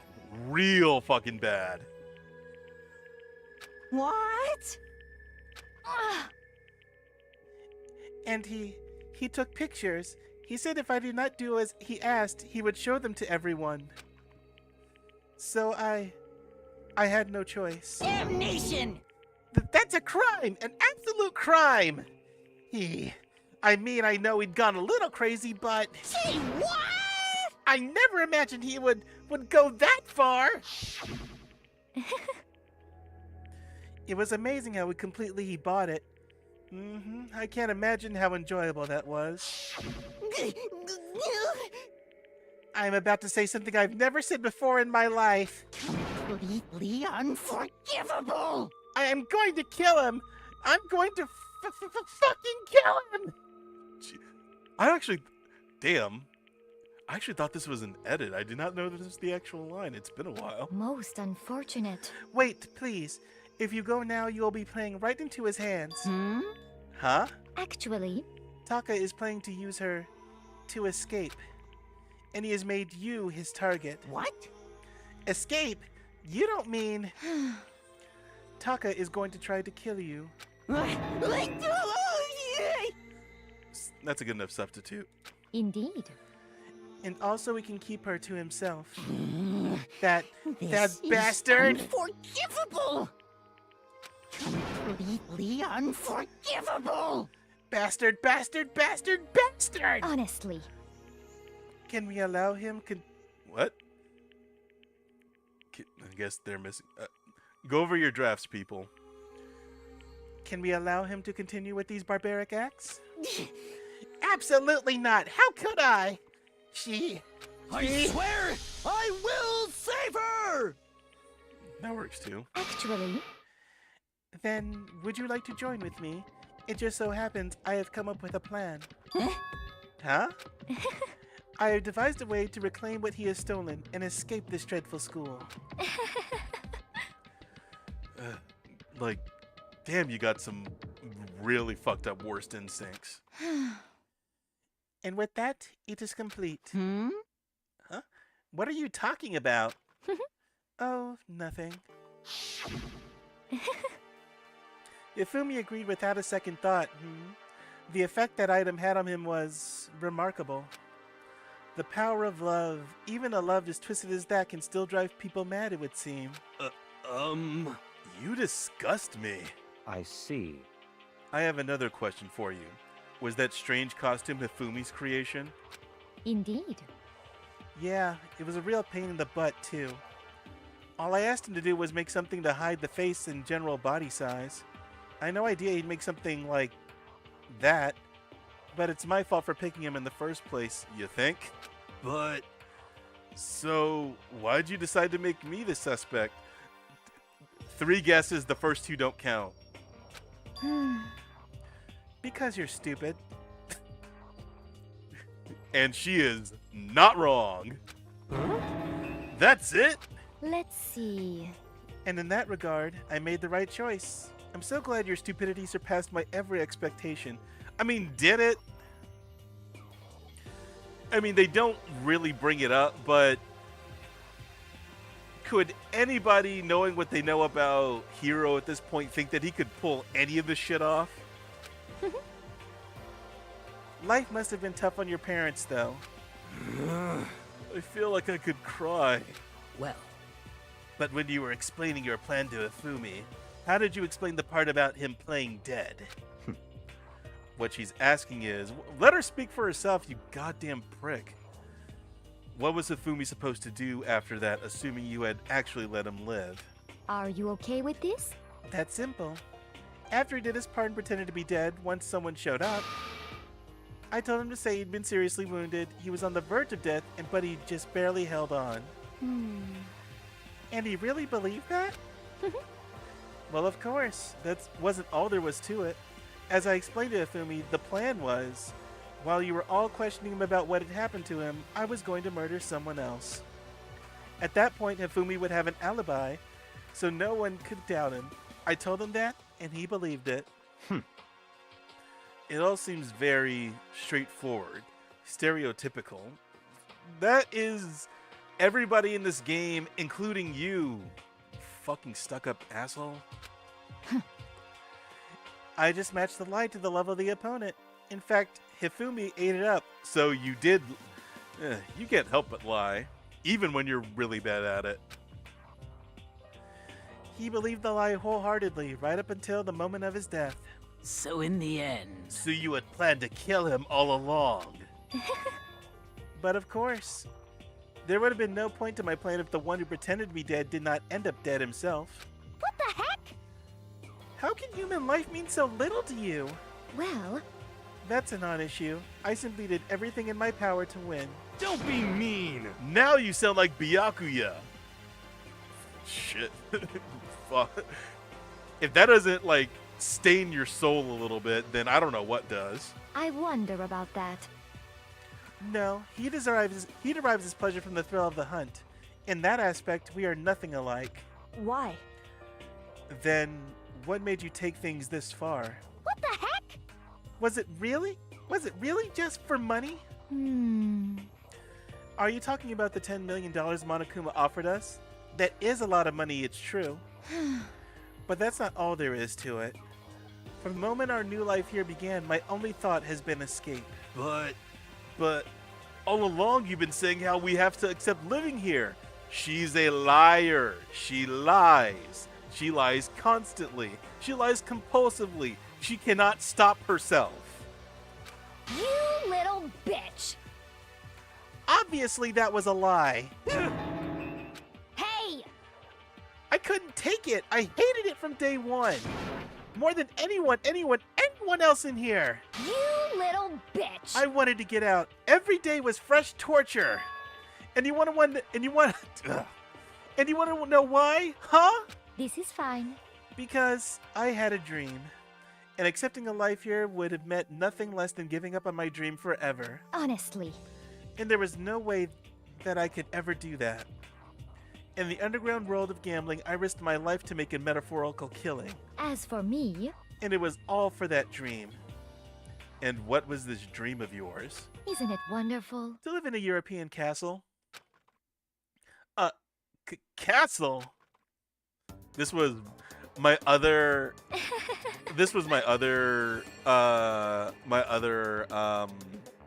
option that I was thinking of for a thumbnail for this stream, but I think that would have given away a bit too much. It's also not like as funny, or it's really not as funny a thumbnail or as good one as the one that I chose, aside from the Ifumi dragging Robo Justice one. And again, everybody should have gotten their fill by now. And to gather handsome men from all over the world to serve as my butler/bodyguards. I was going to make them dress up like vampires and satisfy my every need. Including with the content? Are those... Is there a... I would assume not, because I don't know how that would not fuck up your eye. But a contact that actually glows or emits light that you can still see? Once I attained that, I would have created a perfectly aesthetic world of decadence. This is fine. Living the rest of my life, there was my only dream, my only goal. That's what life is all about. Combined with my own winnings, Monokuma's $10 million would have made that dream a reality. I got right to the edge, but... There is nothing to be done. Unfortunately, my dream has been scattered to the wind. Still, I don't have any regrets. I pursued my dream to the very end, so why would I? Just the worst. You sound so passionate, but you were really able to kill your own friends for it? Oh. Are you asking me to feel guilty? That's a pointless endeavor. I think nothing of sacrificing others for my own ends. I feel nothing. Do you understand? That's all there is to me. That's what makes me complete. Isn't it terrifying how different our values are? There's simply no room for understanding. What is this? That's what we should be saying. And plus, how can you be so calm? Don't you realize you're about to die? Why aren't you scared? My ability to lie is unrivaled, and I take pride in that. You can lie. I guess this could be mean more than one thing. It's not just other people. I can even fool my own emotions. The conscious deceives the unconscious. And that's why you're not scared? Yes, indeed. That's right. I don't fear death. Kill me however you like. But you know, if I could be reincarnated, if I had a choice, then... Isn't it wonderful? I think I would like to come back as Marie Antoinette. Hey, you just get executed again.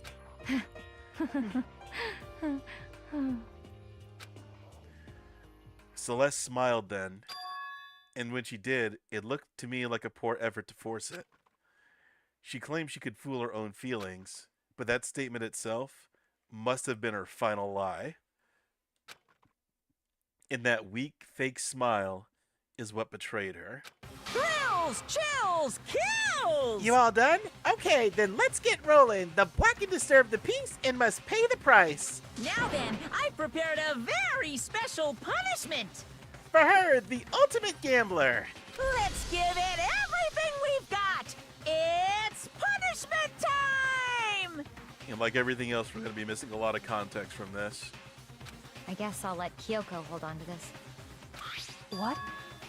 This is... Will it really give you the hope you're looking for? I can't say I ever saw it that way. Which is why... Actually, it's not important. Well then, take care, everyone. Perhaps we'll meet again, in another life. Ugh. Terrible person as she is, I still can't help but feel a little sorry for her.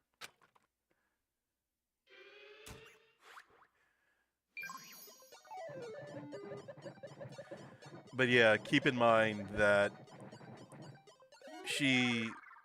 Celeste is basically all about the superficial appeal of depth, exoticism, and elegance. And she did all of that to pretty much escape who she was. Again, it's really not explained in the game proper, but in the manga. But keep all that in mind if you have never seen this before.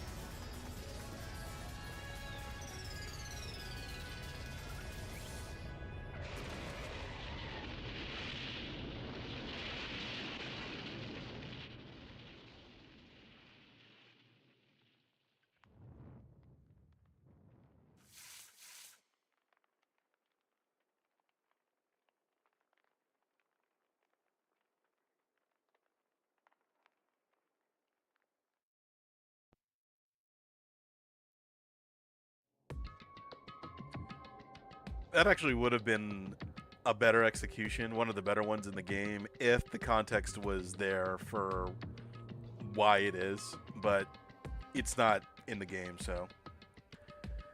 It's over. The third execution is over. Celeste's death is over. Celeste killed my friends, so I can't pity her, but I also can't deny that at one point I considered her a friend too. And for him to just come along and... Isn't it just awful? Someone couldn't cut free of their regrets from the outside world, and so more people had to die. Extreme! You guys are still young. You need to place more value on your lives. What are you gonna do? Jeez. And here I thought you guys were gonna pass the torch of hope to the next generation. Let me out of here! What do I care about hope? I'll throw it in the trash if you just let me out of here. Too bad. You're all the embodiment of hope, whether you like it or not. And it's my destiny to knock you down one by one. It's sad, yes it is, but that reality just can't be avoided. Don't talk like you're not responsible. How long are you gonna make us keep going through this? What do you want from us? How strange. God, I'm so sick of people asking me that. Give it a rest already. So anyway, Kyoko, did I see you get some kind of key type object from Celeste? Hey! So, what's the deal with that? What? Huh? What's the matter? So then, I'll answer your question if you answer mine. you... What did you do? What did you do to me? Ooh. What? Hey. Answer me. What did you do to my body? Ooh, how exciting. Oh man, oh jeez, oh man, oh jeez. What do you mean, what did I do? I have no idea. I don't know anything about it. What was that just now? I think I've said it before. They tried to bring up a lot of weird sexual overtones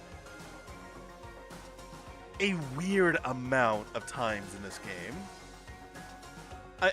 And yeah, it's probably just to like throw people off and be just like disconcerting and wild and random, but that seems to be their number one go-to for whenever they want to accomplish that goal. The mastermind did something to Kyoko's body. What does that mean? Hello. Okay, things are getting kind of awkward. I think it's about time I got out of here. Well? Meanwhile, you guys can go on enjoying your school life. If you get lonely, give me a shout. Not that I'll do anything about it, of course. See ya later! God, go the fuck away. Monokuma disappeared, leaving us all depressed and in despair. Although it wasn't all despair, there was one small hope. Hey Kyoko, Monokuma already mentioned it, but what's that key Celeste gave you? So... Most likely, it's the key to one of the dressing room lockers. Huh? What? Then that means... Celeste probably hid it in there. Hey, I suppose sometimes it's easiest to miss what's right beneath your nose. Well then, we'd better go check. Indeed. Good idea.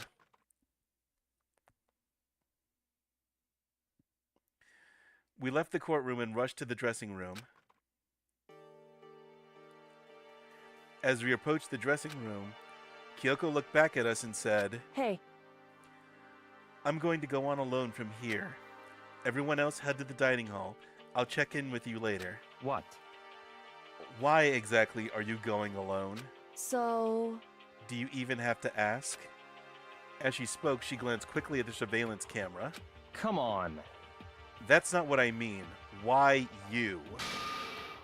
There's still the risk of a spy, you know. He's really obsessed with this. He wants there to be one so bad. Then I'll go too. What? You? Please, let me go. Standing here arguing is just going to draw more attention to us. Goodbye.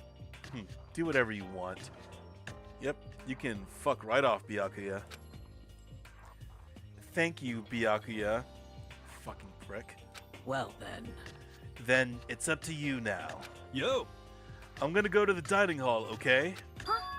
Huh? So Makoto and Kyoko are gonna go together? Does that mean what I think it means? Okay. Good luck, Makoto. Girls like her are total pushovers when you show a little backbone.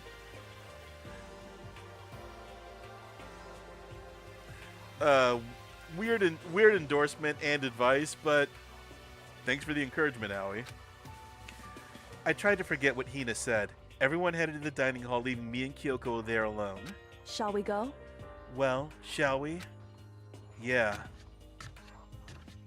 So then. We need to get into that locker. Kyoko took the key Celeste had given her and unlocked the locker. And as the locker swung open, we saw... You really came. Good morning. It's been a while, hasn't it? It's safe, thank goodness. I never heard Kyoko sound so relieved. It was like she was speaking from the bottom of her heart. I did just what Celeste asked. I didn't say a word. I stayed quiet the entire time. So? Oh, and I think I might be able to open the last set of files soon. Maybe as early as tomorrow. I'm doing my best, so please wait just a while longer. So now we can officially say the case is closed. As far as this incident is concerned, sure, but can we take a second? Since we have this opportunity, I want you to be honest with me. Kyoko, please tell me, what are you trying to do all on your own here at the school? You. Is that why you wanted to come here with me? However. Regardless, that's not something you need to know right now. I don't need to know. That just makes me even more worried. What? Worried? Like what happened during the investigation this time. You disappeared and we didn't see you again. Without warning, without explanation. When you do that... Indeed. It's only natural they think I'm the mastermind spy, right? And you too. No! I believe in you. And this is a pretty tender moment. What? You believe in me? Isn't it obvious? People believe in their friends, right? That's why I want you to tell me. Not those other murderers, though. They can all suck a dick. And I want you to believe in me, too. Because we're friends. Man, That rebound from Sayaka happening real quick. I mean, okay, yeah, to be fair, she did try to frame him for murder, but still. I understand. It's true. Then maybe I can believe in you. Just a little bit more. Then... That's fine. Fine, I'll tell you. I'll tell you why I've been disappearing and where I've been going. This is kind of fucked up in hindsight, but still kind of... Makoto is being very sincere, and I think she's trying... She's definitely trying to open up a little bit, but still what she's about to do is pretty fucked up. You see, what I heard from Kyoko then was, well, frankly, it kind of blew my mind. Right after I told Kyoko I believe in her, she told me a story that was, well, almost unbelievable. I decided I had to confirm what she told me with my own 2 eyes, so I waited for nighttime to come. And when it did, it's already nighttime. I went into action. The text box tells me that it's nighttime. Correct. The boys' bathroom on the 2nd floor doesn't have a surveillance camera or monitor in it. And in the storage closet there, way in the back, she said it was way in the back of the boys' bathroom storage closet, but could have cut out that earlier line, started with but sure. Could Kyoko really be right about this?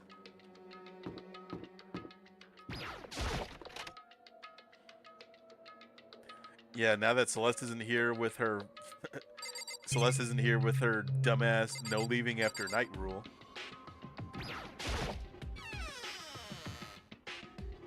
It's just a normal storage closet as far as I can tell. The secret Kyoko told me about, could it really be hidden here?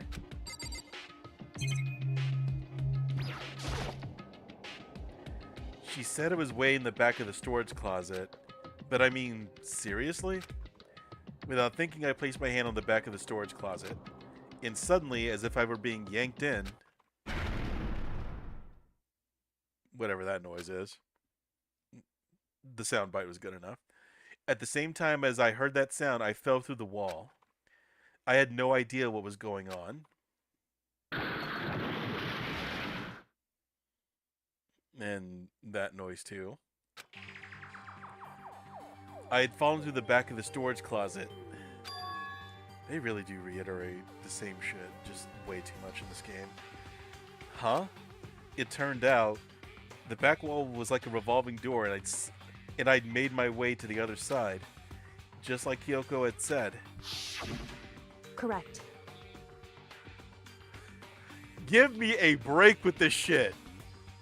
It cannot be more than like a minute or two.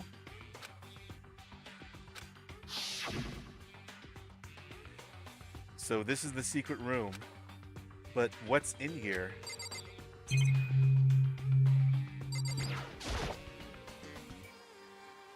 It's just a normal desk with normal drawers. I am kind of curious what this room is supposed to be for. I think maybe they go... I mean, I know that this is all just like confidential information that they don't want people finding out about. But... I don't know. They already had that room in the library that basically served the same purpose. Why would they need this room too? There's a bunch of files in what look like volume after volume of yearbooks. They're all covered in dust. Looking at everything, one file at the edge of the bookshelf caught my eye. Hope's Peak Academy student registry? This is the only thing in here not covered in dust. Has someone been looking at it recently? I slipped the file into my hand, but before I had a chance to take a look at it, a slip of paper fell out of the file and I turned my attention to it.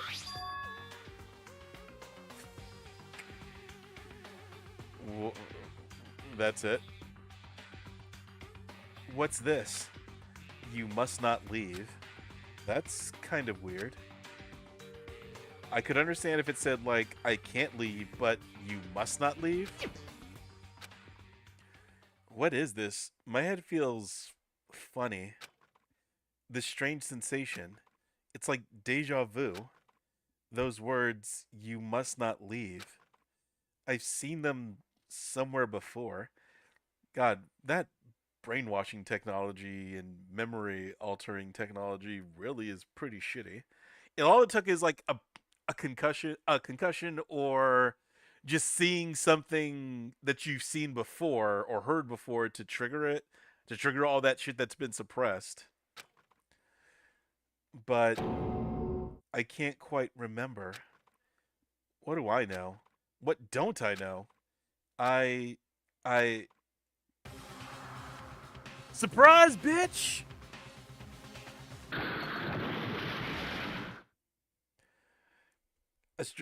But see, he's getting knocked the fuck. I guess it requires a concussion with enough force to possibly kill you that jogs the memories. I don't know. A strange sound rang out through my head. It felt like it was shaking my brain back and forth. And then darkness. I don't understand what's happening. It's called getting knocked the fuck out. Mondo did it to you on your first day here, remember? I don't know what started it. It's all over. And with that, I opened my eyes. I didn't know how long it had been. Good. Ow. Apparently something hit me and I lost consciousness. That's all I understood. The dull throbbing pain in my head proved that much at least. An empty bookshelf. Huh? Empty? Gone. It's all gone. The yearbooks, the student registry, and even the note that had fallen on the floor. It's all gone? Yes, Makoto. You got knocked out. Whoever knocked you out took all the shit. What does this mean? But my brain refused to do any more work. The insistent pain in my head began to spread across the rest of my body. For now, I should go back to my room. Get some rest. As we all should, including me. It's almost been 5 hours. My body was heavy with pain, my mind heavy with thought. I dragged myself back toward my room. Hickory dickory dock, couldn't help myself.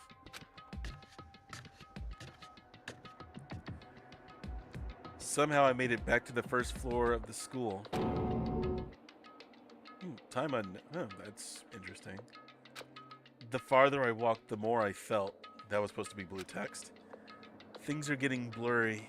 Can't see in front of me. I couldn't stop myself from collapsing right there. And after that...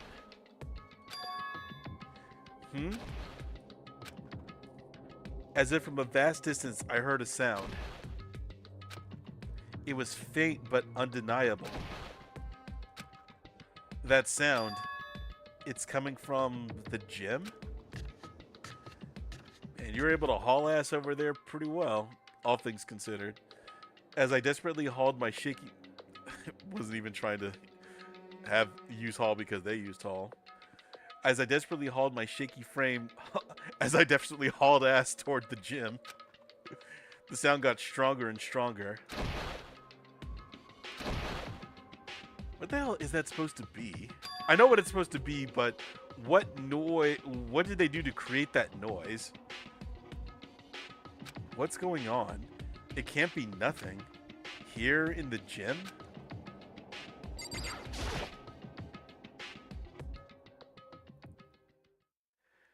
I didn't make a sound as I opened the door to the gym.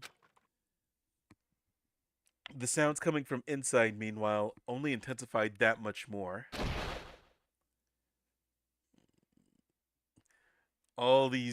This exact same sound, but a lot of different ways to, I don't know what the verb version of onomatopoeia is, but I guess to spell an onomatopoeia of it. Jesus.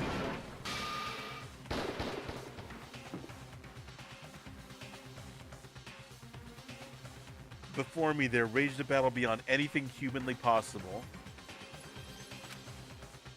No, one side's not human, that's for sure, but Regardless, I couldn't stop staring.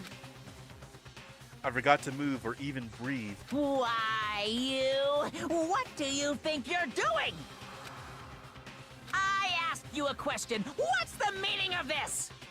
How dare you defy me? This wasn't part of the deal! The deal? I've made a decision.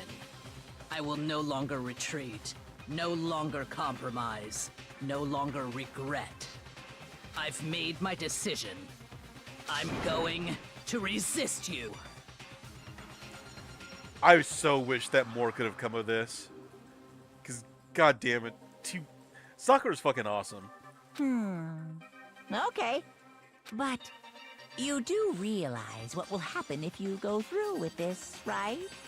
You haven't forgotten, have you? What I'm holding hostage? What am I looking at? You're looking at the aftermath of... Oh, shit, I'm stupid. I was actually going to make a drug joke here. But, yeah, motherfucker is woozy and concussed, so background looking like that would probably make some sense. What am I hearing? A hostage? Then could it be... The mastermind spy is... Alright! We finally did it. We are finally here. And that's another 3 down. Finally got to less than half of the cast. But yeah,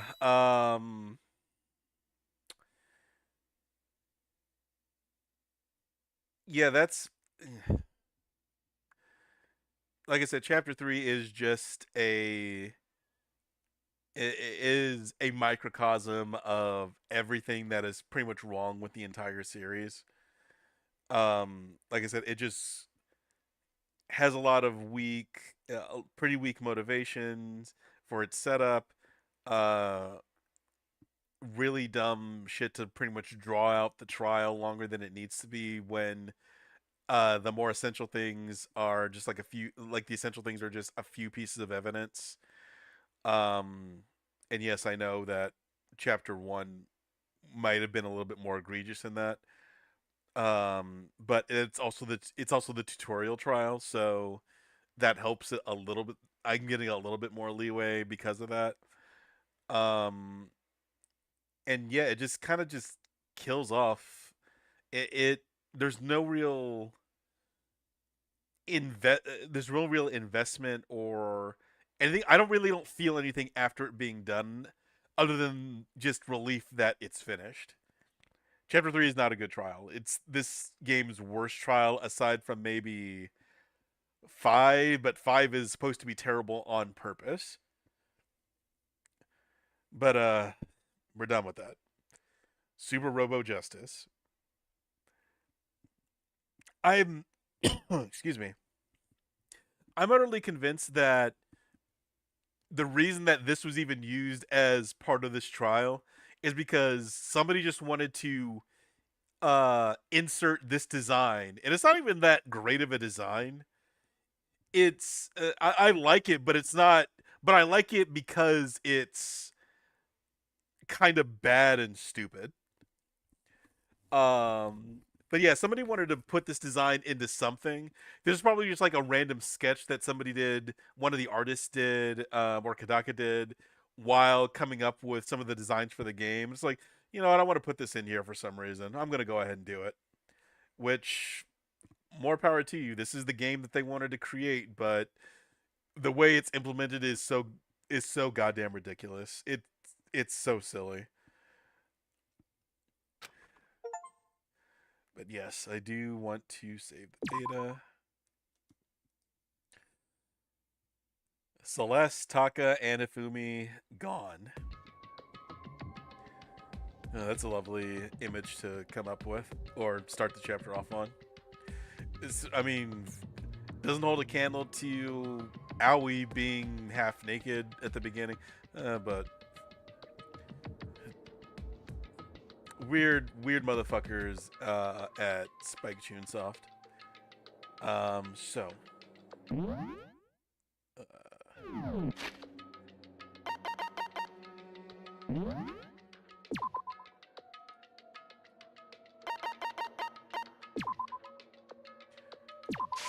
All right. So that is another one down. I think I'm going to stream again really soon. It may not be Danganronpa or even NGS. I might stream something else. I'm not sure yet. There's a lot of stuff that I have thought about streaming and have just been dragging my heels about it. Again, this is a really rough time of the year. The latter half of the year, shit gets kind of increasingly difficult, just because of family-related matters, other life events, and just other life shit that's been going on. But despite what's coming up in 2025, I'm going to approach it with a little bit of enthusiasm because I got some shit kind of going in my way. I've got a new job that I'm going to be starting after the beginning of the year. One that I've been looking for about half a year. I've only been doing part-time work and mostly been trying to keep myself together. I got laid off from my previous job back in June due to not enough. There not being enough of a workload and too many people. But yeah, 2025 is looking to be different. A lot of bullshit that's going to be coming up, but some shit that's looking like it's going to turn around. And I want to actually try and be more consistent with this because it's not perfect right now, but I like doing it. Once I actually get into the flow of doing it, I actually really enjoy doing it. So I want to make sure that I keep doing that because I do want this to be more of a staple in my day-to-day life. And there's a lot of other shit that I haven't played and I want to play. Some shit that I've played many times before and I might want to replay. But more than that, I kind of want to just get to know and I want to try and foster something of a community on here. I'm not going to. I will say that I'm a bit too old to be super concerned. I'm not really trying to make it big on YouTube. I'm not trying to be popular or be anything like. Or I would never say that I'm trying to aspire to be something like a content creator, if that makes sense. But I do want to just do this again because it wasn't since like the late 2000s, early 2010s where I was doing this consistently and I had a whole bunch of people around, not a whole bunch of people, but like a recurring audience that I could talk to. So I want to try and see if we can do that again. I can't say that I'm necessarily not going to... You are going to be getting me. Like, you are going to be getting Mr. Dub. Not a whole lot of compromise or anything like that. Because I don't want to pretend to be anybody who I'm not. But I do want to just see who's out there, who's feeling some of the stuff that I do. Even if it's not a whole lot of people. So we will see what happens coming up soon. Probably not going to stream. We'll see. I don't have to return to work until the 2nd, and the week after that is when my new job starts. So we'll see then. But like I said, I am going to do my best to be more consistent with this and carve out my own place on YouTube, possibly Twitch. Depends on which one I like better. I like YouTube. I'm doing YouTube streaming right now because it's I've built up more on here. I really didn't stream a whole lot on Twitch. Even though I do like a lot of the stuff that Twitch has going on, there's a lot more personalization on Twitch. But we'll see what happens. I'm just trying to get back into this before I try and do anything big. And I'm starting to get a hold of myself more so that I can do this more because, again, I want to do it. Like, I want to make this work for me. So for everybody who stopped by and watched, and watches or whoever's watching in the future, thank you for taking your time out of your day to see what I got here. I know it's not very structured or anything like that, but sometimes you just look at something that you have some sort of affinity for or enjoy, and you just kind of want to trash talk it, and that's all this really is. So again, for everybody who watches and stops by, thank you very much. I appreciate it. Announcements of what to come will be on my Blue Sky. Please follow my Blue Sky. That's where I basically talk most of my shit. Or even then, just pay attention to the community posts I put on here. Feedback is appreciated.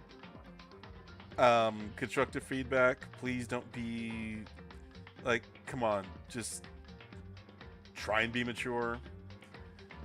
But for real, I appreciate everybody who stops by and says something, who drops a like, or really just any sort of view time to this. I appreciate it. So until next time, take it easy, everybody. If I don't see you before the new year, then Happy New Year and Happy Holidays. Take it easy. Peace.